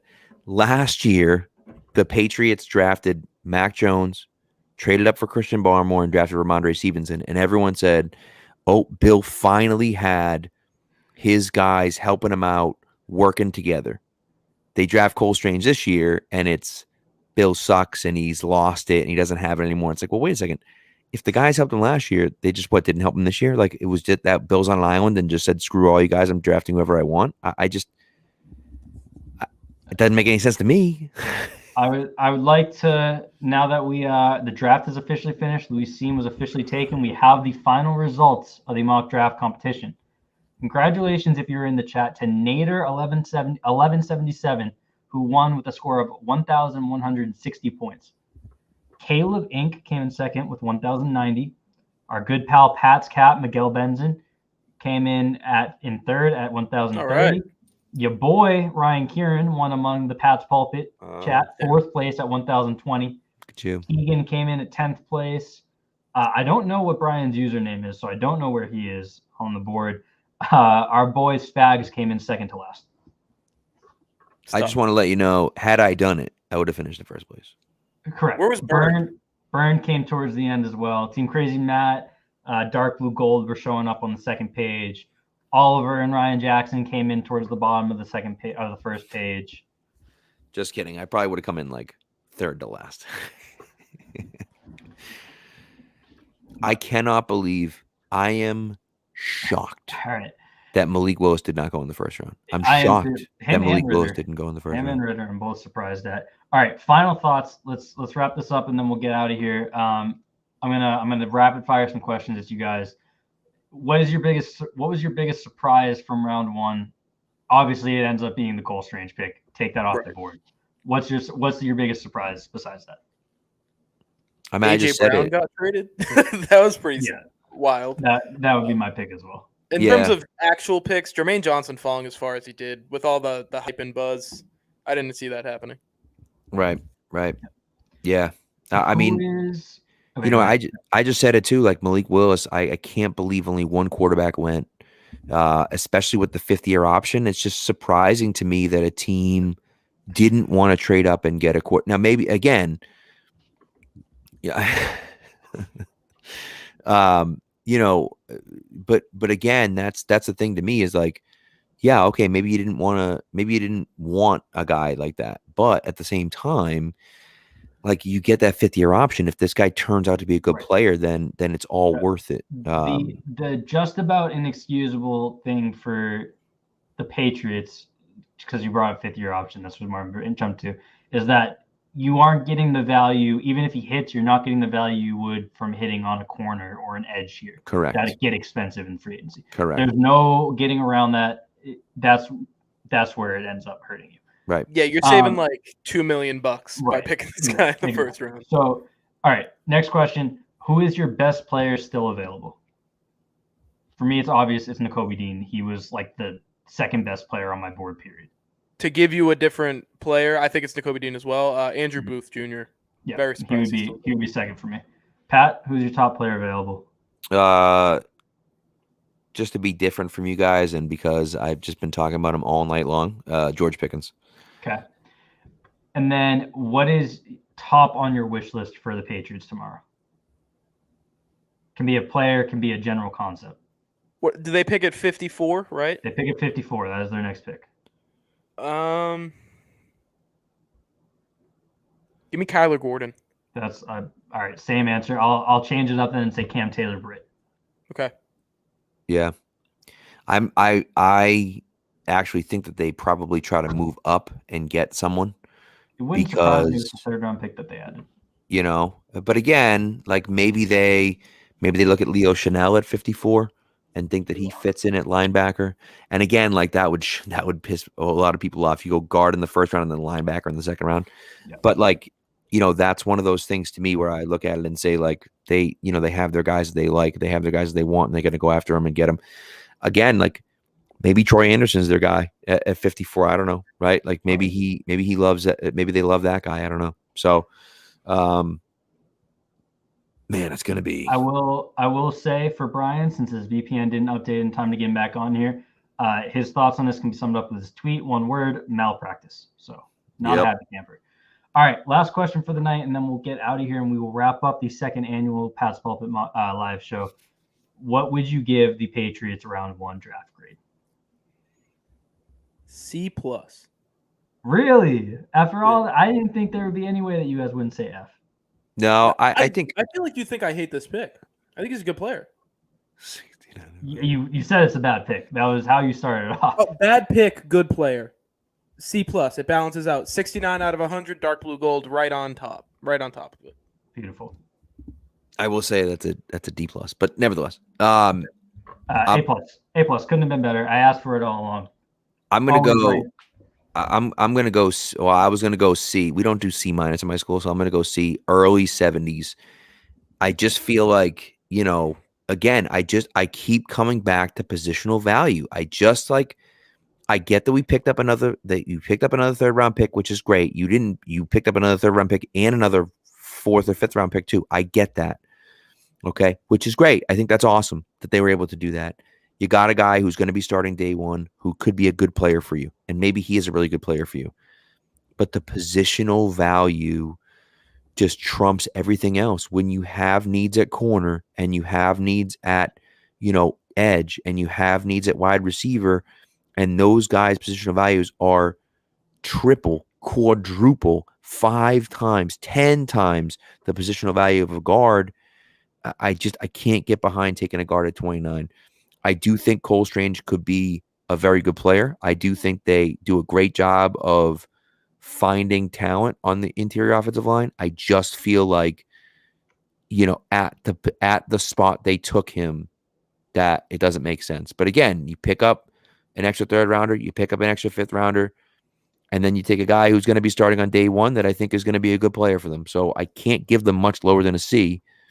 But, I understand. Listen, you give him an F, I get it. I understand it. I get it. I get why you'd be pissed about this pick at 29. I understand it. Okay, realistically, taking the memes off, this is like a D- pick. Positional value is not there. The expected range that he was going to go is like, if you took like Zion here, that would be like a B- because the player is that good and this is the range where he should go, but the positional value is not there. The player wasn't expected to go here unless, in league circles he was, and we didn't know about it. But from what we know, this is like multiple rounds early for him. The positional value is not there. There were elite players still available on the board that would have been slam dunk in theory picks. Right. Cole Strange is walking into training camp as my favorite player, though. Strange 69. Let's get it. Strange There you go. 69. Love Absolutely. All right, give me. Before we go, real quick. one. Yep. Go ahead. We're doing a wrap up, a little Pat's Nation pod. Me, Pat, Spags. No one's seen Spags yet. He's either like shit-faced drunk or crying. So it's gonna be a good show. It's gonna be a good show. It's gonna be a real good Yeah, show. And I don't think everyone's we're not tuned doing that one. We're not doing that one live. That'll be out just in podcast form in the morning. Okay. So All right. unless give Spags me wants to go live, and we could do that. But rapid people have fire, been on no- for 4.5 hours. Yeah, rapid fire, no explanations. Give me your round 1 winner and your round 1 loser, and then we'll get out of here. Go ahead, Pat. Oh, thanks. Make me go first. I got it. Winner, Jets. Loser, Patriots. Okay. Winner to me is the Ravens. And it could be someone else, but I like the Ravens. And I struggle not to say the Patriots. I was going to try to pick someone else other than the Patriots, but maybe like the only other team that I could see being the loser here, man. Shoot. I don't even know. Stick with I don't even know. Yeah, it's fine. Let's just stick with the Patriots. Winner, Giants. Loser, Titans. Yeah. Franchises.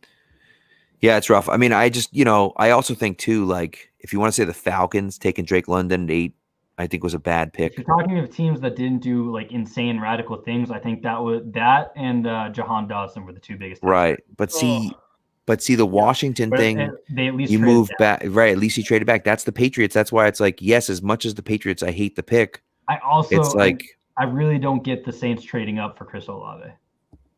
Well, they gave up a lot. They gave up a lot to go get him. Right. That's the only part of it for me. They gave up a ton to go get him. Chris Olave is And gonna go for 1,000 yards this year. So. and listen, I hope so. Jacksonville, and not only that, but Jacksonville, like taking Trayvon Walker number 1, which I'm not sold on taking Trayvon Walker, and then trading back up to 27 to draft a linebacker when no other linebackers went, and there are going to be good players available for you at 33. Head scratching for me. So just some of the ones, but again, it's hard for me to say the Patriots. Anyone other than the Patriots. That is going to do it tonight for us, folks. No, screw that. Tennessee Titans.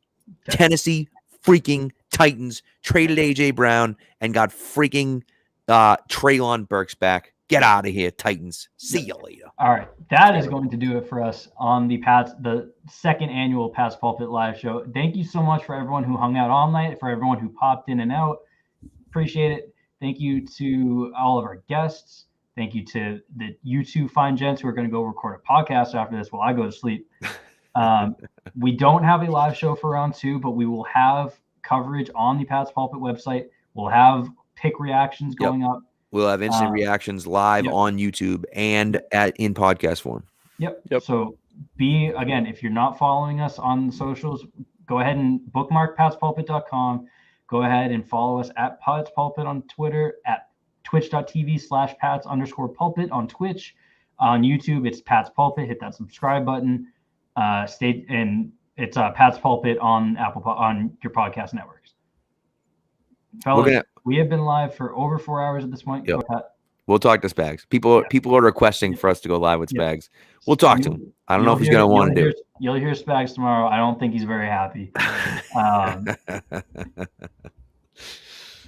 We hope for a more fan-pleasing day 2, and everyone have a great weekend. Thank you so much for hanging out. We really appreciate it. Yep. Take care, guys.